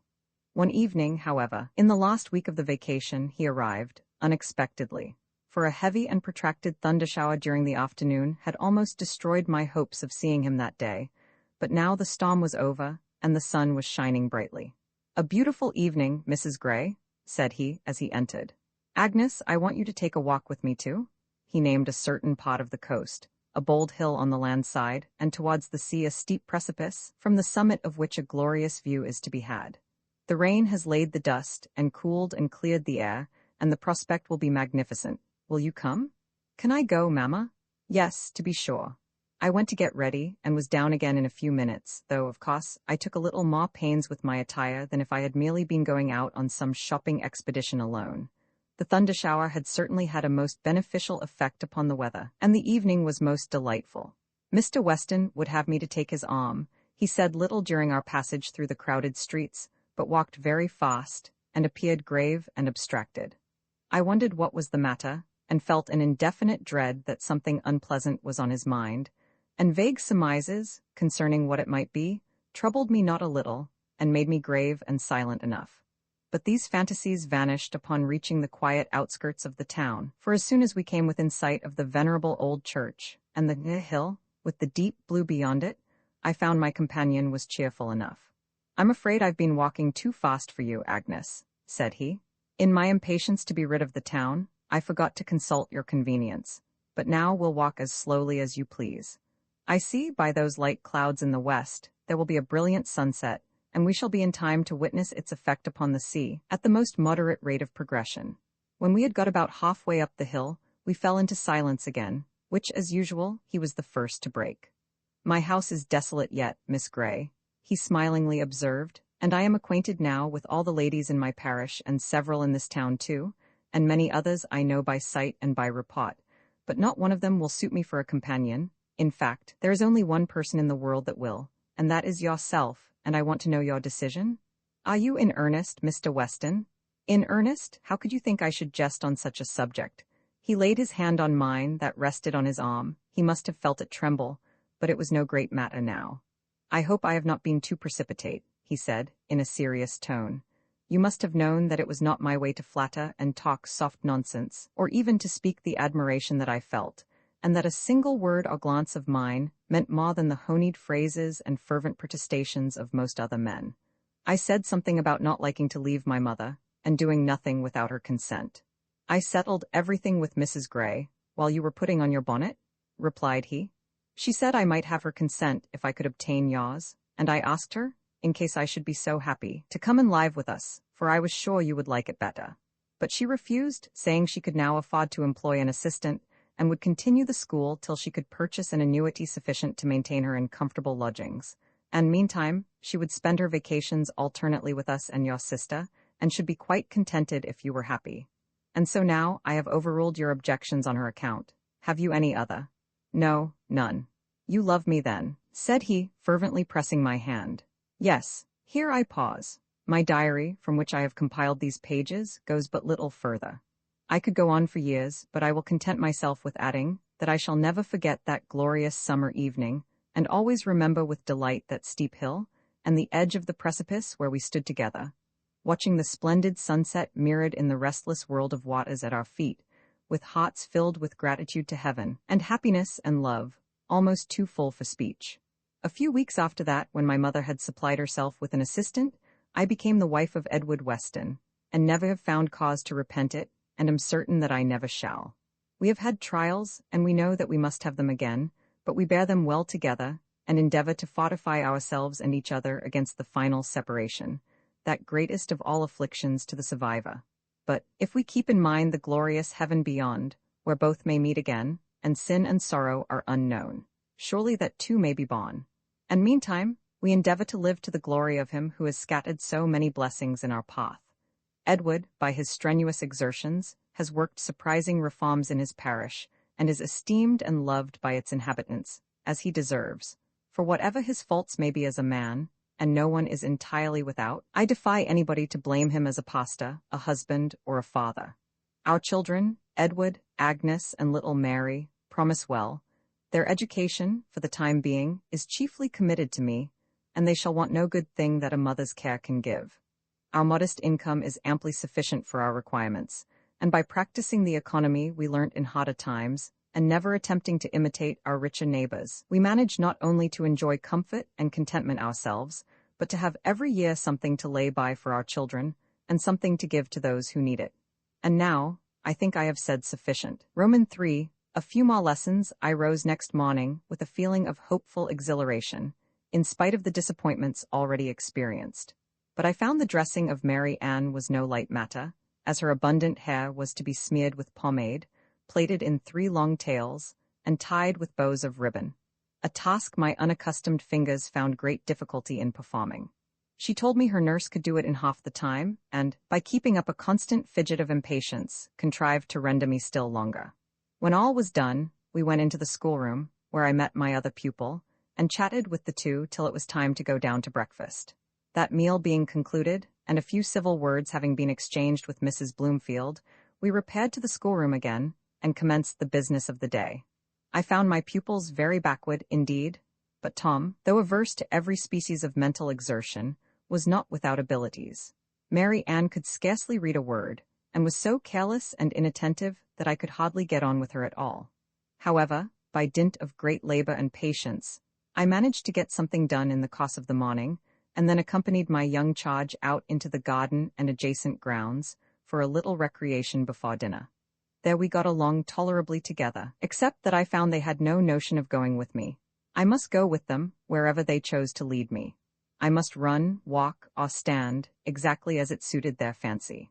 This, I thought, was reversing the order of things, and I found it doubly disagreeable, as on this as well as subsequent occasions, they seemed to prefer the dirtiest places and the most dismal occupations. But there was no remedy. Either I must follow them, or keep entirely apart from them, and thus appear neglectful of my charge. Today, they manifested a particular attachment to a well at the bottom of the lawn, where they persisted in dabbling with sticks and pebbles for above half an hour.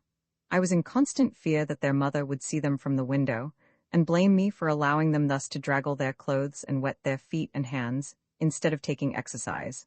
But no arguments, commands, or entreaties could draw them away.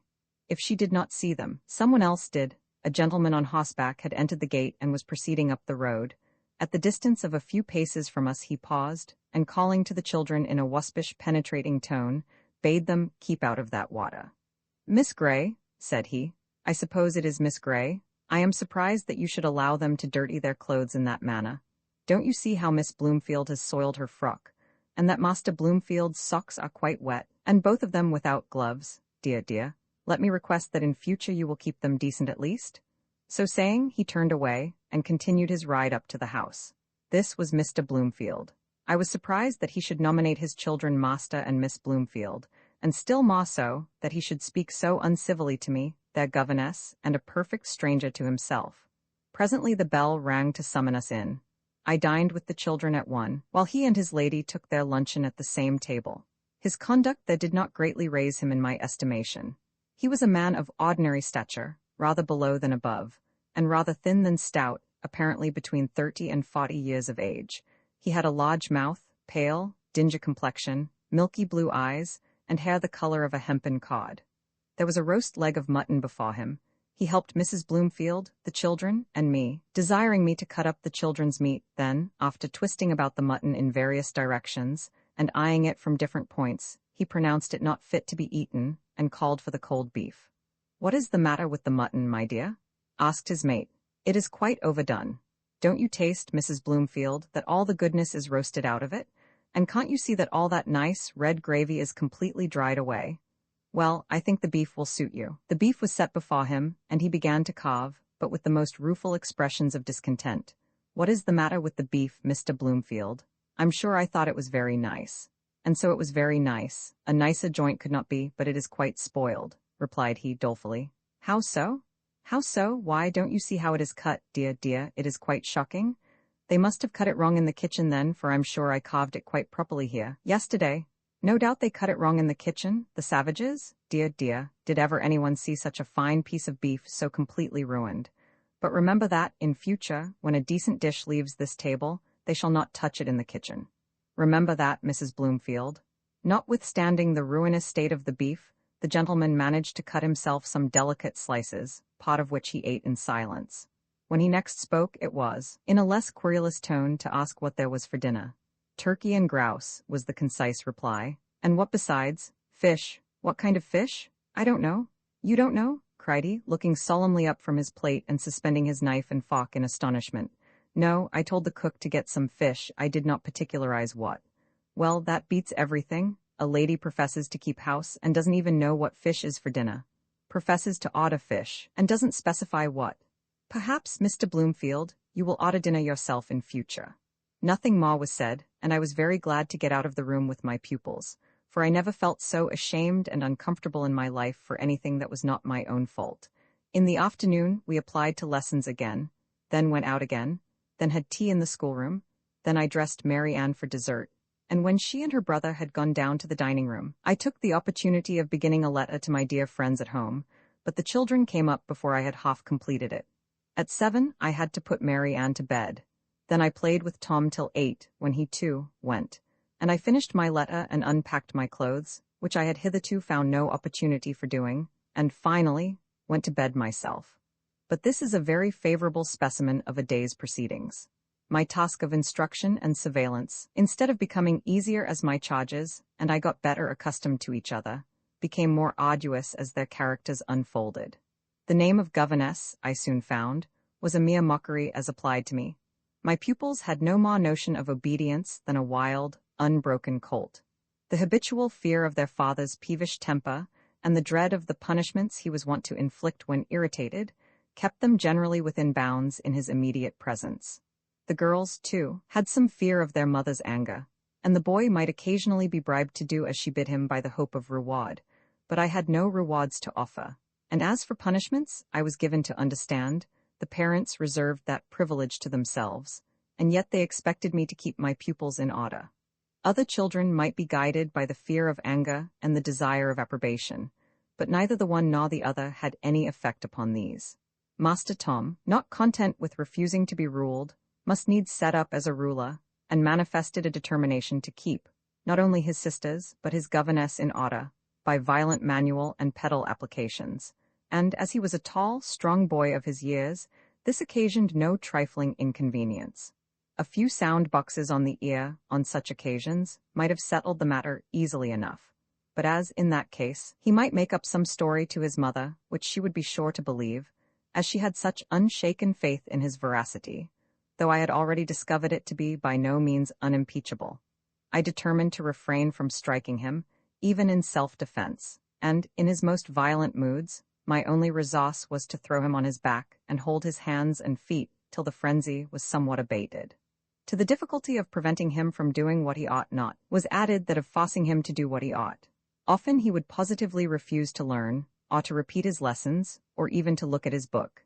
Here, again, a good birch rod might have been serviceable, but as my powers were so limited, I must make the best use of what I had. As there were no settled hours for study and play, I resolved to give my pupils a certain task, which, with moderate attention, they could perform in a short time. Until this was done, however weary I was, or however perverse they might be, nothing short of parental interference should induce me to suffer them to leave the schoolroom, even if I should sit with my chair against the door to keep them in. Patience, firmness, and perseverance were my only weapons, and these I resolved to use to the utmost. I determined always strictly to fulfill the threats and promises I made, and to that end, I must be cautious to threaten and promise nothing that I could not perform. Then, I would carefully refrain from all useless irritability and indulgence of my own ill temper. When they behaved tolerably, I would be as kind and obliging as it was in my power to be, in order to make the widest possible distinction between good and bad conduct. I would reason with them, too, in the simplest and most effective manner. When I reproved them, or refused to gratify their wishes after a glaring fault, it should be more in sorrow than in anger. Their little hymns and prayers I would make plain and clear to their understanding. When they said their prayers at night and asked pardon for their offenses, I would remind them of the sins of the past day, solemnly, but in perfect kindness, to avoid raising a spirit of opposition. Penitential hymns should be said by the naughty, cheerful ones by the comparatively good, and every kind of instruction I would convey to them, as much as possible, by entertaining discourse, apparently with no other object than their present amusement in view.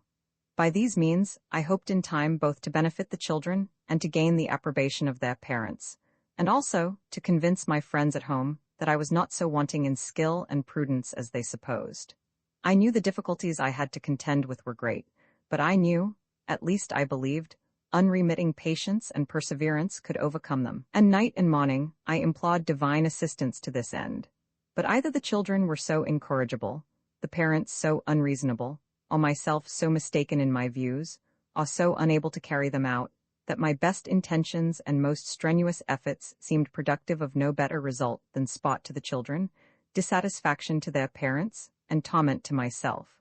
The task of instruction was as arduous for the body as the mind. I had to run after my pupils to catch them, to carry or drag them to the table, and often forcibly to hold them there till the lesson was done. Tom I frequently put into a corner, seating myself before him in a chair, with a book which contained the little task that must be said or read, before he was released in my hand.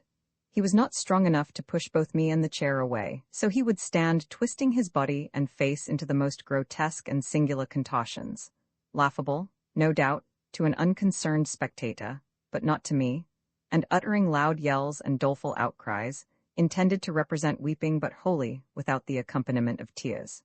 I knew this was done solely for the purpose of annoying me, and therefore, however I might inwardly tremble with impatience and irritation, I manfully strove to suppress all visible signs of molestation, and affected to sit with calm indifference, waiting till it should please him to cease this pastime, and prepare for a run in the garden, by casting his eye on the book, and reading or repeating the few words he was required to say.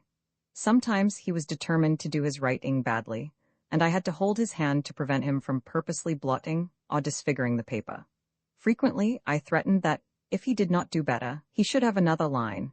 Then he would stubbornly refuse to write this line, and I, to save my word, had finally to resort to the expedient of holding his fingers upon the pen, and forcibly drawing his hand up and down, till, in spite of his resistance, the line was in some sort completed. Yet Tom was by no means the most unmanageable of my pupils. Sometimes, to my great joy, he would have the sense to see that his wisest policy was to finish his tasks, and go out and amuse himself till I and his sisters came to join him, which frequently was not at all, for Mary Ann seldom followed his example in this particular. She apparently preferred rolling on the floor to any other amusement. Down she would drop like a leaden weight, and when I, with great difficulty, had succeeded in rooting her thence, I had still to hold her up with one arm, while with the other I held the book from which she was to read or spell her lesson. As the dead weight of the big girl of 6 became too heavy for one arm to bear, I transferred it to the other. Or, if both were weary of the burden, I carried her into a corner, and told her she might come out when she should find the use of her feet and stand up. But she generally preferred lying there, like a log, till dinner or tea time, when, as I could not deprive her of her meals, she must be liberated, and would come crawling out with a grin of triumph on her round, red face. Often she would stubbornly refuse to pronounce some particular word in her lesson, and now I regret the lost labor I have had in striving to conquer her obstinacy. If I had passed it over as a matter of no consequence, it would have been better for both parties than vainly striving to overcome it as I did. But I thought it my absolute duty to crush this vicious tendency in the bud, and so it was, if I could have done it, and had my powers been less limited, I might have enforced obedience. But as it was a trial of strength between her and me, in which she generally came off victorious, and every victory served to encourage and strengthen her for a future contest. In vain I argued, coaxed, entreated, threatened, scolded. In vain I kept her in from play, or, if obliged to take her out, refused to play with her, or to speak kindly, or have anything to do with her. In vain I tried to set before her the advantages of doing as she was bid, and being loved, and kindly treated in consequence, and the disadvantages of persisting in her absurd perversity. Sometimes, when she would ask me to do something for her, I would answer, "Yes, I will, Mary Ann, if you will only say that word." "Come, you'd better say it at once and have no more trouble about it." "No. Then, of course, I can do nothing for you." With me, at her age or under, neglect and disgrace were the most dreadful of punishments, but on her they made no impression. Sometimes, exasperated to the utmost pitch, I would shake her violently by the shoulder, or pull her long hair, or put her in the corner, for which she punished me with loud, shrill, piercing screams that went through my head like a knife. She knew I hated this, and when she had shrieked her utmost, would look into my face with an air of vindictive satisfaction, exclaiming, "Now, then, that's for you," and then shriek again and again, till I was forced to stop my ears. Often these dreadful cries would bring Mrs. Bloomfield up to inquire what was the matter. "Mary Ann is a naughty girl, ma'am. But what are these shocking screams? She is screaming in a passion. I never heard such a dreadful noise. You might be killing her. Why is she not out with her brother? I cannot get her to finish her lessons. But Mary Ann must be a good girl, and finish her lessons." This was blandly spoken to the child, and I hope I shall never hear such terrible cries again. And fixing her cold, stony eyes upon me with a look that could not be mistaken, she would shut the door and walk away. Sometimes I would try to take the little obstinate creature by surprise, and casually ask her the word while she was thinking of something else. Frequently she would begin to say it, and then suddenly check herself, with a provoking look that seemed to say, "Ah, I'm too sharp for you, you shan't trick it out of me either." On another occasion, I pretended to forget the whole affair, and talked and played with her as usual till night, when I put her to bed. Then bending over her, while she lay all smiles and good humor, just before departing, I said, as cheerfully and kindly as before, "Now, Mary Ann, just tell me that word before I kiss you good night. You are a good girl now, and of course you will say it." "No, I won't." "Then I can't kiss you." "Well, I don't care." In vain I expressed my sorrow, in vain I lingered for some symptom of contrition. She really didn't care, and I left her alone, and in darkness, wondering most of all at this last proof of insensate stubbornness. In my childhood I could not imagine a more afflictive punishment than for my mother to refuse to kiss me at night. The very idea was terrible. More than the idea I never felt, for, happily, I never committed a fault that was deemed worthy of such penalty. But once I remember, for some transgression of my sister's, our mother thought proper to inflict it upon her. What she felt, I cannot tell, but my sympathetic tears and suffering for her sake, I shall not soon forget. Another troublesome trait in Mary Ann was her incorrigible propensity to keep running into the nursery, to play with her little sisters and the nurse. This was natural enough, but, as it was against her mother's express desire, I, of course, forbade her to do so, and did my utmost to keep her with me. But that only increased her relish for the nursery, and the more I strove to keep her out of it, the oftener she went, and the longer she stayed, to the great dissatisfaction of Mrs. Bloomfield, who, I well knew, would impute all the blame of the matter to me. Another of my trials was the dressing in the morning. At one time she would not be washed. At another she would not be dressed, unless she might wear some particular frock that I knew her mother would not like her to have. At another she would scream and run away if I attempted to touch her hair. So that, frequently, when, after much trouble and toil, I had at length succeeded in bringing her down, the breakfast was nearly half over, and black looks from Mamma, and testy observations from Papa, spoken at me, if not to me, were sure to be my meed, for few things irritated the latter so much as want of punctuality at meal times. Then, among the minor annoyances, was my inability to satisfy Mrs. Bloomfield with her daughter's dress, and the child's hair was never fit to be seen. Sometimes, as a powerful reproach to me, she would perform the office of tire-woman herself, and then complain bitterly of the trouble it gave her. When little Fanny came into the schoolroom, I hoped she would be mild and inoffensive, at least, but a few days, if not a few hours, sufficed to destroy the illusion. I found her a mischievous, intractable little creature, given up to falsehood and deception, young as she was, and alarmingly fond of exercising her two favorite weapons of offense and defense, that of spitting in the faces of those who incurred her displeasure, and bellowing like a bull when her unreasonable desires were not gratified. As she, generally, was pretty quiet in her parents' presence, and they were impressed with the notion of her being a remarkably gentle child, her falsehoods were readily believed, and her loud uproars led them to suspect harsh and injudicious treatment on my part, and when at length her bad disposition became manifest even to their prejudiced eyes, I felt that the whole was attributed to me. "What a naughty girl Fanny is getting," Mrs. Bloomfield would say to her spouse. "Don't you observe, my dear, how she has altered since she entered the schoolroom? She will soon be as bad as the other two, and I am sorry to say they have quite deteriorated of late." "You may say that," was the answer. "I've been thinking that same myself. I thought when we got them a governess they'd improve, but instead of that, they get worse and worse. I don't know how it is with their learning, but their habits, I know, make no sort of improvement. They get rougher and dirtier and more unseemly every day." I knew this was all pointed at me, and these, and all similar innuendos, affected me far more deeply than any open accusations would have done, for against the latter I should have been roused to speak in my own defense. Now I judged it my wisest plan to subdue every resentful impulse, suppress every sensitive shrinking, and go on perseveringly, doing my best. For irksome as my situation was, I earnestly wished to retain it. I thought, if I could struggle on with unremitting firmness and integrity, the children would in time become more humanized. Every month would contribute to make them some little wiser, and, consequently, more manageable.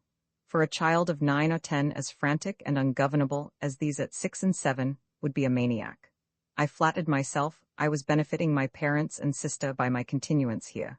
For small as the salary was, I still was earning something, and with strict economy, I could easily manage to have something to spare for them, if they would favor me by taking it. Then it was by my own will that I had got the place. I had brought all this tribulation on myself, and I was determined to bear it. Nay, more than that, I did not even regret the step I had taken. I longed to show my friends that, even now, I was competent to undertake the charge, and able to acquit myself honorably to the end, and if ever I felt it degrading to submit so quietly, or intolerable to toil so constantly, I would turn towards my home, and say within myself, "They may crush, but they shall not subdue me. 'Tis of thee that I think, not of them." About Christmas I was allowed to visit home, but my holiday was only of a fortnight's duration. "For," said Mrs. Bloomfield, "I thought, as you had seen your friends so lately, you would not care for a longer stay." I left her to think so still, but she little knew how long, how wearisome those 14 weeks of absence had been to me, how intensely I had longed for my holidays, how greatly I was disappointed at their curtailment. Yet she was not to blame in this. I had never told her my feelings, and she could not be expected to divine them. I had not been with her a full term, and she was justified in not allowing me a full vacation. Roman fa the grandmammer, I spare my readers the account of my delight on coming home, my happiness while there, enjoying a brief space of rest and liberty in that dear, familiar place, among the loving and the loved, and my sorrow on being obliged to bid them, once more, a long adieu.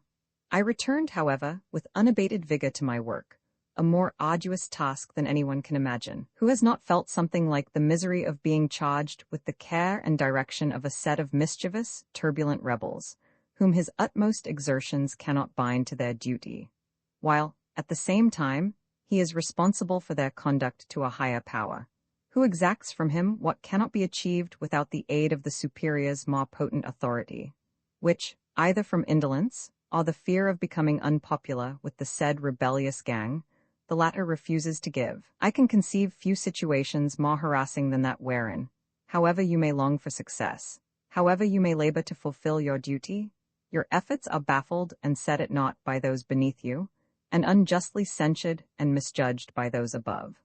I have not enumerated half the vexatious propensities of my pupils, or half the troubles resulting from my heavy responsibilities, for fear of trespassing too much upon the reader's patience, as perhaps I have already done. But my design in writing the few lost pages was not to amuse, but to benefit those whom it might concern.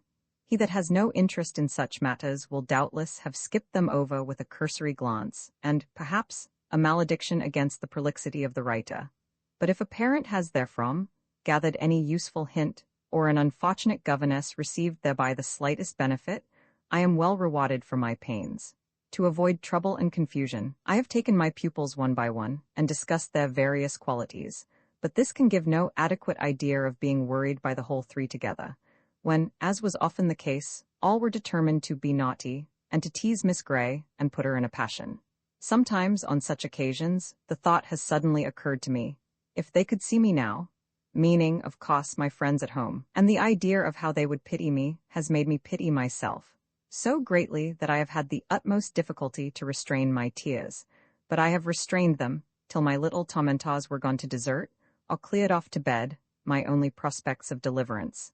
And then, in all the bliss of solitude, I have given myself up to the luxury of an unrestricted burst of weeping.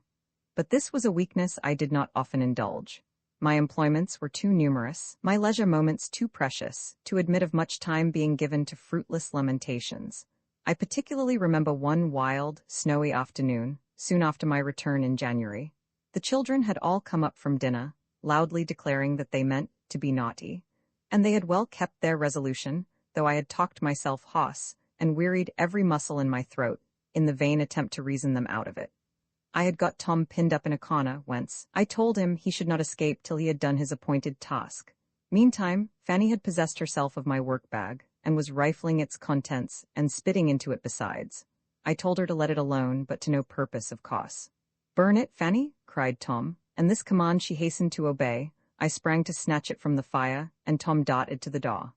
"Mary Ann, throw her desk out of the window," cried he, and my precious desk, containing my letters and papers, my small amount of cash, and all my valuables, was about to be precipitated from the 3-story window. I flew to rescue it.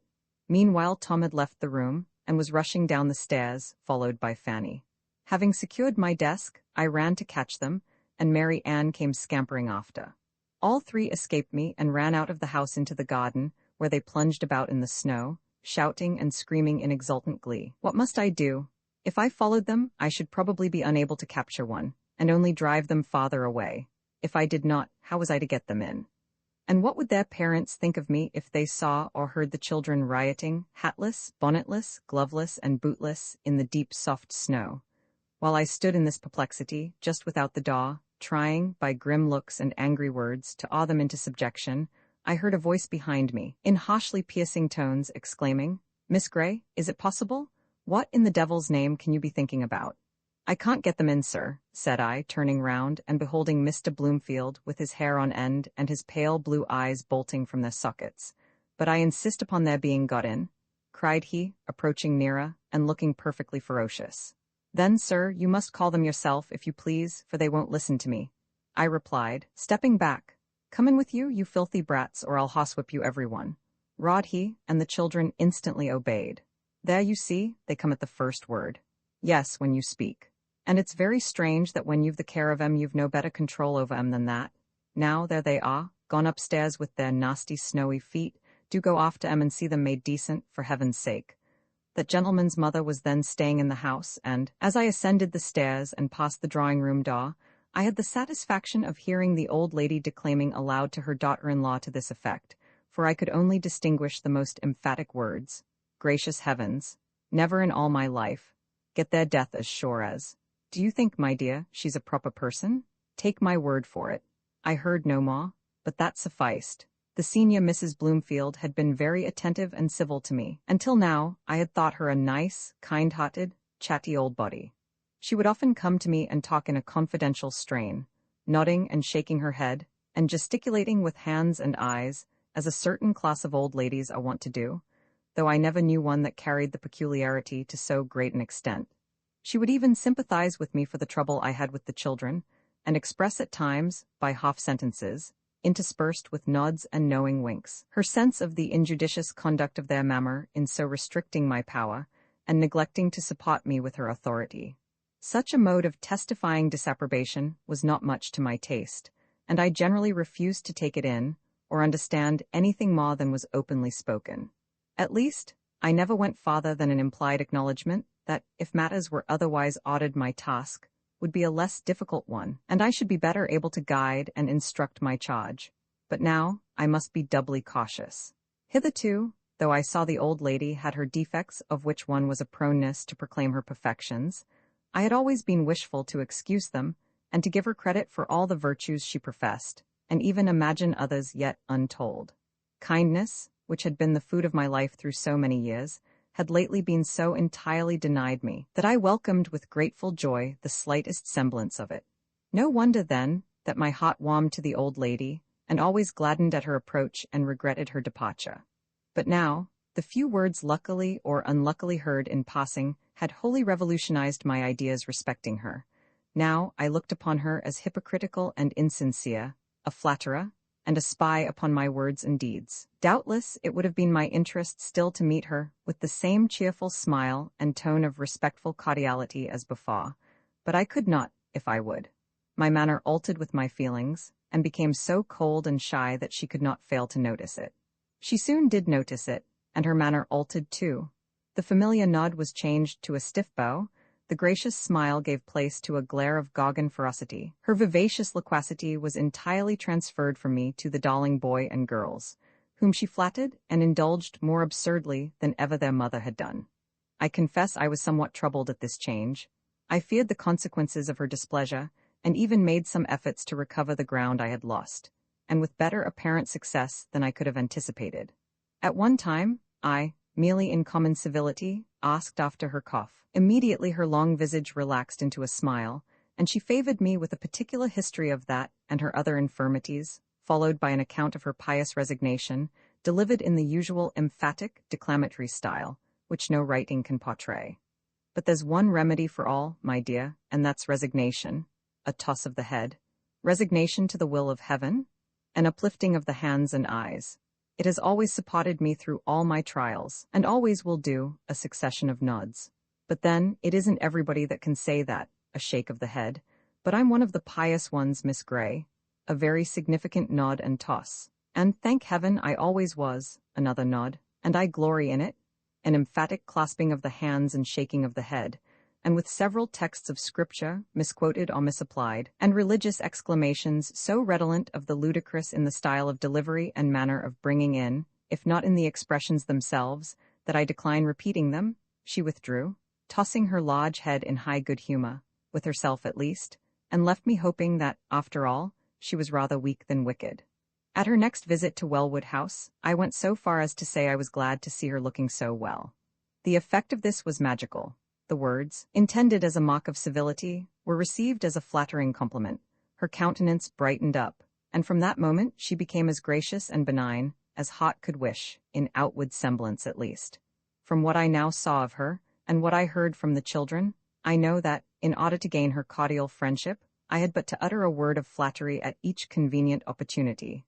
But this was against my principles, and for lack of this, the capricious old dame soon deprived me of her favor again, and I believe did me much secret injury.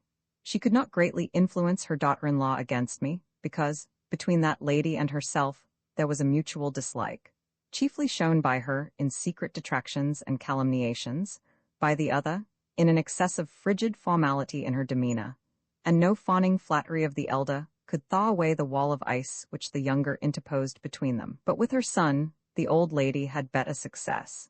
He would listen to all she had to say, provided she could soothe his fretful temper, and refrain from irritating him by her own asperities, and I have reason to believe that she considerably strengthened his prejudice against me. She would tell him that I shamefully neglected the children, and even his wife did not attend to them as she ought, and that he must look after them himself, or they would all go to ruin. Thus urged, he would frequently give himself the trouble of watching them from the windows during their play. At times, he would follow them through the grounds, and too often came suddenly upon them while they were dabbling in the forbidden well, talking to the coachman in the stables, or reveling in the filth of the farmyard. And I, meanwhile, wearily standing by, having previously exhausted my energy in vain attempts to get them away. Often, too, he would unexpectedly pop his head into the schoolroom while the young people were at meals, and find them spilling their milk over the table and themselves, plunging their fingers into their own or each other's mugs, or quarreling over their victuals like a set of tiger's cubs. If I were quiet at the moment, I was conniving at their disorderly conduct.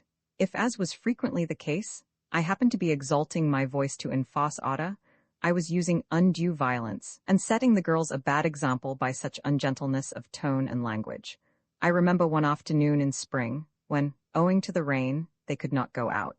But by some amazing good fortune, they had all finished their lessons, and yet abstained from running down to tease their parents. A trick that annoyed me greatly, but which, on rainy days, I seldom could prevent their doing, because below they found novelty and amusement, especially when visitors were in the house, and their mother, though she bid me keep them in the schoolroom, would never chide them for leaving it, or trouble herself to send them back. But this day they appeared satisfied with their present abode, and what is more wonderful still, seemed disposed to play together without depending on me for amusement, and without quarreling with each other. Their occupation was a somewhat puzzling one. They were all squatted together on the floor by the window, over a heap of broken toys and a quantity of birds' eggs, or rather eggshells, for the contents had luckily been abstracted. These shells they had broken up and were pounding into small fragments, to what end I could not imagine. But so long as they were quiet and not in positive mischief, I did not care, and with a feeling of unusual repose, I sat by the fire, putting the finishing stitches to a frock for Mary Ann's doll, intending, when that was done, to begin a letter to my mother. Suddenly the door opened, and the dingy head of Mr. Bloomfield looked in. "All very quiet here. What are you doing?" said he. "No harm today, at least," thought I, but he was of a different opinion. Advancing to the window and seeing the children's occupations, he testily exclaimed, "What in the world are you about?" "We're grinding eggshells, Papa," cried Tom. "How do you make such a mess, you little devils? Don't you see what confounded work you're making of the carpet?" The carpet was a plain brown drugget. "Miss Gray, did you know what they were doing?" "Yes, sir." "You knew it?" "Yes, you knew it, and you actually sat there and permitted them to go on without a word of reproof?" "I didn't think they were doing any harm." "Any harm? Why, look there. Just look at that carpet and see, was there ever anything like it in a Christian house before? No wonder your room is not fit for a pigsty. No wonder your pupils are worse than a litter of pigs. No wonder, oh, I declare, it puts me quite past my patience," and he departed, shutting the door after him with a bang that made the children laugh. "It puts me quite past my patience too?" muttered I, getting up, and seizing the poker, I dashed it repeatedly into the cinders and stirred them up with unwanted energy, thus easing my irritation under pretense of mending the fire. After this, Mr. Bloomfield was continually looking in to see if the schoolroom was in order, and, as the children were continually littering the floor with fragments of toys, sticks, stones, stubble, leaves, and other rubbish, which I could not prevent their bringing, or oblige them to gather up, and which the servants refused to clean after them, I had to spend a considerable portion of my valuable leisure moments on my knees upon the floor, in painfully reducing things to order. Once I told them that they should not taste their supper till they had picked up everything from the carpet. Fanny might have hers when she had taken up a certain quantity, Mary Ann when she had gathered twice as many, and Tom was to clear away the rest. Wonderful to state, the girls did their part, but Tom was in such a fury that he flew upon the table, scattered the bread and milk about the floor, struck his sisters, kicked the coals out of the coal pan, attempted to overthrow the table and chairs, and seemed inclined to make a Douglas lauder of the whole contents of the room. But I seized upon him, and sending Mary Ann to call her mamma, held him, in spite of kicks, blows, yells, and execrations, till Mrs. Bloomfield made her appearance. "What is the matter with my boy?" said she, and when the matter was explained to her, all she did was to send for the nursery maid to put the room in order, and bring Master Bloomfield his supper. "There now," cried Tom, triumphantly, looking up from his viands with his mouth almost too full for speech. "There now, Miss Grey, you see I've got my supper in spite of you, and I haven't picked up a single thing?" The only person in the house who had any real sympathy for me was the nurse, for she had suffered like afflictions, though in a smaller degree, as she had not the task of teaching, nor was she so responsible for the conduct of her charge. "Oh, Miss Grey," she would say, "you have some trouble with them childer." "I have indeed, Betty, and I dare say you know what it is." I do so, but I don't vex myself aw em as you do, and then you see I hit 'em a slap sometimes, and them little uns, I gives 'em a good whipping now and then, there's nothing else will do for 'em as what they say. Howsoever, I've lost my place for it. Have you, Betty? I heard you were going to leave. Bless you, yes, Mrs. gave me warning a 3 week sin. She told me afore Christmas how it mud be, if I hit 'em again, but I couldn't hold my hand off 'em at nothing. I know not how you do, for Miss Mary Ann's worse by the half nor her sisters. The uncle besides the old lady, there was another relative of the family, whose visits were a great annoyance to me. This was Uncle Robson, Mrs. Bloomfield's brother, a tall, self-sufficient fellow, with dark hair and sallow complexion like his sister, a nose that seemed to disdain the earth, and little gray eyes, frequently half-closed, with a mixture of real stupidity and affected contempt of all surrounding objects. He was a thick-set, strongly built man, but he had found some means of compressing his waist into a remarkably small compass, and that, together with the unnatural stillness of his form, showed that the lofty-minded, manly Mr. Robson, the scorner of the female sex, was not above the foppery of stays. He seldom deigned to notice me, and when he did, it was with a certain supercilious insolence of tone and manner that convinced me he was no gentleman, though it was intended to have a contrary effect. But it was not for that I disliked his coming, so much as for the harm he did the children, encouraging all their evil propensities, and undoing in a few minutes the little good it had taken me months of labor to achieve. Fanny and little Harriet he seldom condescended to notice, but Mary Ann was something of a favorite. He was continually encouraging her tendency to affectation, which I had done my utmost to crush, talking about her pretty face, and filling her head with all manner of conceited notions concerning her personal appearance, which I had instructed her to regard as dust in the balance, compared with the cultivation of her mind and manners, and I never saw a child so susceptible of flattery as she was. Whatever was wrong, in either her or her brother, he would encourage by laughing at, if not by actually praising. People little know the injury they do to children by laughing at their faults, and making a pleasant jest of what their true friends have endeavored to teach them to hold in grave abhorrence. Though not a positive drunkard, Mr. Robson habitually swallowed great quantities of wine, and took with relish an occasional glass of brandy and water. He taught his nephew to imitate him in this to the utmost of his ability, and to believe that the more wine and spirits he could take, and the better he liked them, the more he manifested his bold and manly spirit, and rose superior to his sisters. Mr. Bloomfield had not much to say against it, for his favorite beverage was gin and water, of which he took a considerable portion every day, by dint of constant sipping, and to that I chiefly attributed his dingy complexion and waspish temper. Mr. Robson likewise encouraged Tom's propensity to persecute the lower creation, both by precept and example.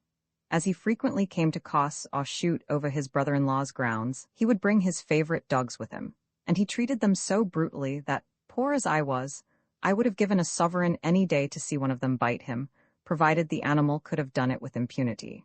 Sometimes, when in a very complacent mood, he would go bird's nesting with the children, a thing that irritated and annoyed me exceedingly, as by frequent and persevering attempts, I flattered myself I had partly shown them the evil of this pastime, and hoped, in time, to bring them to some general sense of justice and humanity. But 10 minutes bird's nesting with Uncle Robson, or even a laugh from him at some relation of their former barbarities, was sufficient at once to destroy the effect of my whole elaborate course of reasoning and persuasion. Happily, however, during that spring, they never, but once, got anything but empty nests or eggs, being too impatient to leave them till the birds were hatched. That once Tom, who had been with his uncle into the neighboring plantation, came running in high glee into the garden, with a brood of little callow nestlings in his hands. Mary Ann and Fanny, whom I was just bringing out, ran to admire his spoils, and to beg each a bird for themselves. "No, not one," cried Tom. "They're all mine. Uncle Robson gave them to me. 1, 2, 3, 4, 5. You shan't touch one of them. No, not one for your lives," continued he exultingly, laying the nest on the ground and standing over it with his legs wide apart, his hands thrust into his breeches pockets, his body bent forward, and his face twisted into all manner of contortions in the ecstasy of his delight. "But you shall see me fettle him off, my word, but I will wallop him. See if I don't now, by gum, but there's rare spot for me in that nest." "But Tom," said I shall not allow you to torture those birds. They must either be killed at once or carried back to the place you took them from, that the old birds may continue to feed them. But you don't know where that is, madam. It's only me and Uncle Robson that knows that. But if you don't tell me, I shall kill them myself, much as I hate it." You daren't touch them for your life, because you know Papa and Mamma and Uncle Robson would be angry? Ha ha, I've caught you there, miss. I shall do what I think right in a case of this sort without consulting anyone. If your Papa and Mamma don't happen to approve of it, I shall be sorry to offend them, but your Uncle Robson's opinions, of course, are nothing to me. So saying, urged by a sense of duty, at the risk of both making myself sick and incurring the wrath of my employers, I got a large flat stone that had been reared up for a mousetrap by the gardener. Then, having once more vainly endeavored to persuade the little tyrant to let the birds be carried back, I asked what he intended to do with them. With fiendish glee, he commenced a list of torments, and while he was busied in the relation, I dropped the stone upon his intended victims and crushed them flat beneath it. Loud were the outcries, terrible the execrations, consequent upon this daring outrage. Uncle Robson had been coming up the walk with his gun, and was just then pausing to kick his dog. Tom flew towards him, vowing he would make him kick me instead of Juno. Mr. Robson leant upon his gun, and laughed excessively at the violence of his nephew's passion, and the bitter maledictions and opprobrious epithets he heaped upon me. "Well, you are a good un," exclaimed he at length, taking up his weapon and proceeding towards the house. "Damn, but the lad has some spunk in him too. Curse me, if ever I saw a nobler little scoundrel than that. He's beyond petticoat government already, by God, he defies mother, granny, governess, and all. Ha ha ha, never mind, Tom, I'll get you another brood tomorrow." "If you do, Mr. Robson, I shall kill them too," said I. "Humph," replied he, and having honored me with a broad stare, which, contrary to his expectations, I sustained without flinching, he turned away with an air of supreme contempt, and stalked into the house. Tom next went to tell his mamma. It was not her way to say much on any subject, but when she next saw me, her aspect and demeanor were doubly dark and chilled. After some casual remark about the weather, she observed, "I am sorry, Miss Grey, you should think it necessary to interfere with Master Bloomfield's amusements. He was very much distressed about your destroying the birds. When Master Bloomfield's amusements consist in injuring sentient creatures," I answered, "I think it my duty to interfere." "You seem to have forgotten," said she calmly, "that the creatures were all created for our convenience." I thought that doctrine admitted some doubt, but merely replied, "If they were, we have no right to torment them for our amusement." "I think," said she, "a child's amusement is scarcely to be weighed against the welfare of a soulless brute. But, for the child's own sake, it ought not to be encouraged to have such amusements," answered I, as meekly as I could, to make up for such unusual pertinacity. "Blessed are the merciful, for they shall obtain mercy." Oh, of course, but that refers to our conduct towards each other. The merciful man shows mercy to his beast, I ventured to add. I think you have not shown much mercy, replied she, with a short, bitter laugh, killing the poor birds by wholesale in that shocking manner, and putting the dear boy to such misery for a mere whim. I judged it prudent to say no more. This was the nearest approach to a quarrel I ever had with Mrs. Bloomfield, as well as the greatest number of words I ever exchanged with her at one time, since the day of my first arrival. But Mr. Robson and old Mrs. Bloomfield were not the only guests whose coming to Wellwood House annoyed me. Every visitor disturbed me more or less, not so much because they neglected me, though I did feel their conduct strange and disagreeable in that respect, as because I found it impossible to keep my pupils away from them, as I was repeatedly desired to do.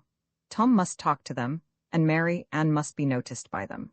Neither the one nor the other knew what it was to feel any degree of shamefacedness, or even common modesty. They would indecently and clamorously interrupt the conversation of their elders, tease them with the most impertinent questions, roughly collar the gentlemen, climb their knees uninvited, hang about their shoulders or rifle their pockets, pull the ladies' gowns, disorder their hair, tumble their collars, and importunately beg for their trinkets. Mrs. Bloomfield had the sense to be shocked and annoyed at all this, but she had not sense to prevent it. She expected me to prevent it. But how could I, when the guests, with their fine clothes and new faces, continually flattered and indulged them, out of complaisance to their parents? How could I, with my homely garments, everyday face, and honest words, draw them away? I strained every nerve to do so. By striving to amuse them, I endeavored to attract them to my side, by the exertion of such authority as I possessed, and by such severity as I dared to use, I tried to deter them from tormenting the guests, and by reproaching their unmannerly conduct, to make them ashamed to repeat it. But they knew no shame, they scorned authority which had no terrors to back it, and as for kindness and affection, either they had no hearts, or such as they had were so strongly guarded, and so well concealed, that I, with all my efforts, had not yet discovered how to reach them. But soon my trials in this quarter came to a close, sooner than I either expected or desired. For one sweet evening towards the close of May, as I was rejoicing in the near approach of the holidays, and congratulating myself upon having made some progress with my pupils, as far as their learning went, at least, for I had instilled something into their heads, and I had, at length, brought them to be a very little, more rational about getting their lessons done in time to leave some space for recreation, instead of tormenting themselves and me all day long to no purpose. Mrs. Bloomfield sent for me and calmly told me that after midsummer, my services would be no longer required. She assured me that my character and general conduct were unexceptionable, but the children had made so little improvement since my arrival that Mr. Bloomfield and she felt it their duty to seek some other mode of instruction. Though superior to most children of their years in abilities, they were decidedly behind them in attainments. Their manners were uncultivated, and their tempers unruly, and this she attributed to a want of sufficient firmness and diligent, persevering care on my part. Unshaken firmness, devoted diligence, unwearied perseverance, unceasing care were the very qualifications on which I had secretly prided myself, and by which I had hoped in time to overcome all difficulties and obtain success at last. I wished to say something in my own justification, but in attempting to speak, I felt my voice falter, and rather than testify any emotion, or suffer the tears to overflow that were already gathering in my eyes, I chose to keep silence and bear all like a self-convicted culprit. Thus was I dismissed, and thus I sought my home. Alas, what would they think of me? Unable, after all my boasting, to keep my place, even for a single year, as governess to 3 small children, whose mother was asserted by my own aunt to be a very nice woman. Having been thus weighed in the balance and found wanting, I need not hope they would be willing to try me again. And this was an unwelcome thought, for vexed, harassed, disappointed as I had been, and greatly as I had learned to love and value my home, I was not yet weary of adventure, nor willing to relax my efforts.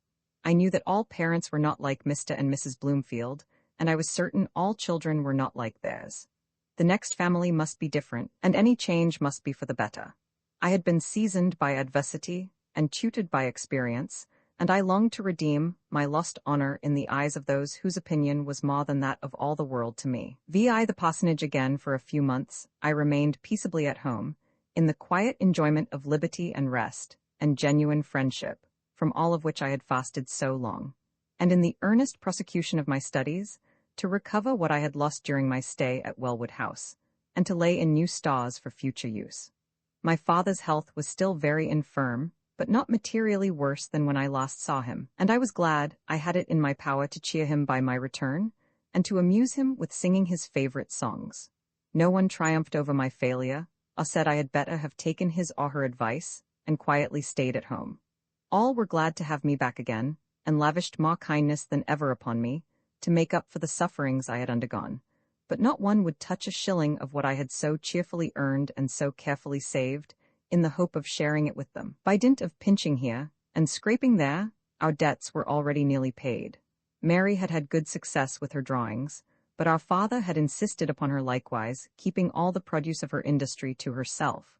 All we could spare from the supply of our humble wardrobe, and our little casual expenses, he directed us to put into the savings bank, saying, we knew not how soon we might be dependent on that alone for support, for he felt he had not long to be with us, and what would become of our mother and us when he was gone, God only knew. Dear papa, if he had troubled himself less about the afflictions that threatened us in case of his death, I am convinced that dreaded event would not have taken place so soon. My mother would never suffer him to ponder on the subject if she could help it. Oh, Richard, exclaimed she, on one occasion, if you would but dismiss such gloomy subjects from your mind, you would live as long as any of us. At least you would live to see the girls married, and yourself a happy grandfather, with a canty old dame for your companion. My mother laughed, and so did my father, but his laugh soon perished in a dreary sigh. They married, poor penniless things? Said he. Who will take them, I wonder? Why, nobody shall that isn't thankful for them. Wasn't I penniless when you took me? And you pretended, at least, to be vastly pleased with your acquisition. But it's no matter whether they get married or not. We can devise 1,000 honest ways of making a livelihood. And I wonder, Richard, you can think of bothering your head about our poverty in case of your death, as if that would be anything compared with the calamity of losing you, an affliction that you well know would swallow up all others, and which you ought to do your utmost to preserve us from, and there is nothing like a cheerful mind for keeping the body in health. I know, Alice, it is wrong to keep repining as I do, but I cannot help it. You must bear with me. I won't bear with you if I can alter you, replied my mother, but the harshness of her words was undone by the earnest affection of her tone and pleasant smile that made my father smile again, less sadly and less transiently than was his wont. Mamma, said I, as soon as I could find an opportunity of speaking with her alone, my money is but little, and cannot last long. If I could increase it, it would lessen papa's anxiety, on one subject at least. I cannot draw like Mary, and so the best thing I could do would be to look out for another situation. And so you would actually try again, Agnes? Decidedly, I would. Why, my dear, I should have thought you had had enough of it. I know, said I. Everybody is not like Mr. and Mrs. Bloomfield. Some are worse, interrupted my mother. But not many, I think, replied I, and I'm sure all children are not like theirs, for I and Mary were not. We always did as you bid us, didn't we? Generally, but then, I did not spoil you, and you were not perfect angels after all. Mary had a fund of quiet obstinacy, and you were somewhat faulty in regard to temper, but you were very good children on the whole. I know I was sulky sometimes, and I should have been glad to see these children sulky sometimes too, for then I could have understood them. But they never were, for they could not be offended, nor hurt, nor ashamed. They could not be unhappy in any way, except when they were in a passion. Well, if they could not, it was not their fault. You cannot expect stone to be as pliable as clay.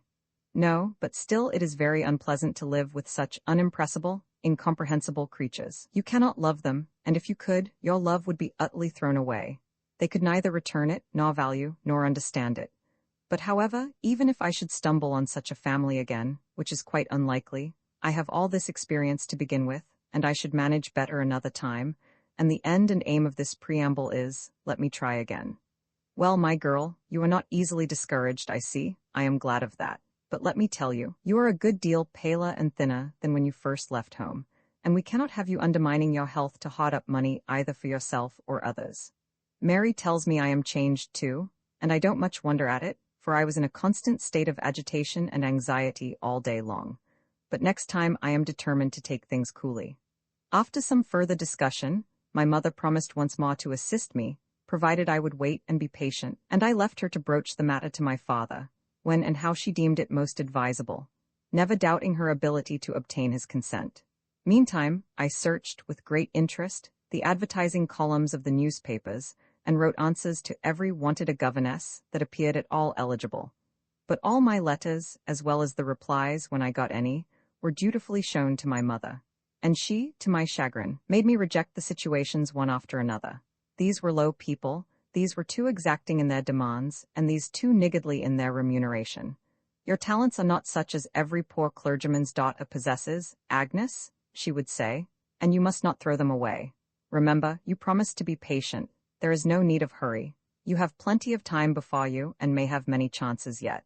At length, she advised me to put an advertisement myself in the paper, stating my qualifications, etc. Music, singing, drawing, French, Latin, and German, said she, are no mean assemblage. Many will be glad to have so much in one instructor. And this time you shall try your fortune in a somewhat higher family, in that of some genuine, thoroughbred gentleman, for such are far more likely to treat you with proper respect and consideration than those purse-browed tradespeople and arrogant upstarts. I have known several among the higher ranks who treated their governesses quite as one of the family, though some, I allow, are as insolent and exacting as anyone else can be, for there are bad and good in all classes. The advertisement was quickly written and dispatched.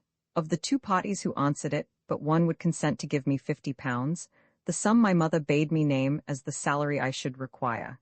And here, I hesitated about engaging myself, as I feared the children would be too old, and their parents would require someone more showy, or more experienced, if not more accomplished than I. But my mother dissuaded me from declining it on that account. I should do vastly well, she said, if I would only throw aside my diffidence, and acquire a little more confidence in myself. I was just to give a plain, true statement of my acquirements and qualifications, and name what stipulations I chose to make, and then await the result. The only stipulation I ventured to propose was that I might be allowed 2 months' holidays during the year to visit my friends at Midsummer and Christmas. The unknown lady, in her reply, made no objection to this, and stated that, as to my acquirements, she had no doubt I should be able to give satisfaction. But in the engagement of governesses, she considered those things as but subordinate points. As being situated in the neighborhood of O, she could get masters to supply any deficiencies in that respect. But in her opinion, next to unimpeachable morality, a mild and cheerful temper and obliging disposition were the most essential requisites.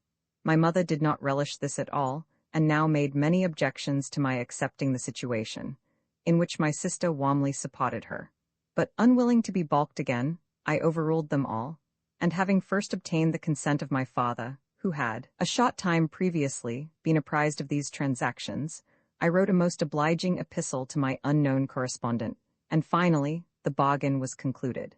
It was decreed that on the last day of January, I was to enter upon my new office as governess in the family of Mr. Murray, of Houghton Lodge, near O, about 70 miles from our village, a formidable distance to me, as I had never been above 20 miles from home in all the course of my 20 years' sojourn on earth, and as, moreover, every individual in that family and in the neighborhood was utterly unknown to myself and all my acquaintances.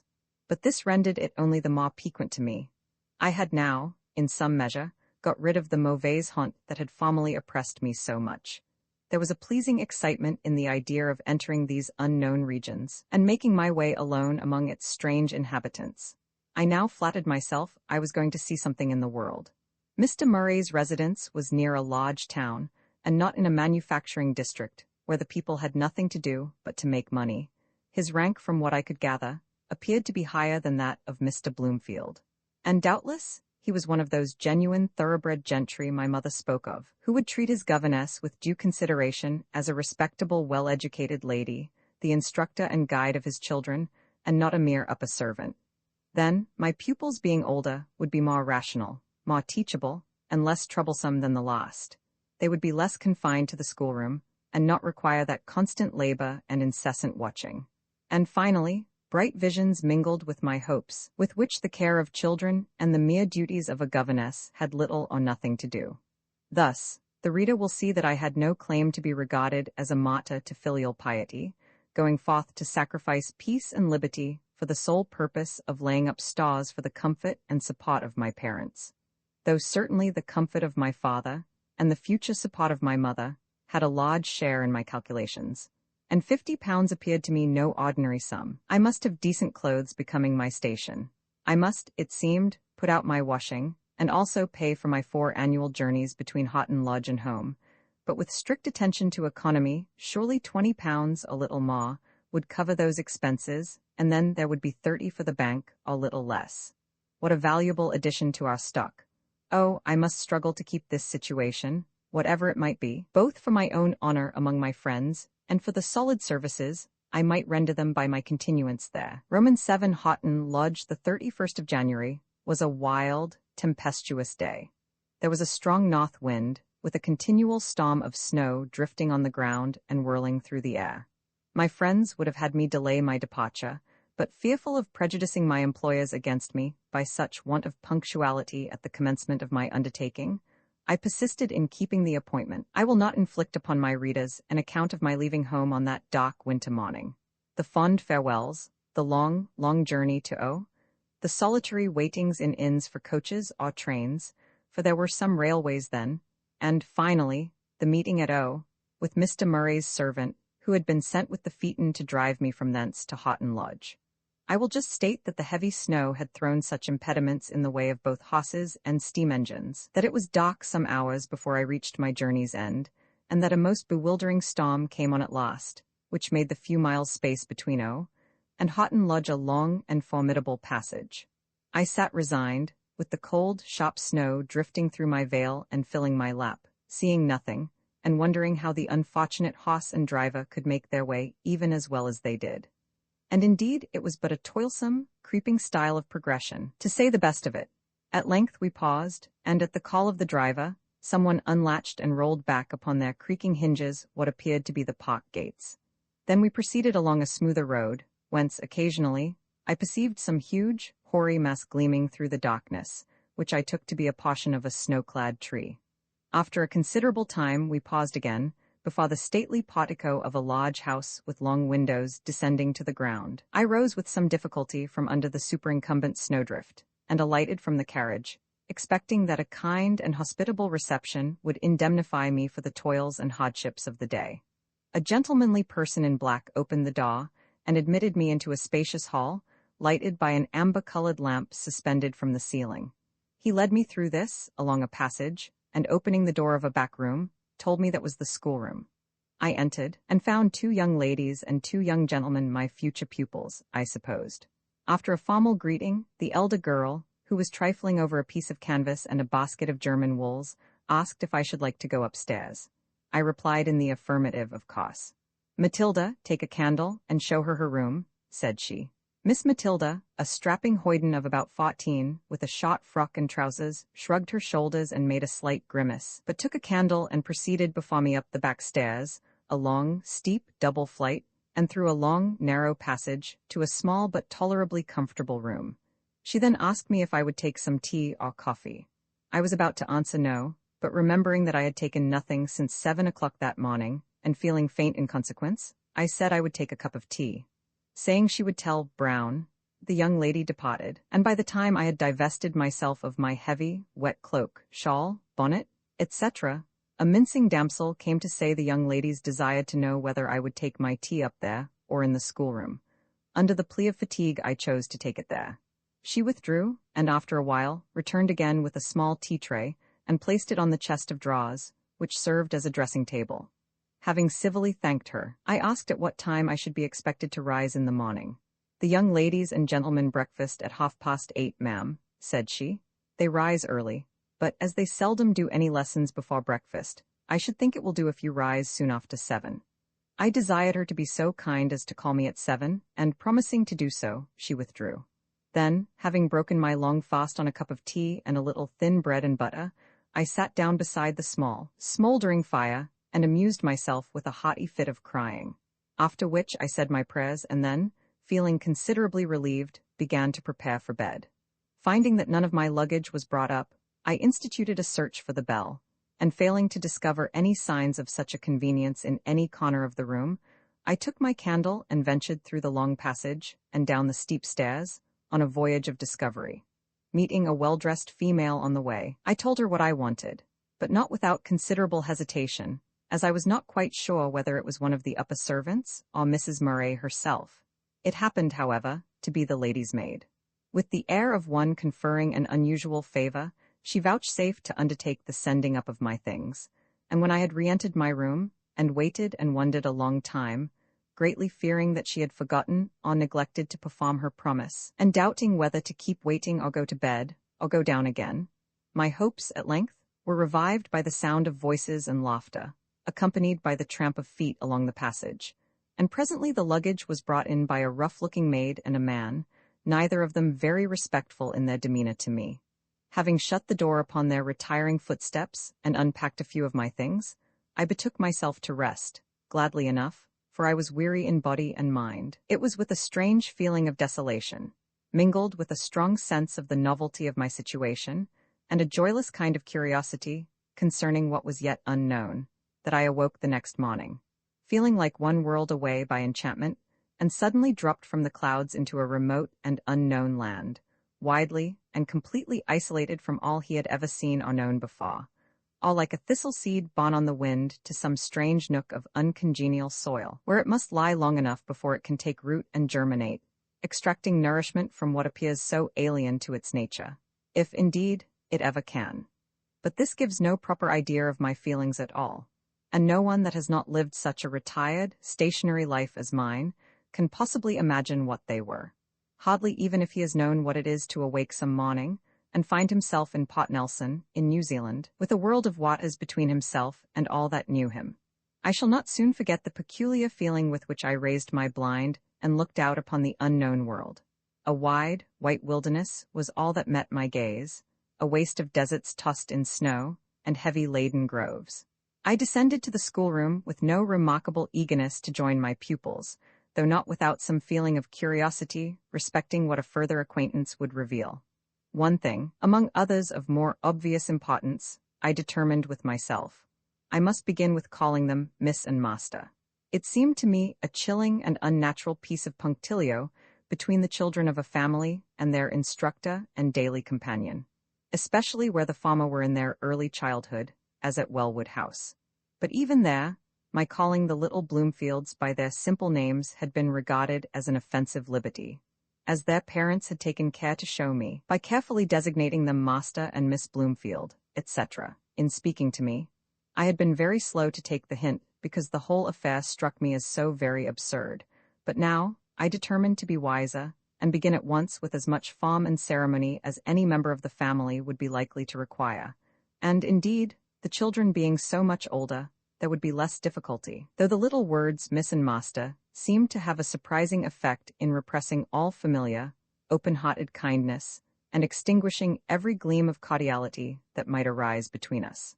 As I cannot, like Dogberry, find it in my heart to bestow all my tediousness upon the reader, I will not go on to bore him with a minute detail of all the discoveries and proceedings of this and the following day. No doubt he will be amply satisfied with a slight sketch of the different members of the family, and a general view of the first year or two of my sojourn among them. To begin with the head, Mr. Murray was by all accounts a blustering, roistering country squire, a devoted fox hunter, a skilful horse jockey and farrier, an active, practical farmer, and a haughty bon vivant. By all accounts, I say, for, except on Sundays, when he went to church, I never saw him from month to month, unless, in crossing the hall or walking in the grounds, the figure of a tall, stout gentleman, with scarlet cheeks and crimson nose, happened to come across me, on which occasions, if he passed near enough to speak, an unceremonious nod, accompanied by a "Morning, Miss Grey," or some such brief salutation, was usually vouchsafed. Frequently, indeed, his loud laugh reached me from afar, and oftener still I heard him swearing and blaspheming against the footman, groom, coachman, or some other hapless dependent. Mrs. Murray was a handsome, dashing lady of 40, who certainly required neither rouge nor padding to add to her charms, and whose chief enjoyments were, or seemed to be, in giving or frequenting parties, and in dressing at the very top of the fashion. I did not see her till 11 o'clock on the morning after my arrival, when she honored me with a visit, just as my mother might step into the kitchen to see a new servant girl. Yet not so, either, for my mother would have seen her immediately after her arrival, and not waited till the next day. And, moreover, she would have addressed her in a more kind and friendly manner and given her some words of comfort as well as a plain exposition of her duties.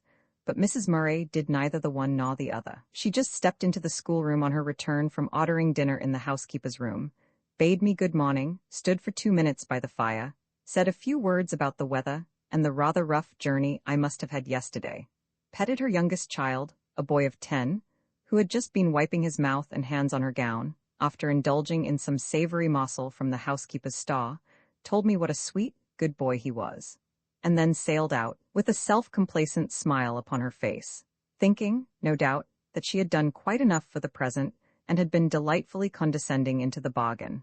Her children evidently held the same opinion, and I alone thought otherwise. After this, she looked in upon me once or twice, during the absence of my pupils, to enlighten me concerning my duties towards them. For the girls, she seemed anxious only to render them as superficially attractive and showily accomplished as they could possibly be made, without present trouble or discomfort to themselves. And I was to act accordingly, to study and strive to amuse and oblige, instruct, refine, and polish, with the least possible exertion on their part, and no exercise of authority on mine. With regard to the 2 boys, it was much the same, only instead of accomplishments, I was to get the greatest possible quantity of Latin grammar and Valpes delectus into their heads, in order to fit them for school, the greatest possible quantity at least without trouble to themselves.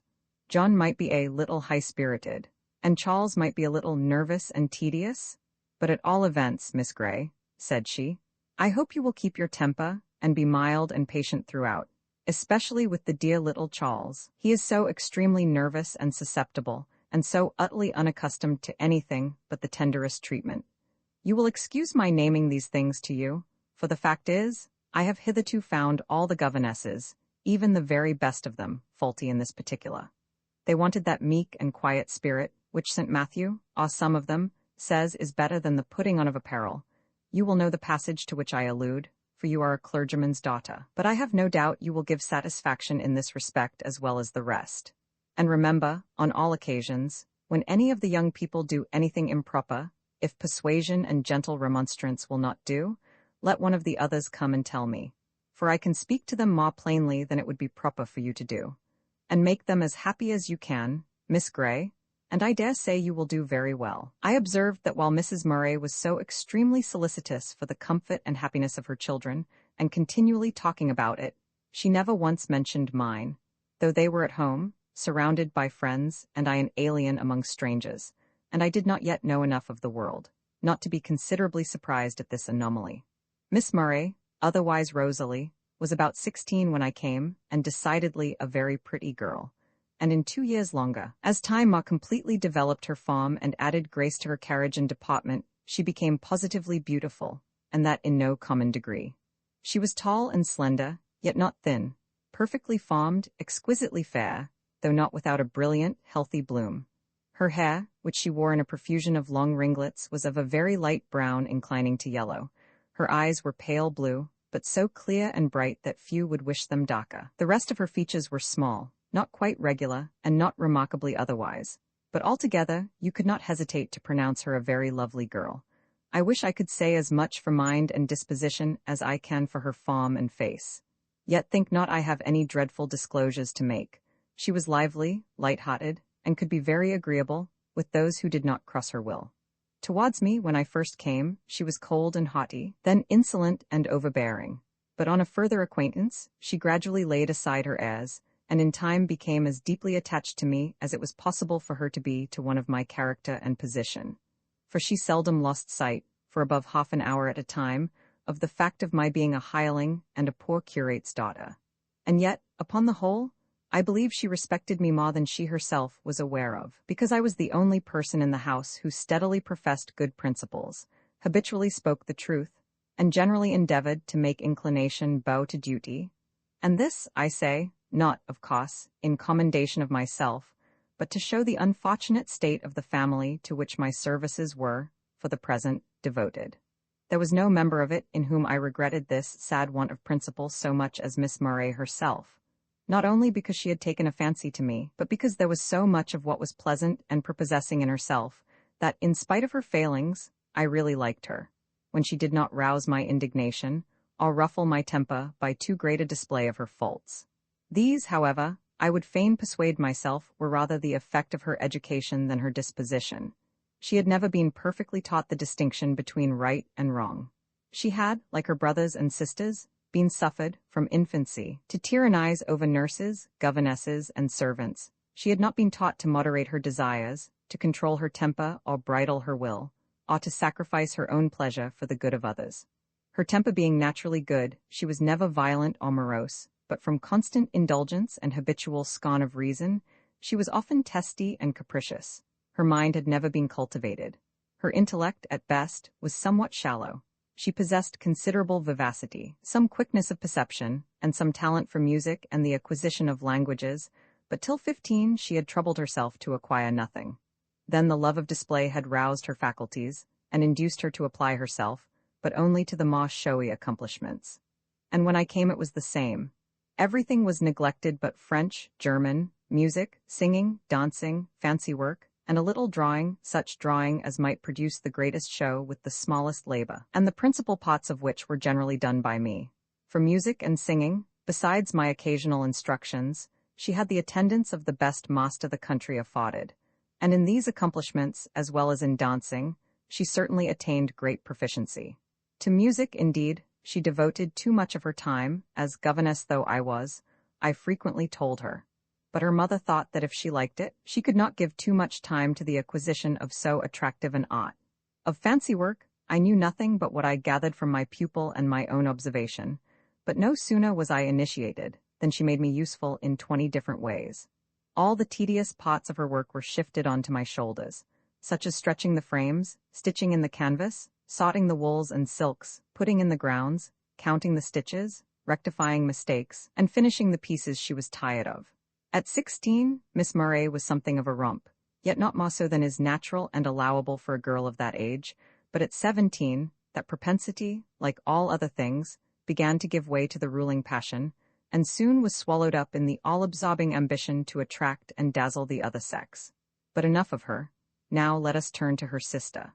Miss Matilda Murray was a veritable hoyden, of whom little need be said. She was about 2 years and a half younger than her sister. Her features were larger, her complexion much darker. She might possibly make a handsome woman, but she was far too big-boned and awkward ever to be called a pretty girl, and at present she cared little about it. Rosalie knew all her charms and thought them even greater than they were, and valued them more highly than she ought to have done, had they been 3 times as great. Matilda thought she was well enough, but cared little about the matter. Still less did she care about the cultivation of her mind and the acquisition of ornamental accomplishments. The manner in which she learnt her lessons and practiced her music was calculated to drive any governess to despair. Short and easy as her tasks were, if done at all, they were slurred over, at any time and in any way, but generally at the least convenient times, and in the way least beneficial to herself, and least satisfactory to me. The short half-hour of practicing was horribly strummed through. She, meantime, unsparingly abusing me, either for interrupting her with corrections, or for not rectifying her mistakes before they were made, or something equally unreasonable. Once or twice I ventured to remonstrate with her seriously for such irrational conduct, but on each of those occasions I received such reprehensive expostulations from her mother as convinced me that, if I wished to keep the situation, I must even let Miss Matilda go on in her own way. When her lessons were over, however, her ill humor was generally over too. While riding her spirited pony, or romping with the dogs or her brothers and sister, but especially with her dear brother John, she was as happy as a lark. As an animal, Matilda was all right, full of life, vigor, and activity. As an intelligent being, she was barbarously ignorant, indocile, careless, and irrational, and, consequently, very distressing to one who had the task of cultivating her understanding, reforming her manners, and aiding her to acquire those ornamental attainments which, unlike her sister, she despised as much as the rest. Her mother was partly aware of her deficiencies, and gave me many a lecture as to how I should try to form her tastes, and endeavor to rouse and cherish her dormant vanity, and, by insinuating, skillful flattery, to win her attention to the desired objects, which I would not do, and how I should prepare and smooth the path of learning till she could glide along it without the least exertion to herself, which I could not, for nothing can be taught to any purpose without some little exertion on the part of the learner. As a moral agent, Matilda was reckless, headstrong, violent, and unamenable to reason. One proof of the deplorable state of her mind was that from her father's example she had learned to swear like a trooper. Her mother was greatly shocked at the unladylike trick, and wondered how she had picked it up. "But you can soon break her of it, Miss Grey," said she. "It is only a habit, and if you will just gently remind her every time she does so, I am sure she will soon lay it aside." I not only gently reminded her, I tried to impress upon her how wrong it was, and how distressing to the ears of decent people. But all in vain. I was only answered by a careless laugh and, "Oh, Miss Grey, how shocked you are! I'm so glad." "Oh, well, I can't help it. Papa shouldn't have taught me. I learned it all from him, and maybe a bit from the coachman." Her brother John, alias Master Murray, was about 11 when I came, a fine, stout, healthy boy, frank and good-natured in the main, and might have been a decent lad had he been properly educated.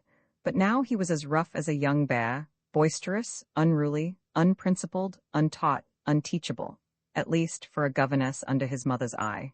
His masters at school might be able to manage him better, for to school he was sent, greatly to my relief, in the course of a year, in a state, it is true, of scandalous ignorance as to Latin, as well as the more useful though more neglected things. And this, doubtless, would all be laid to the account of his education having been entrusted to an ignorant female teacher, who had presumed to take in hand what she was wholly incompetent to perform. I was not delivered from his brother till full 12 months after, when he also was dispatched in the same state of disgraceful ignorance as the former. Master Charles was his mother's peculiar darling. He was little more than a year younger than John, but much smaller, paler, and less active and robust. A pettish, cowardly, capricious, selfish little fellow, only active in doing mischief, and only clever in inventing falsehoods, not simply to hide his faults but, in mere malicious wantonness, to bring odium upon others. In fact, Master Charles was a very great nuisance to me. It was a trial of patience to live with him peaceably. To watch over him was worse, and to teach him, or pretend to teach him, was inconceivable. At 10 years old, he could not read correctly the easiest line in the simplest book, and as, according to his mother's principle, he was to be told every word, before he had time to hesitate or examine its orthography, and never even to be informed, as a stimulant to exertion, that other boys were more forward than he, it is not surprising that he made but little progress during the 2 years I had charge of his education. His minute portions of Latin grammar, etc., were to be repeated over to him, till he chose to say he knew them, and then he was to be helped to say them. If he made mistakes in his little easy sums in arithmetic, they were to be shown him at once, and the sum done for him, instead of his being left to exercise his faculties in finding them out himself. So that, of course, he took no pains to avoid mistakes, but frequently set down his figures at random, without any calculation at all. I did not invariably confine myself to these rules. It was against my conscience to do so, but I seldom could venture to deviate from them in the slightest degree, without incurring the wrath of my little pupil, and subsequently of his mamma, to whom he would relate my transgressions maliciously exaggerated, or adorned with embellishments of his own, and often, in consequence, was I on the point of losing or resigning my situation. But for their sakes at home, I smothered my pride and suppressed my indignation, and managed to struggle on till my little tormentor was dispatched to school, his father declaring that home education was no go for him. It was plain.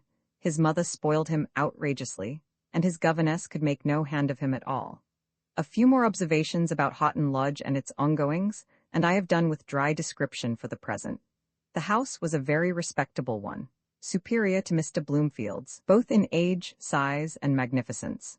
The garden was not so tastefully laid out, but instead of the smooth-shaven lawn, the young trees guarded by palings, the grove of upstart poplars, and the plantation of firs, there was a wide park, stocked with deer, and beautified by fine old trees. The surrounding country itself was pleasant as far as fertile fields, flourishing trees, quiet green lanes, and smiling hedges with wildflowers scattered along their banks could make it, but it was depressingly flat to one bon and nurtured among the rugged hills of. We were situated nearly 2 miles from the village church, and consequently, the family carriage was put in requisition every Sunday morning, and sometimes oftener. Mr. and Mrs. Murray generally thought it sufficient to show themselves at church once in the course of the day, but frequently the children preferred going a second time to wandering about the grounds all the day with nothing to do. If some of my pupils chose to walk and take me with them, it was well for me, for otherwise my position in the carriage was to be crushed into the corner farthest from the open window, and with my back to the horses, a position which invariably made me sick. And if I were not actually obliged to leave the church in the middle of the service, my devotions were disturbed with a feeling of languor and sickliness, and the tormenting fear of its becoming worse. And a depressing headache was generally my companion throughout the day, which would otherwise have been one of welcome rest and holy, calm enjoyment. "It's very odd, Miss Grey, that the carriage should always make you sick." "It never makes me," remarked Miss Matilda. "Nor me either," said her sister. "But I dare say it would if I sat where she does. Such a nasty, horrid place, Miss Grey. I wonder how you can bear it." "I am obliged to bear it, since no choice is left me," I might have answered, but in tenderness for their feelings I only replied, "Oh, it is but a short way, and if I am not sick in church, I don't mind it." If I were called upon to give a description of the usual divisions and arrangements of the day, I should find it a very difficult matter. I had all my meals in the schoolroom with my pupils, at such times as suited their fancy. Sometimes they would ring for dinner before it was half cooked. Sometimes they would keep it waiting on the table for above an hour, and then be out of humor because the potatoes were cold, and the gravy covered with cakes of solid fat. Sometimes they would have tea at 4. Frequently, they would storm at the servants because it was not in precisely at 5, and when these orders were obeyed, by way of encouragement to punctuality, they would keep it on the table till 7 or 8. Their hours of study were managed in much the same way. My judgment or convenience was never once consulted. Sometimes Matilda and John would determine to get all the plague business over before breakfast, and send the maid to call me up at 5:30, without any scruple or apology. Sometimes I was told to be ready precisely at 6, and having dressed in a hurry, came down to an empty room, and after waiting a long time in suspense, discovered that they had changed their minds, and were still in bed. Or, perhaps, if it were a fine summer morning, Brown would come to tell me that the young ladies and gentlemen had taken a holiday, and were gone out. And then I was kept waiting for breakfast till I was almost ready to faint, they having fortified themselves with something before they went. Often they would do their lessons in the open air, which I had nothing to say against, except that I frequently caught cold by sitting on the damp grass, or from exposure to the evening dew, or some insidious draught, which seemed to have no injurious effect on them. It was quite right that they should be haughty, yet surely they might have been taught some consideration for others who were less so. But I must not blame them for what was, perhaps, my own fault, for I never made any particular objections to sitting where they pleased, foolishly choosing to risk the consequences, rather than trouble them for my convenience. Their indecorous manner of doing their lessons was quite as remarkable as the caprice displayed in their choice of time and place. While receiving my instructions, or repeating what they had learned, they would lounge upon the sofa, lie on the rug, stretch, yawn, talk to each other, or look out of the window. Whereas I could not so much as stir the fire, or pick up the handkerchief I had dropped, without being rebuked for inattention by one of my pupils, or told that Mamma would not like me to be so careless. The servants, seeing in what little estimation the governess was held by both parents and children, regulated their behavior by the same standard. I have frequently stood up for them, at the risk of some injury to myself, against the tyranny and injustice of their young masters and mistresses, and I always endeavored to give them as little trouble as possible. But they entirely neglected my comfort, despised my requests, and slighted my directions. All servants, I am convinced, would not have done so, but domestics in general, being ignorant and little accustomed to reason and reflection, are too easily corrupted by the carelessness and bad example of those above them, and these, I think, were not of the best order to begin with. I sometimes felt myself degraded by the life I led, and ashamed of submitting to so many indignities, and sometimes I thought myself a fool for caring so much about them, and feared I must be sadly wanting in Christian humility, or that charity which suffereth long and is kind, seeketh not her own, is not easily provoked, beareth all things, endureth all things. But with time and patience, matters began to be slightly ameliorated. Slowly, it is true, and almost imperceptibly, but I got rid of my male pupils. That was no trifling advantage, and the girls, as I intimated before concerning one of them, became a little less insolent and began to show some symptoms of esteem. Miss Grey was a queer creature. She never flattered, and did not praise them half enough, but whenever she did speak favorably of them, or anything belonging to them, they could be quite sure her approbation was sincere. She was very obliging, quiet, and peaceable in the main, but there were some things that put her out of temper. They did not much care for that, to be sure, but still it was better to keep her in tune. As when she was in a good humor she would talk to them, and be very agreeable and amusing sometimes, in her way, which was quite different to Mamma's, but still very well for a change. She had her own opinions on every subject, and kept steadily to them. Very tiresome opinions they often were, as she was always thinking of what was right and what was wrong, and had a strange reverence for matters connected with religion, and an unaccountable liking to good people. Roman 8. The coming out. At 18, Miss Murray was to emerge from the quiet obscurity of the schoolroom into the full blaze of the fashionable world, as much of it, at least, as could be had out of London. For her papa could not be persuaded to leave his rural pleasures and pursuits, even for a few weeks' residence in town. She was to make her debut on the 3rd of January, at a magnificent ball, which her mamma proposed to give to all the nobility and choice gentry of O, and its neighborhood for 20 miles round. Of course, she looked forward to it with the wildest impatience, and the most extravagant anticipations of delight. "Miss Grey," said she, one evening, a month before the all-important day, as I was perusing a long and extremely interesting letter of my sister's, which I had just glanced at in the morning to see that it contained no very bad news, and kept till now, unable before to find a quiet moment for reading it. "Miss Grey, do put away that dull, stupid letter and listen to me. I'm sure my talk must be far more amusing than that." She seated herself on the low stool at my feet, and I, suppressing a sigh of vexation, began to fold up the epistle. "You should tell the good people at home not to bore you with such long letters," said she, "and above all, do bid them write on proper note paper, and not on those great vulgar sheets. You should see the charming little ladylike notes Mamma writes to her friends." "The good people at home," replied I, "know very well that the longer their letters are, the better I like them. I should be very sorry to receive a charming little ladylike note from any of them, and I thought you were too much of a lady yourself, Miss Murray, to talk about the vulgarity of writing on a large sheet of paper." "Well, I only said it to tease you, but now I want to talk about the ball, and to tell you that you positively must put off your holidays till it is over." "Why so?" "I shall not be present at the ball." "No, but you will see the rooms decked out before it begins, and hear the music, and above all, see me in my splendid new dress. I shall be so charming, you'll be ready to worship me. You really must stay. I should like to see you very much, but I shall have many opportunities of seeing you equally charming, on the occasion of some of the numberless balls and parties that are to be, and I cannot disappoint my friends by postponing my return so long." "Oh, never mind your friends, tell them we won't let you go." "But to say the truth, it would be a disappointment to myself. I long to see them as much as they to see me, perhaps more." "Well, but it is such a short time. Nearly a fortnight by my computation, and, besides, I cannot bear the thoughts of a Christmas spent from home, and moreover, my sister is going to be married." "Is she? When?" "Not till next month, but I want to be there to assist her in making preparations, and to make the best of her company while we have her." "Why didn't you tell me before?" "I've only got the news in this letter, which you stigmatize as dull and stupid, and won't let me read." "To whom is she to be married?" "To Mr. Richardson, the vicar of a neighboring parish." "Is he rich?" "No, only comfortable." "Is he handsome?" "No, only decent." "Young?" "No, only middling." "Oh, mercy, what a wretch! What sort of a house is it?"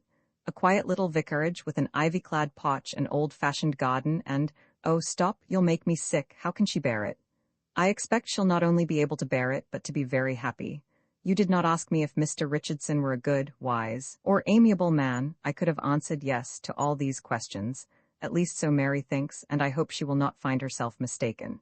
But, miserable creature, how can she think of spending her life there, cooped up with that nasty old man, and no hope of change? He is not old, he's only 6 or 7 and 30, and she herself is 28, and as sober as if she were 50. "Oh, that's better then, they are well matched, but do they call him the worthy vicar?" "I don't know, but if they do, I believe he merits the epithet." "Mercy, how shocking!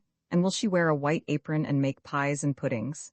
"I don't know about the white apron, but I dare say she will make pies and puddings now and then, but that will be no great hardship, as she has done it before." "And will she go about in a plain shawl, and a large straw bonnet, carrying tracts and bone soup to her husband's poor parishioners?"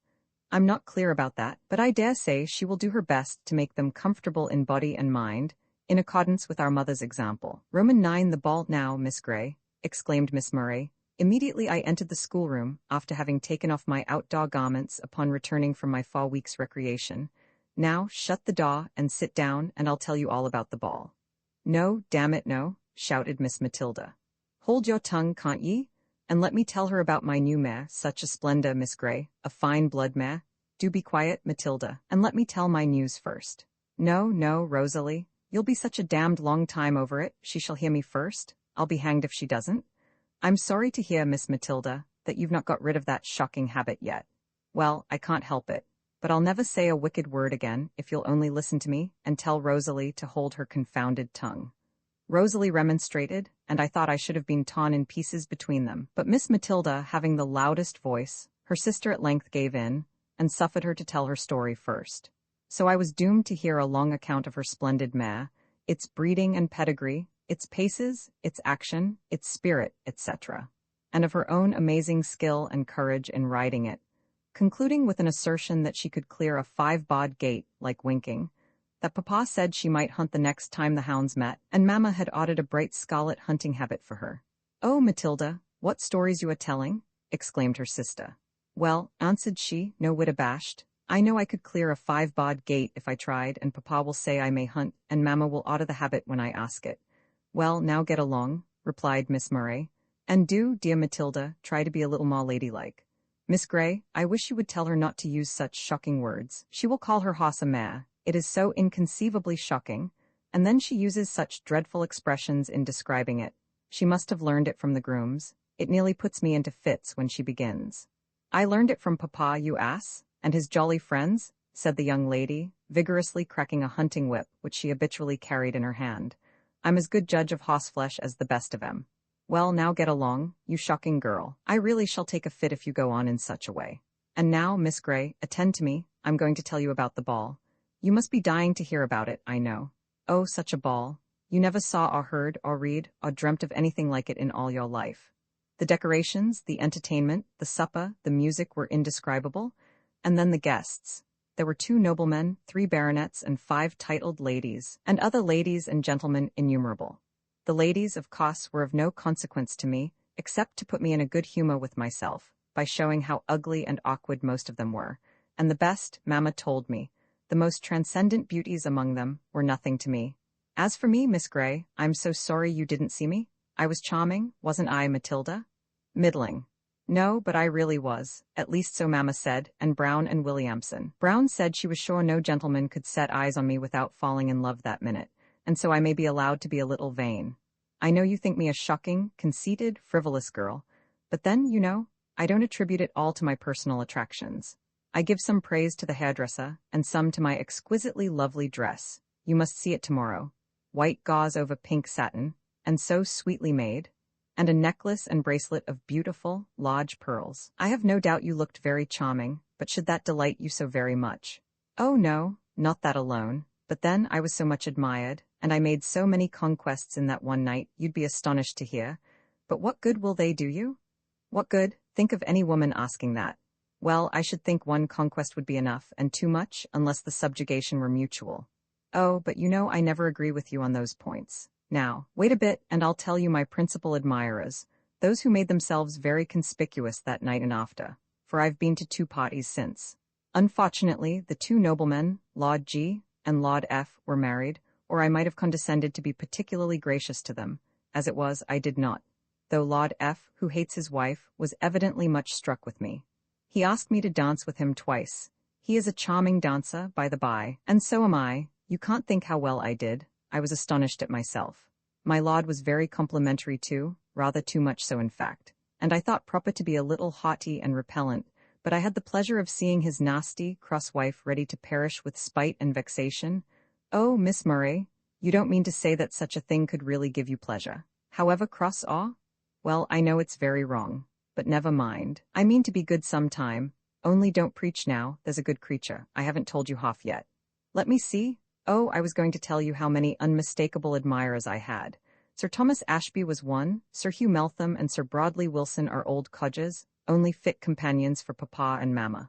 Sir Thomas is young, rich, and gay, but an ugly beast, nevertheless. However, Mamma says I should not mind that after a few months' acquaintance. Then, there was Henry Meltham, Sir Hugh's younger son. Rather good-looking, and a pleasant fellow to flirt with, but being a younger son, that is all he is good for. Then there was young Mr. Green, rich enough, but of no family, and a great stupid fellow, a mere country booby. And then our good rector, Mr. Hatfield. An humble admirer he ought to consider himself, but I fear he has forgotten to number humility among his stock of Christian virtues. Was Mr. Hatfield at the ball? Yes, to be sure. Did you think he was too good to go? I thought he might consider it unclerical. By no means. He did not profane his cloth by dancing, but it was with difficulty he could refrain, poor man. He looked as if he were dying to ask my hand just for one set. And oh, by the by, he's got a new curate. That seedy old fellow Mr. Bligg has got his long-wished-for living at last, and is gone. And what is the new one like? Oh, such a beast. Weston his name is. I can give you his description in 3 words, an insensate, ugly, stupid blockhead. That's far, but no matter, enough of him now.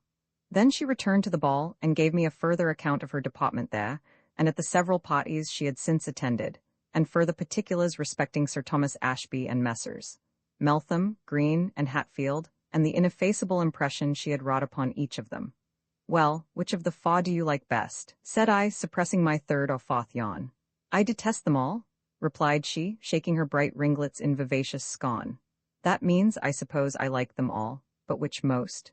No, I really detest them all, but Harry Meltham is the handsomest and most amusing, and Mr. Hatfield the cleverest, Sir Thomas the wickedest, and Mr. Green the most stupid. But the one I'm to have, I suppose, if I'm doomed to have any of them, is Sir Thomas Ashby. Surely not, if he's so wicked, and if you dislike him? Oh, I don't mind his being wicked, he's all the better for that, and as for disliking him, I shouldn't greatly object to being Lady Ashby of Ashby Park if I must marry. But if I could be always young, I would be always single. I should like to enjoy myself thoroughly, and coquet with all the world, till I am on the verge of being called an old maid, and then, to escape the infamy of that, after having made 10,000 conquests, to break all their hearts save one, by marrying some high-born, rich, indulgent husband, whom, on the other hand, 50 ladies were dying to have. Well, as long as you entertain those views, keep single by all means, and never marry at all, not even to escape the infamy of old maidenhood.